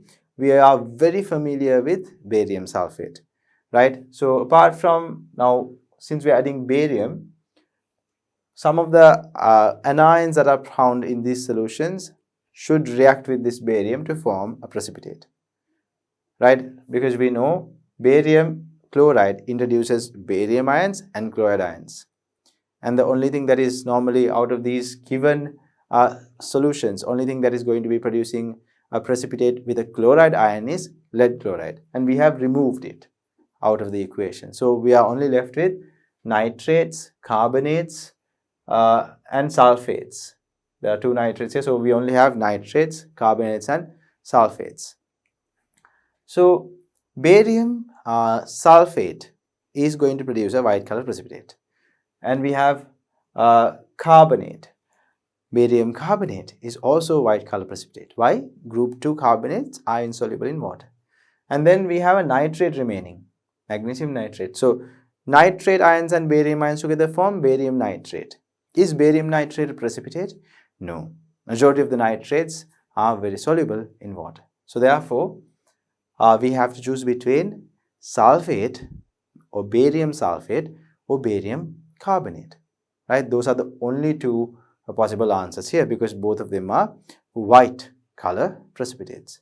But this particular observation says this formed precipitate is insoluble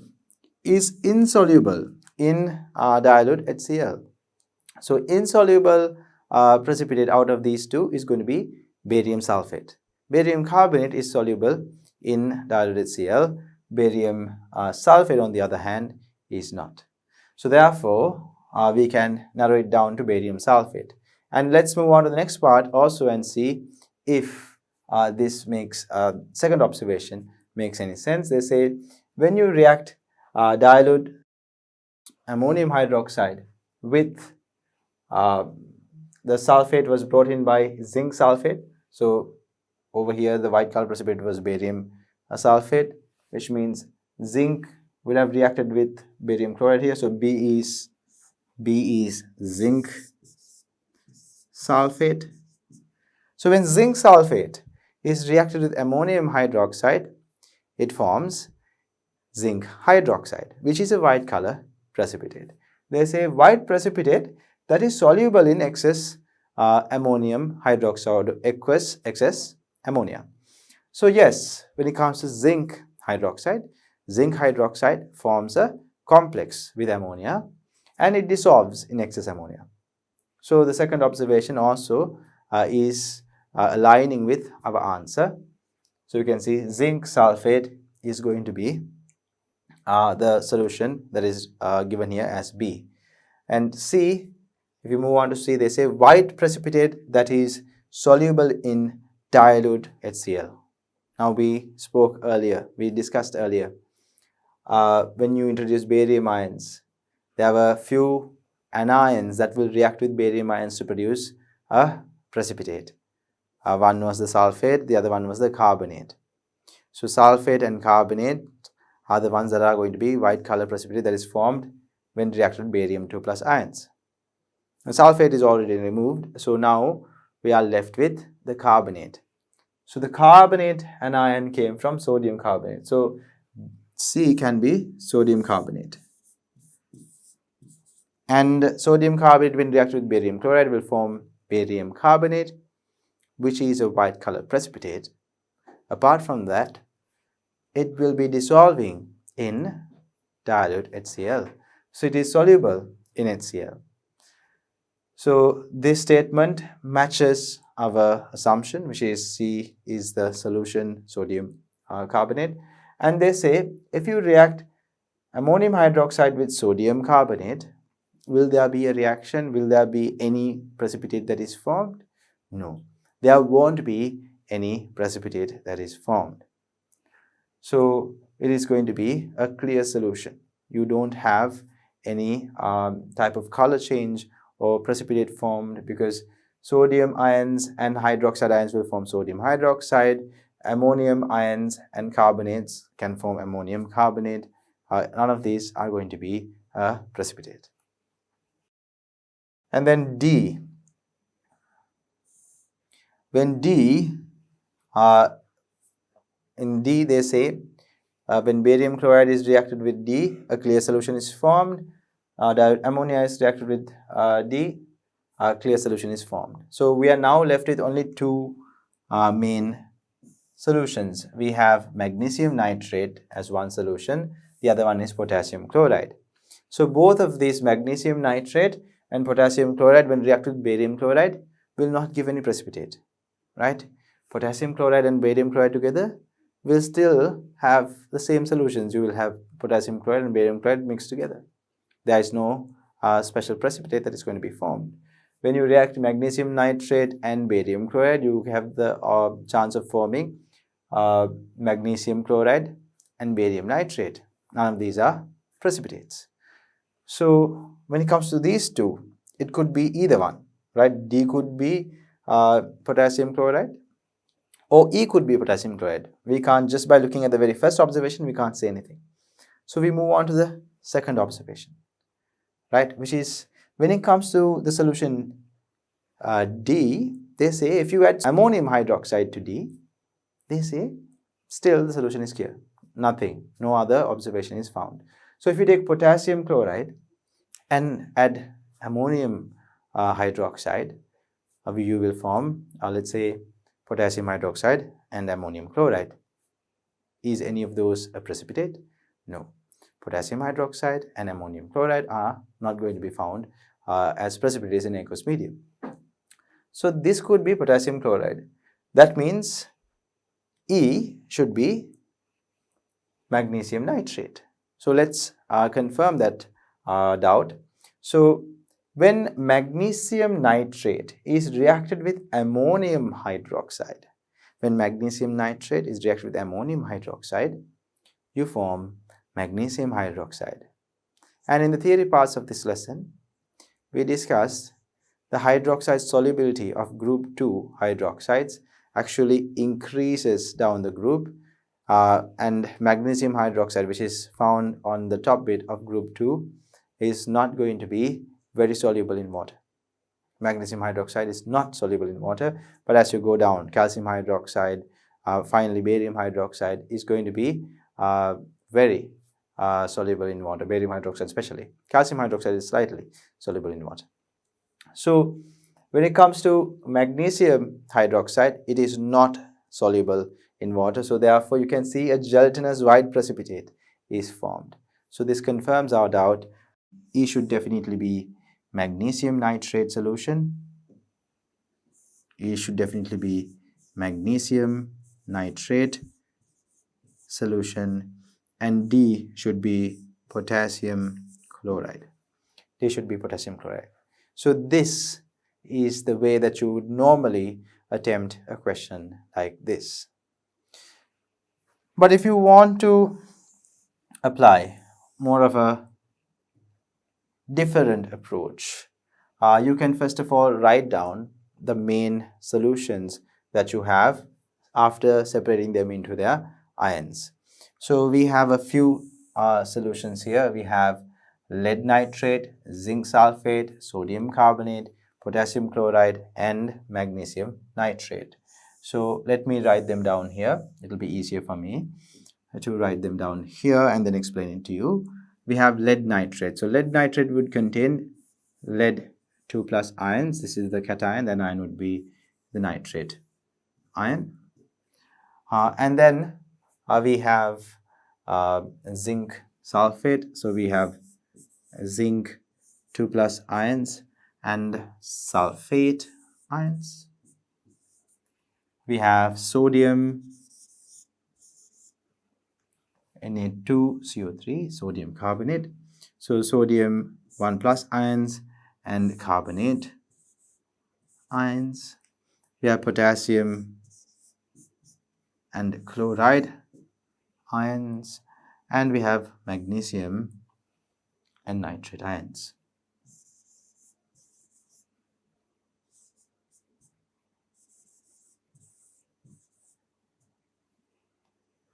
Now, we have to, when it comes to a situation like this, if you want to figure out what happens when barium chloride is added, you can actually start writing the two ions pertaining to barium in a different color, and you can actually figure out the chemical species that is formed when each of these solutions are reacted with barium chloride. So barium is positively charged ion, so I'm going to start writing barium here. You have barium 2 plus ions coming in with this. I'm not going to write the formulas now itself.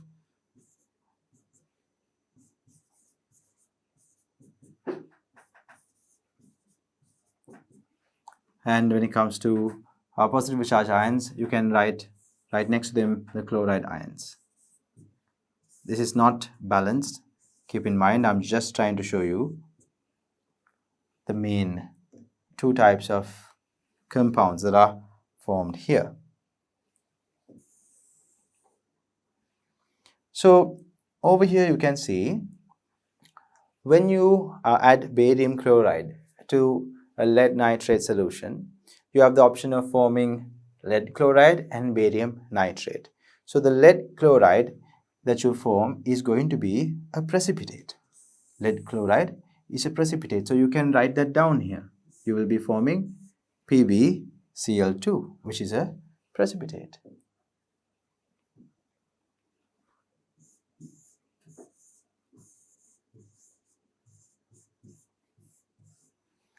And when you react zinc and chloride ions together, or when you have zinc and chloride ions together Do they form any solution or do they form a precipitate? No, they do not form precipitate. So we can leave it be. When you have barium ions and sulfate ions together, do they form a precipitate? Yes, they form barium sulfate, which is a white color precipitate. When you have sodium and chloride ions together, it is just a sodium chloride solution. Barium 2 plus ions and carbonate ions together will form barium carbonate, which is again a white color precipitate. When you have potassium and chlorides, it's going to be just a potassium chloride solution. Barium and chloride ions together will be forming barium chloride. Do you have any precipitate? No, no precipitates. When it comes to magnesium and chloride ions together, do you form any precipitate? No. Basically, it's going to be a magnesium chloride, MgCl2 solution. Barium and nitrate, is it going to form a precipitate? No, you are going to form barium nitrate, which is not going to be a precipitate. So there were only three. There were only three precipitates that you observed here. And if you have studied inorganic chemistry, you would know lead halides will dissolve in water when heated and will form the precipitate again when cooled. So we can identify in the observations of solution A, we are talking about forming this particular precipitate. We talk about observations. When added with barium chloride, we saw solution A formed a precipitate. So that precipitate is lead chloride, right? So we can identify that solution A is lead nitrate. And when it comes to this other two precipitates that they have given here, we can very clearly see one is a white color barium sulfate, the other one is barium carbonate. Barium sulfate doesn't react with diluted HCl, barium carbonate does. So methodically, we can start identifying which of the solutions given from A to E actually produced each of these observations. So students, it's not difficult if you start writing it down like this, but you don't have to start writing it down if you can work it out in your mind because you are so familiar with these precipitates after doing so many questions. With that in mind, we can move on to the next question. Actually, we have to identify A to E, which we have written down, but we can, for clarity, we can write them down here as well. A was lead nitrate. It was lead nitrate. B was zinc sulfate. C was sodium carbonate.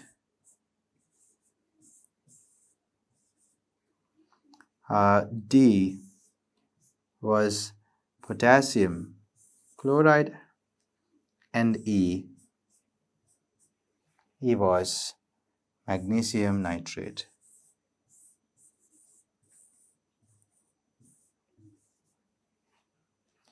So these are the answers for that question.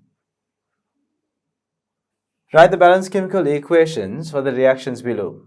All reactions that form precipitates, they ask you to indicate the precipitates with an arrow pointing downwards. All the reactions where they formed, precipitates are dissolved. Sorry, all the reactions where the formed precipitate dissolved should be written down as well. So let's focus on the first reaction. They ask you to write all the reactions where they formed a precipitate. So we saw three reactions where they formed precipitates, and those reactions are when you reacted in the solution A, which is lead nitrate. We took lead nitrate and reacted it with barium chloride.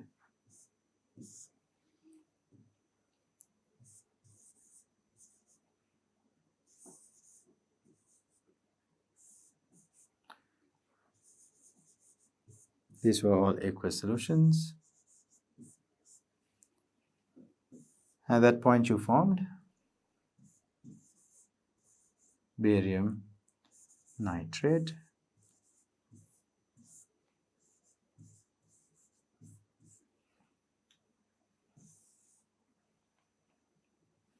along with lead chloride.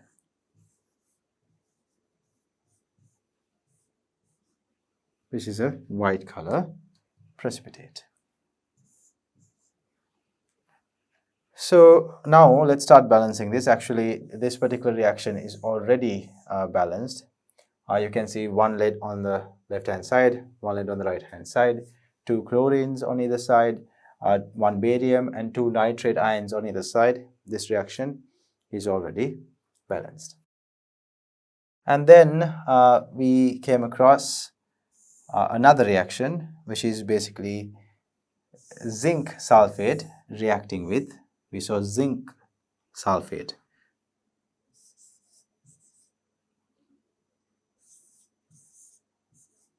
Zinc sulfate reacted with barium chloride.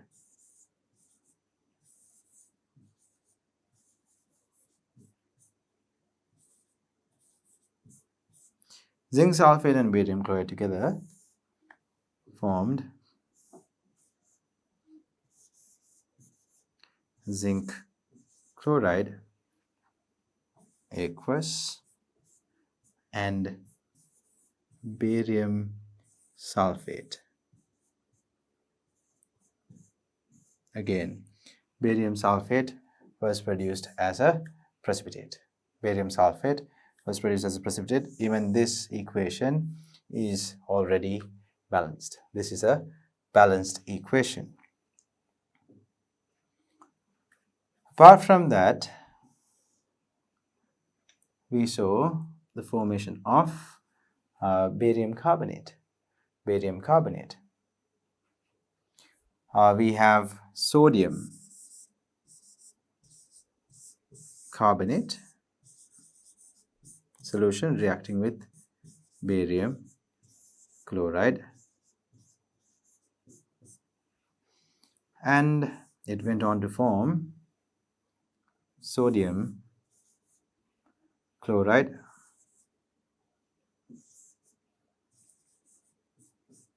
There were two sodium atoms on the left hand side, so we have two sodium chlorides here.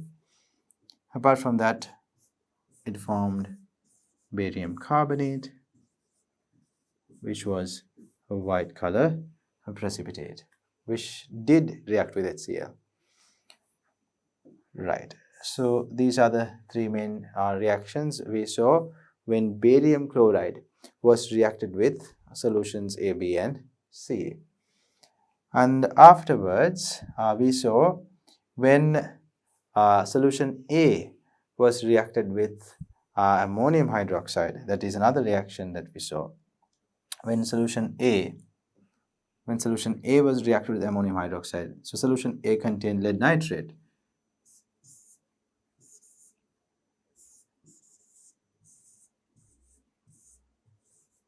When it reacted with ammonium hydroxide,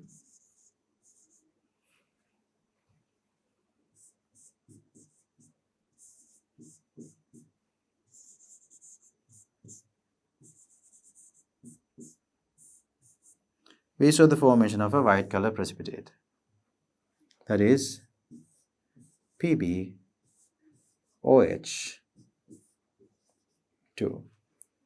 And apart from that, you will see the formation of ammonium nitrate, NH4NO3. There will be two ammonium nitrates formed and two ammonium hydroxide will be used. And at this point, you can see this equation is going to be balanced. You can add other state symbols, as this is a precipitate and this is found as a aqueous solution. So lead hydroxide will be formed as a white color precipitate. Apart from these, we saw again when it comes to the reaction between zinc sulfate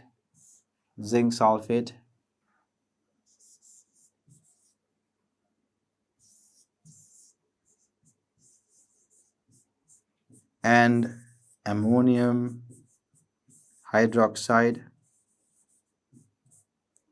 We saw the formation of zinc hydroxide.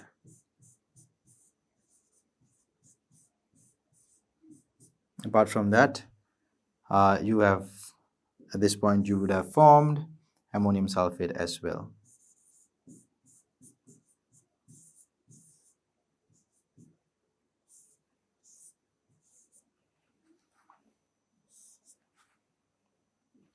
Right? So with one zinc sulfate, two ammonium hydroxide will react to form one zinc hydroxide, which is a white color precipitate, and one ammonium sulfate. Right. So apart from these two, bear with me, we will move on to the question again. There were other precipitates as well. The final precipitate is the gelatinous white precipitate, which is magnesium hydroxide, formed when magnesium hydroxide that was formed when magnesium nitrate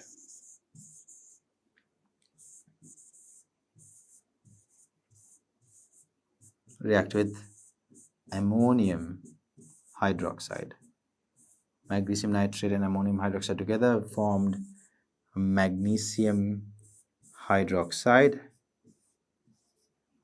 which is a white color gelatinous precipitate.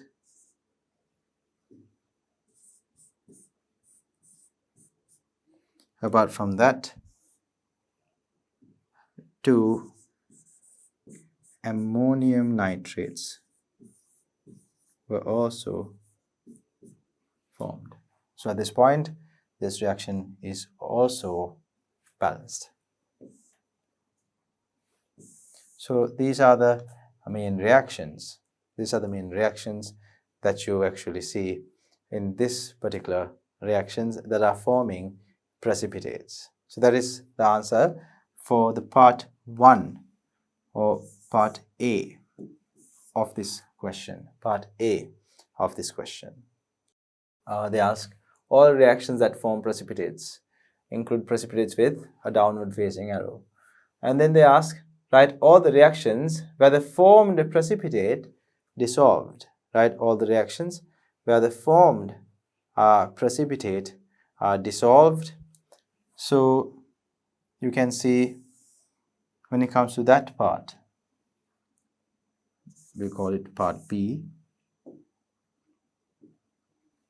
In part B, we can start with, we saw barium chloride when reacted with lead nitrate formed lead chloride. When we reacted with water, we will form a lead chloride solution. We can write PbCl aqueous or Pb2 plus Aq plus Cl minus. This will also indicate that the lead chloride solid dissolved in water when heated. Then we saw that zinc hydroxide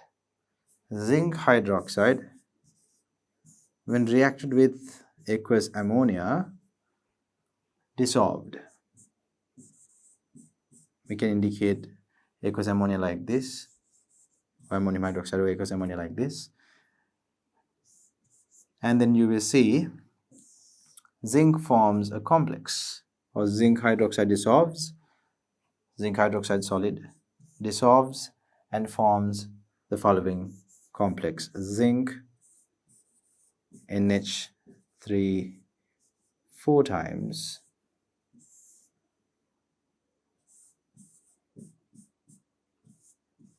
hydroxide aqueous. This is the complex that is going to allow zinc hydroxide to dissolve in aqueous ammonia. So to balance it off, we can add 4 ammonia over here, and the rest of the equation is already balanced. Finally, I think we have, if I'm not mistaken, we have one more reaction.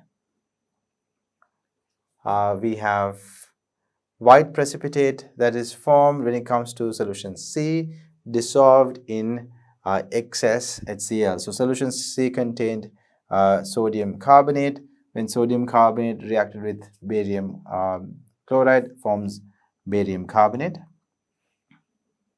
And barium carbonate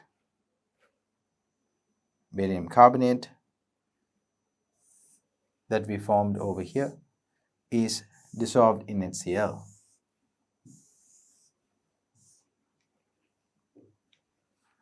You can see barium carbonate solid can react with HCl to form barium chloride aqueous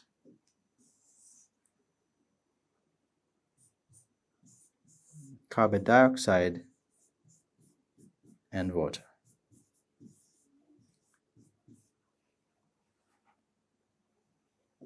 To balance this, you would need 2 HCl's. So at this point, you have effectively balanced this equation. So to have a look at all of the answers to this particular question, we'll zoom out, right? So you can see the answers to the A and the B parts in one window. So these are the reactions or balanced chemical equations for the reactions that we observed in the question. Now with that, let's move on to the next part of this discussion. In this next question, we'll read the question first. They say, X is a p block element that has an atomic number smaller than 20. So it's a p block element that has an atomic number smaller than 20. So as of now, students, you should know all the p block elements that are having atomic numbers smaller than 20. When X is burned in air, a colorless gas is formed. So there are many inorganic substances. When you burn them, you form a colorless gas. But X1 gas that is produced, they say, has a choking smell. So only a few gases has this type of property. So when it comes to talking about a choking smell or very irritant smell, those kind of gases, a choking smell especially, is produced by sulfur. When sulfur is burned, it produces sulfur dioxide, which is having a very choking smell. And it dissolves in water easily. All right, it dissolves in water easily. Yes, sulfur dioxide will dissolve in water easily and will form sulfur trioxide. When barium chloride is added to a solution formed by dissolving X1 in water, a white precipitate is formed. So students, addition of barium ions and forming a precipitate is usually done to identify the presence of sulfate ions or sulfite ions. I think you have come across this test many a times. To indicate the presence of sulfate ions, you add barium chloride or barium nitrate. So at that point, the barium 2 plus ions will come into contact with the sulfate ions and will form barium sulfate, which is a white color precipitate. Same applies to sulfite ions also. Sulfites are even less soluble than group 2 sulfates. So if you have sulfite ions in the medium, if you add barium 2 plus ions into it, barium ions and sulfite ions, SO3 2 minus sulfite ions, will come together to form barium sulfite, which is a white color precipitate.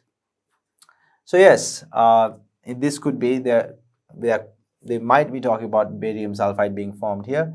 White color precipitate is formed, and X2 dissolves in HCl. Yes, although barium sulfate doesn't dissolve in HCl, you can see that barium sulfite does dissolve in HCl.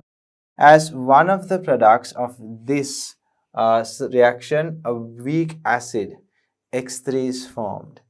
So barium sulfite, when dissolved in HCl, H plus ions and sulfite ions together will form sulfurous acid. H plus ions and sulfite ions together will form sulfurous acid, which is a weak acid compared to sulfuric.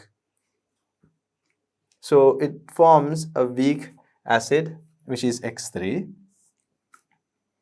X1 reacts with acidified potassium permanganate and makes the solution colorless. So this indicates potassium permanganate got reduced from +7 oxidation state to +2, which is 2 plus, meaning X1, which is in this case, if it is sulfur dioxide, when it gets oxidized, it will form sulfur trioxide, which is again is used to dissolve in water and produce sulfuric acid.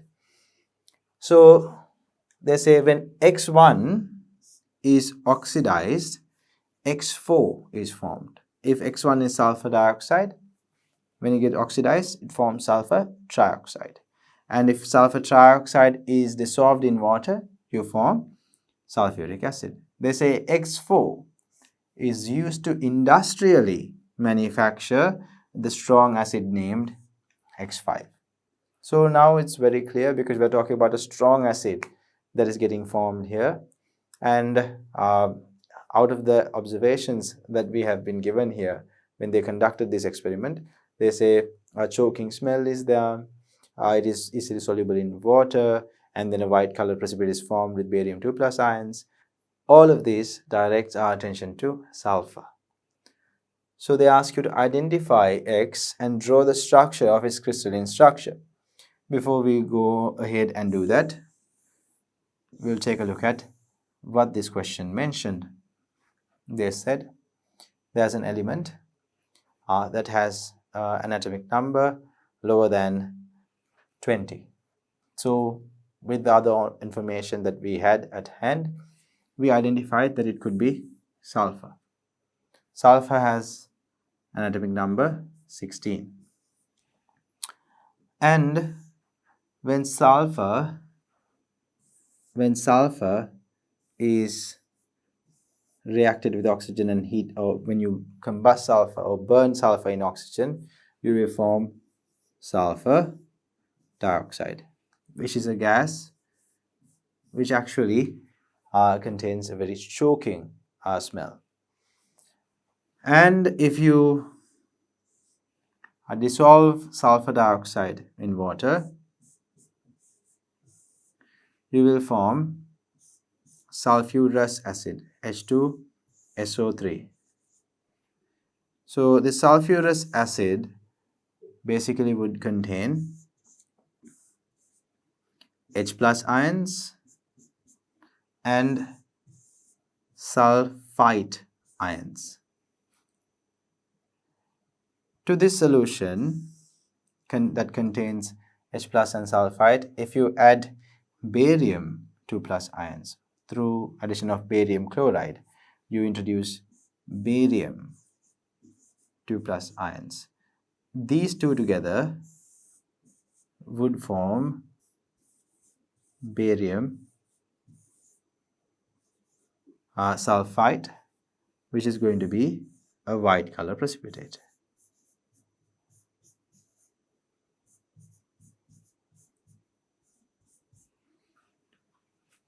So barium sulfite is formed, which is going to be a white color precipitate.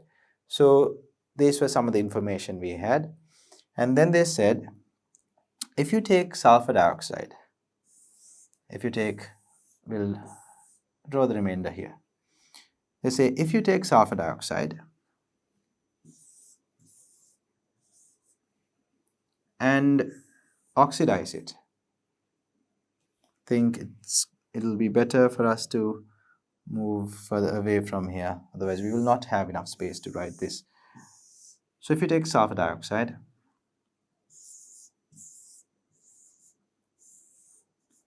and reacted with permanganate ions, MnO4 minus, which is purple in color.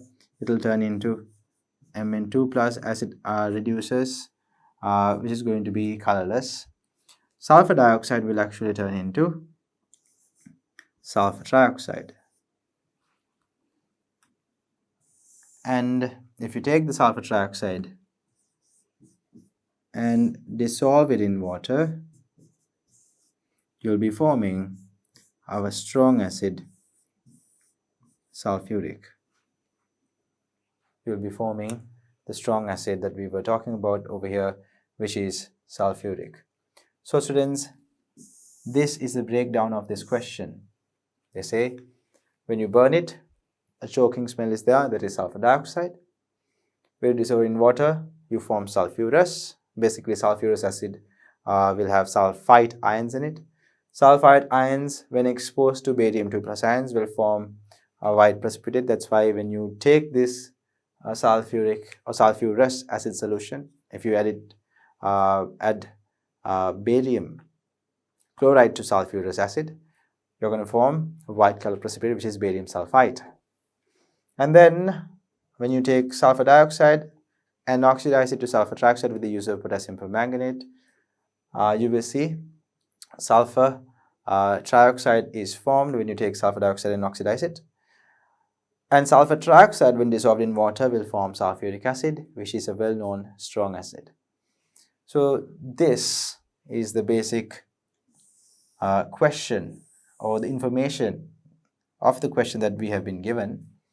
And then they ask you to draw, identify and draw the structure of its crystalline structure.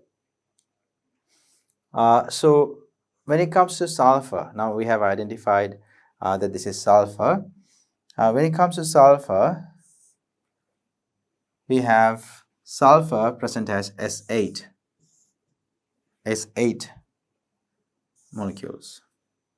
So we know that sulfur has a crown structure. If you're talking about the molecular structure of sulfur, so at that point, each of these places is a place where sulfur would be present. So you can draw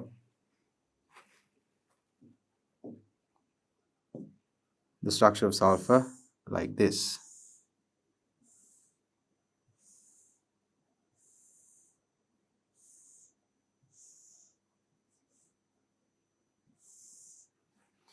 Right, so it has a crown shape. If you want to see it with sulfur atoms written, you can do so by writing S in each of these places. So right now I have drawn 5 S's.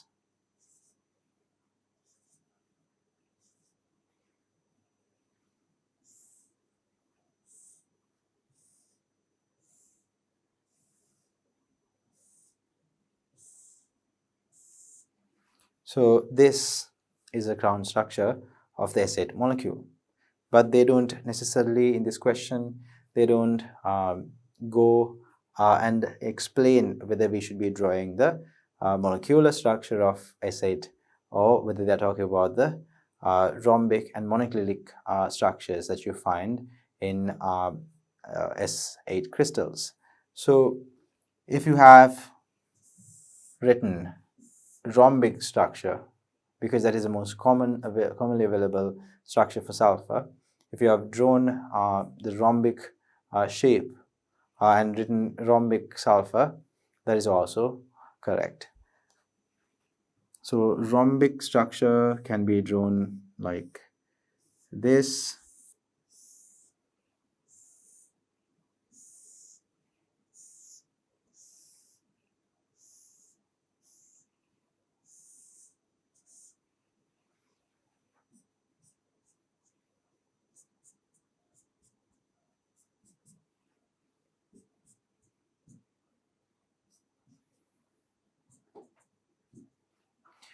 So this is going to be the rhombic structure. You can draw it like this and write this is your rhombic sulfur. There are two other forms of sulfur as well, monoclinic and amorphous, but rhombic sulfur structure is the most stable structure under 95 degrees Celsius. If you heat it to above 95 degrees Celsius, you will find that this structure changes to a monoclinic structure. And you know, amorphous sulfur can be formed when you heat sulfur and pour it directly onto water.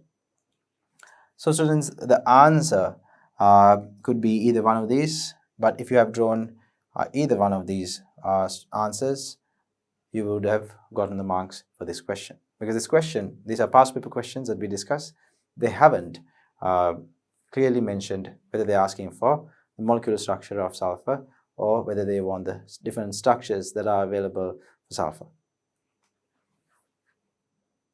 Right, in the next question they say write the electronic configuration of the ground state of X. So sulfur has the atomic number 16. So sulfur has 16 electrons. So let's start writing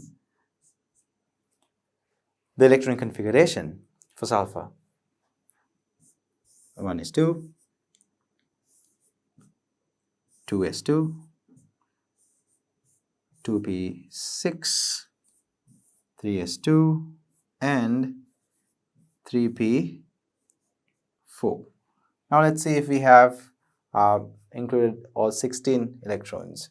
So altogether 2, 4 and 6 will be a total of 10 electrons, and another 2 and 4 electrons will make up for 6. So 10 plus 6 would be 16 electrons. So this is the electronic configuration for the ground state of sulfur. Then we have another question. What are the common positive oxidation states of X? What are the common positive oxidation states of X? You have come across a few.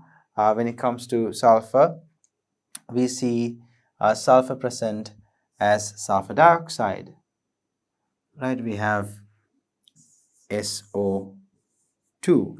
Now this is quite common. So this oxidation state over here of sulfur is going to be +4. And another very common oxidation state of sulfur, which is positive, is found in SO4 2-, which is +6. Students, so these are the two common positive oxidation states that are normally found for sulfur. Now we move on to the next question. They ask write the chemical formula of the following from X1 to X4. So we'll start with what X is. X was sulfur. X was sulfur, and when X was reacted with oxygen, we formed sulfur dioxide, which is going to be our X1. So X1 is sulfur dioxide. And then they said X1 was dissolved in water. It dissolved in water. We'll go through the question again. They say colorless gas X1 is produced. X1 has a choking smell and it dissolves in water easily. And when BaCl2 is added to the solution formed by dissolving X1 in water, a white precipitate X2 is formed. So when X1 was dissolved in water, you formed sulfurous acid. And when it was reacted with barium chloride, you formed barium sulfite.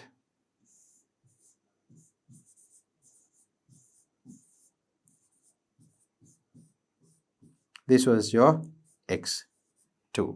So X2 is going to be barium sulfite. And then they say after the precipitate has been obtained, they say the X2 precipitate that you obtain actually dissolves in HCl. As one of the products of this reaction, a weak acid X3 was formed. So if you take this barium sulfate or barium sulfite actually, if you take barium sulfite and react it with HCl, as one of the products, a weak acid is formed. So two products are formed. One is going to be sulfurous acid, and the second product is barium chloride. So sulfurous acid is the weak acid X3. Sulfurous acid is your weak acid X3. So the answer over there would be H2SO3, sulfurous acid. And then they say if you take X1, which is sulfur dioxide, react it with potassium permanganate, acidified potassium permanganate, it forms X4. So now we have to start with X1 again, which is sulfur dioxide. So if you take sulfur dioxide, react it with acidified potassium permanganate, they say it produces X4, which is going to be sulfur trioxide, X4. And then they say if you take X4 and dissolve it in water, a very strong acid is formed, which is sulfuric acid. This is our X5. So with this information, now you can write the answer to X4. X4 is SO3 and X5 is H2SO4. So these are the answers to this question. These are the answers to the question that was asked here. Now, let's move on to the next part. They say draw a rough shape of the most stable structures of X1 and X4 and indicate the approximate value of each bond angle. So X1 was our sulfur dioxide. X1 was sulfur dioxide. So as we know, the structure of sulfur dioxide would look like this. There's a lone pair on sulfur. And students, there are 2 units of repulsion here. Although there are 4 bonds around sulfur, or 4 bond pairs of electrons and 1 lone pair of electrons, when it comes to the units of repulsion, there are altogether 3 repelling units. You can see when it comes to oxygen and sulfur double bond, they will work as 1 unit, where they will be subject to repulsion from the oxygen sulfur double bond from over here and the lone pair. And as you know, lone pair bond pair repulsion is greater than bond-bond repulsion. So when you have only 3 main units of repulsion, or 3 units repelling one another, you can arrange these 3 units at a 120-degree angle around a given point, which is sulfur at this point.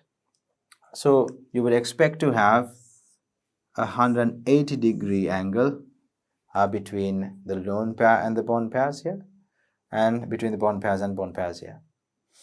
However, although you expect it to be 120 degrees over here, it will not be 120 degrees because the lone pair exerts a greater repulsion than the bond pairs that you see over here. So when lone pair exerts a greater repulsion, the bond angle over here is going to be smaller than 120, it is actually going to be 119 degrees, this bond angle. However, when it comes to sulfur trioxide,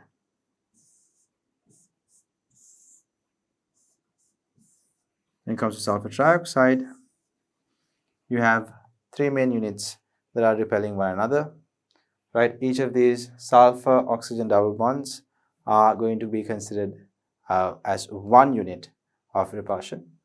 So there are three units that are repelling one another.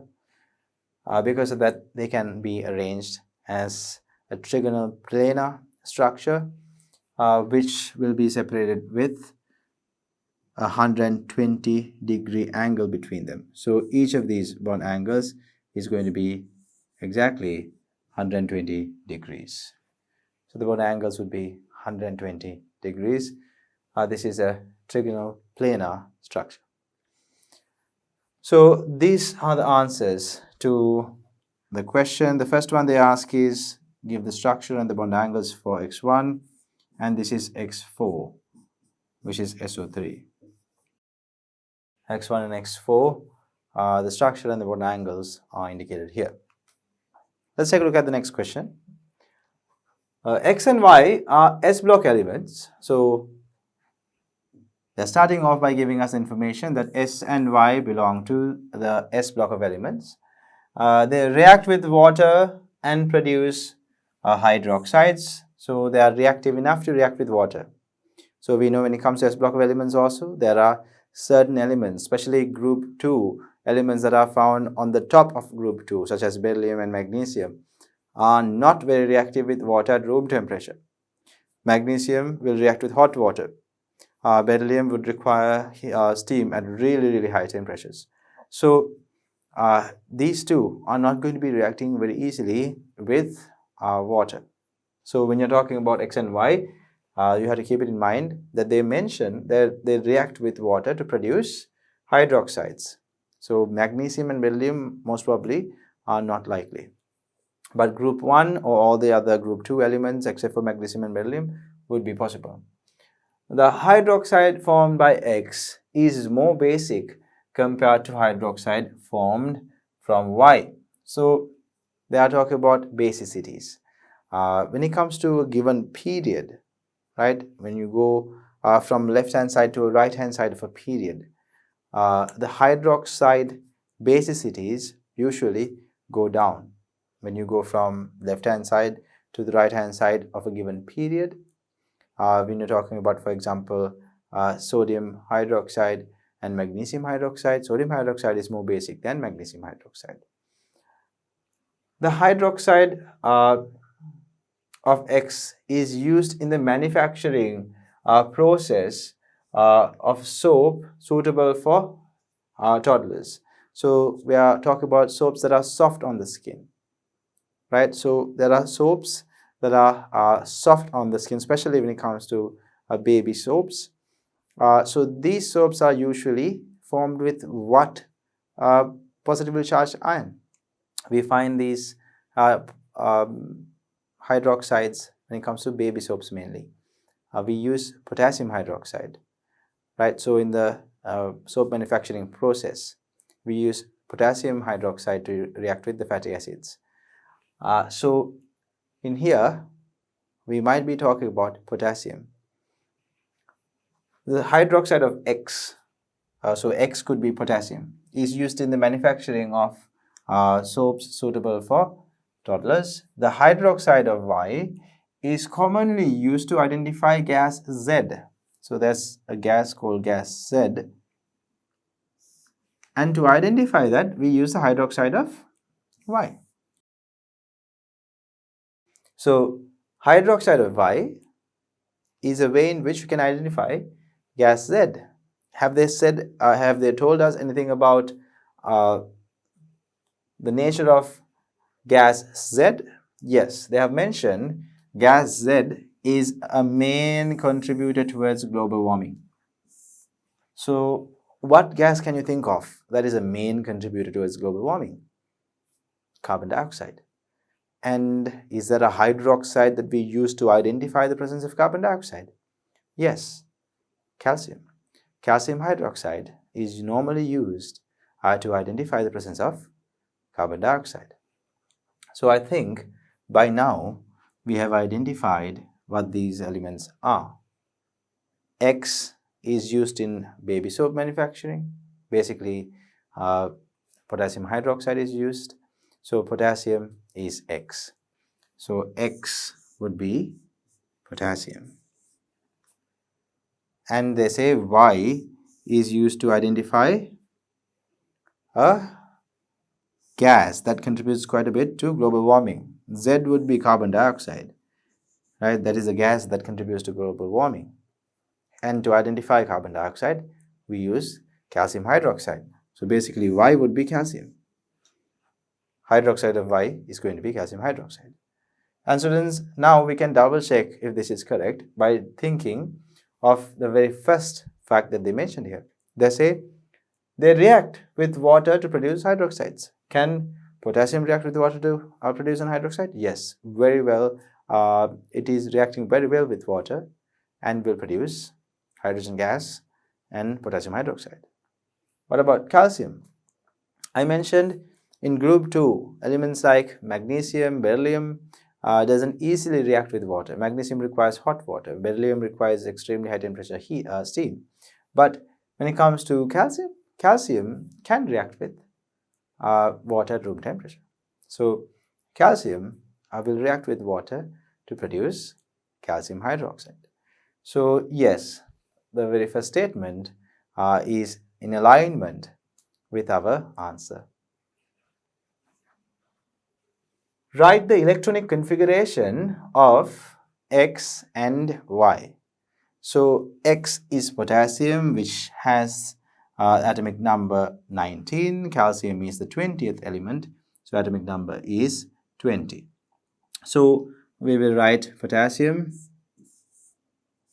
is going to be 1s2, 2s2, 2p6, 3s2, 3p6, and we have 4s1. So if you count now, you can see from the first to the second energy level, we have 10 electrons, and then 10 plus 9 is going to be 19 electrons. So when it comes to potassium, potassium was the 19th element, or atomic number of potassium was 19. And when it comes to calcium, atomic number is 20. Let's say calcium's electronic configuration: 1s2, 2s2, 2p6, 3s2, 3p6, and not 3d, we are filling other electrons to 4s, and there are 2 electrons in the 4s subshell, so answer would be 4s2. So this is the electronic configurations of calcium and potassium. Write the color of the flame when salts of X and Y are subjected to the flame test. So when it comes to potassium,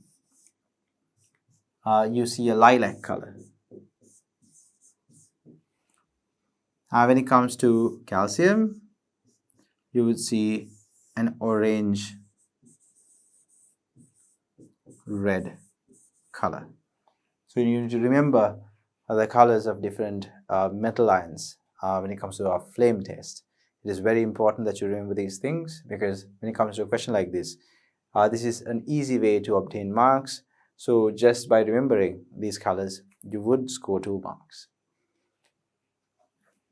Compare the relative magnitude of the following parameters of X and Y. When it comes to atomic radius, students, which one, when it comes to atomic radius, which element, potassium or calcium, which one is larger? As you know, when you go across a period, or when you're moving from the left hand side of a period all the way to the right hand side of a period, the atomic radius decreases.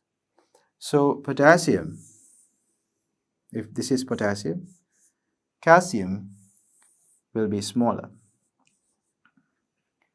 So when it comes to atomic radius, potassium has a larger atomic radius than calcium. So they want you to give a comparison. So potassium is having a large atomic radius than calcium. This would be a sufficient answer. Density. So density wise, what do you think? Now when it comes to the metallic bond in potassium and calcium, potassium contributes 1 electron to the metallic bond and reduces its ionic radius or radius of the atom a little bit because 1 electron has been lost. Calcium donates 2 electrons to the sea of delocalized electrons. So when it comes to these two elements, when you are observing their metallic bond, you are going to observe that the calciums are going to form smaller ions and they are more densely packed because of the smaller size compared to potassium. Potassium ions are larger than calcium ions. So when it comes to potassium ions being packed in a given area, you're going to only be able to pack a smaller number of potassium ions compared to calcium. So density wise, calcium is going to be a denser, when it comes to density, calcium is going to be a denser metal than potassium. What about melting point? Now melting point depends on the strength of the metallic bond. Now the metallic bond is going to be strong if you have smaller ions in the metallic bond, as well as you have a large number of electrons donated to the pool of electrons. So we saw both of those in calcium. Calcium donated 2 electrons to the pool of delocalized electrons. When it comes to potassium, it donated only 1 and its ionic radius is larger than calcium's. So therefore students, when it comes to the melting point also, calcium is in the lead because it donates more electrons and it is smaller in ion size compared to potassium ions. So the answer for this statement is also going to be calcium is going to have a higher melting point than potassium. First ionization energy. You remember the trend, I hope. When it comes to first ionization energy, we see always the group 1 and group 2 have this trend. And then again it falls down, goes up, comes down, and goes up like this. So this is when you're going across a single period, right? So group 1 here, group 2 here, 3, 4, 5, 6, 7, 8. And again, it will fall down and will follow the same trend in the period 3 as well. So in period 2 and 3, you are going to observe this trend very, very clearly. So when it comes to period 3, you're going to see potassium here and calcium here. And if you are thinking about, so obviously calcium has a higher ionization energy than potassium. Even if you can't remember this fact, if you remember calcium has a smaller atomic radius, you would know when electrons are closer to the nucleus and then there are more number of protons in this nucleus, it's going to be difficult to remove an electron.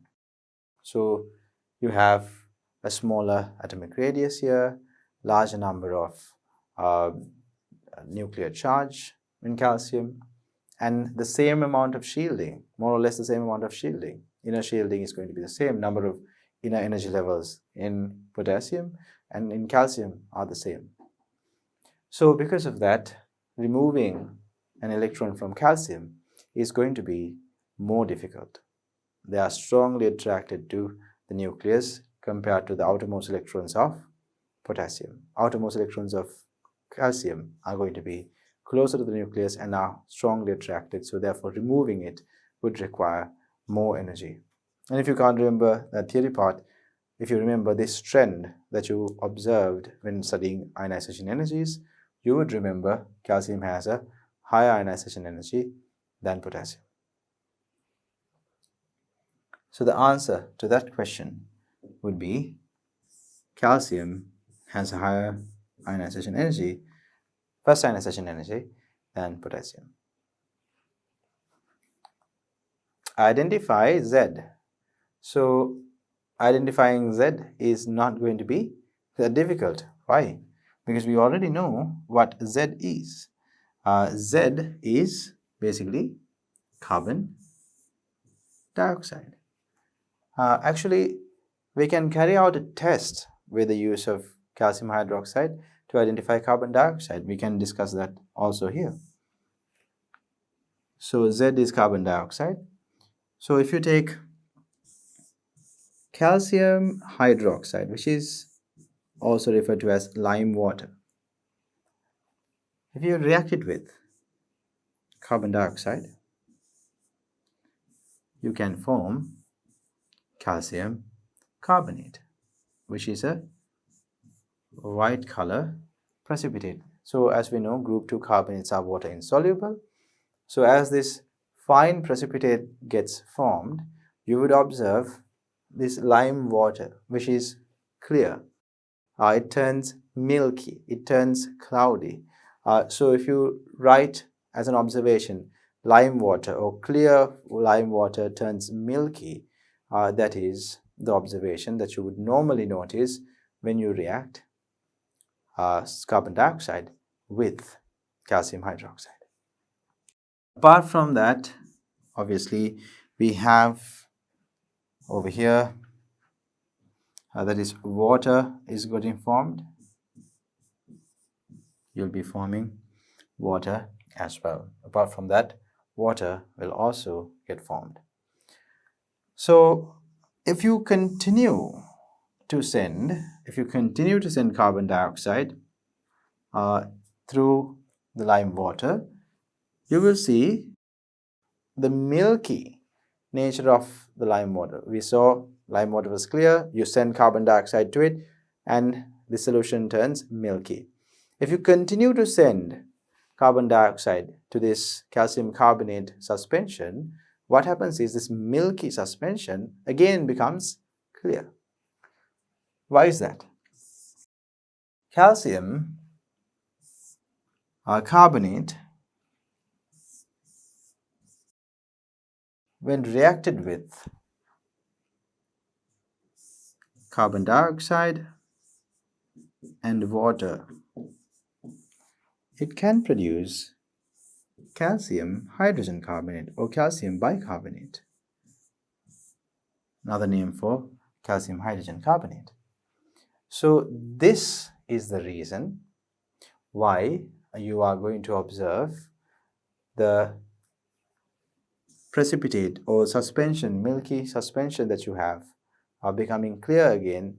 The reason behind that is calcium carbonate is water insoluble, so the suspension appears white and milky in nature. And if you send more and more carbon dioxide through that suspension, calcium carbonate will get converted into calcium hydrogen carbonate, which is soluble in water. So the solution becomes clear again. So this is the answer to that question. So you can actually identify the presence of carbon dioxide by doing both of these. You can send carbon dioxide until lime water becomes milky, and if you continuously send carbon dioxide through that suspension, you will see that milky suspension again turns clear. Right. Indicate how Z can be identified with the use of hydroxide Y. Use the balanced chemical equation for this explanation. Note if there are any precipitates formed, indicate with a downward facing arrow, and give colors of any of the solutions that are formed. We actually did this in the previous slide, but we will write along with the colors here. So we have calcium hydroxide. Since it doesn't have a color, we'll leave it be. Aqueous, react with carbon dioxide gas, will produce calcium carbonate, solid white color precipitate,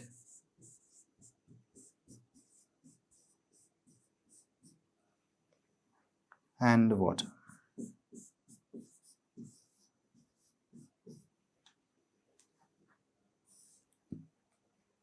And then if you take calcium carbonate solid and send carbon dioxide gas in the presence of water,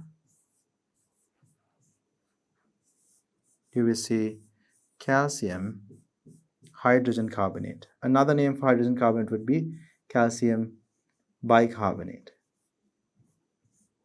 will be formed. Another name for calcium hydrogen carbonate would be calcium bicarbonate.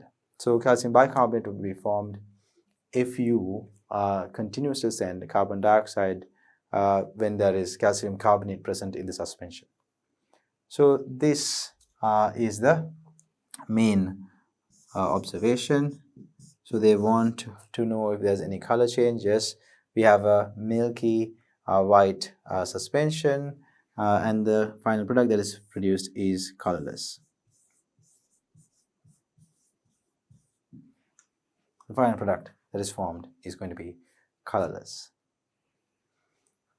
Now let's move on to the next slide.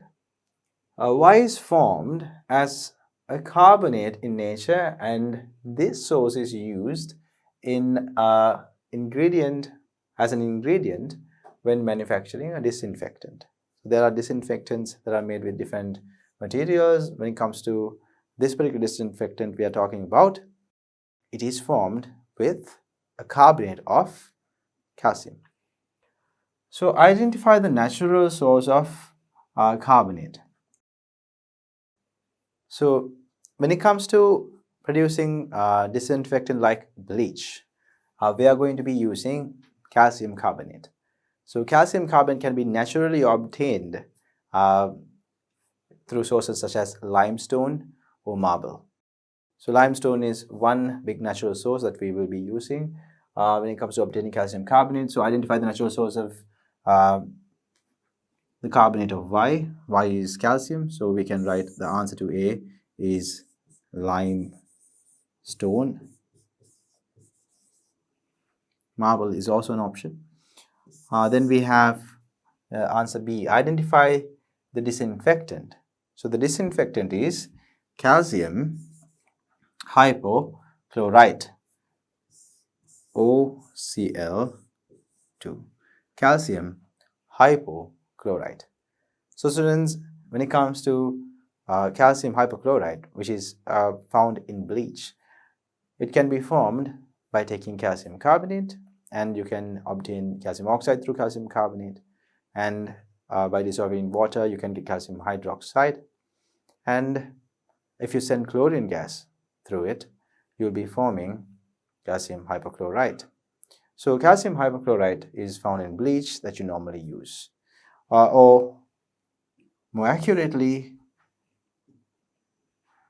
calcium or bleach could be given this formula.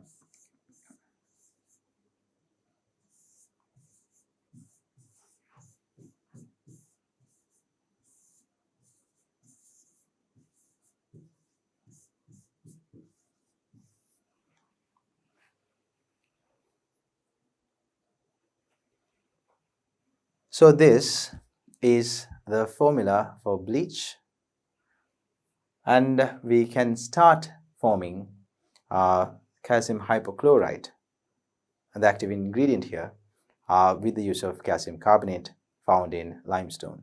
So the answer to this question is limestone for the part A, and identify this disinfectant. The main component that is working as a disinfectant here is calcium hypochlorite, which is given here. So students, with that we conclude the discussion of these questions revolving around experiment 16. I hope that you have developed a good enough understanding of the theory parts revolving around this experiment. Inorganic chemistry is a very important part in chemistry, so I hope by now you have developed a really good understanding about the different types of precipitates and different types of reactions revolving around this experiment number 16. I will see you again in the next experiment.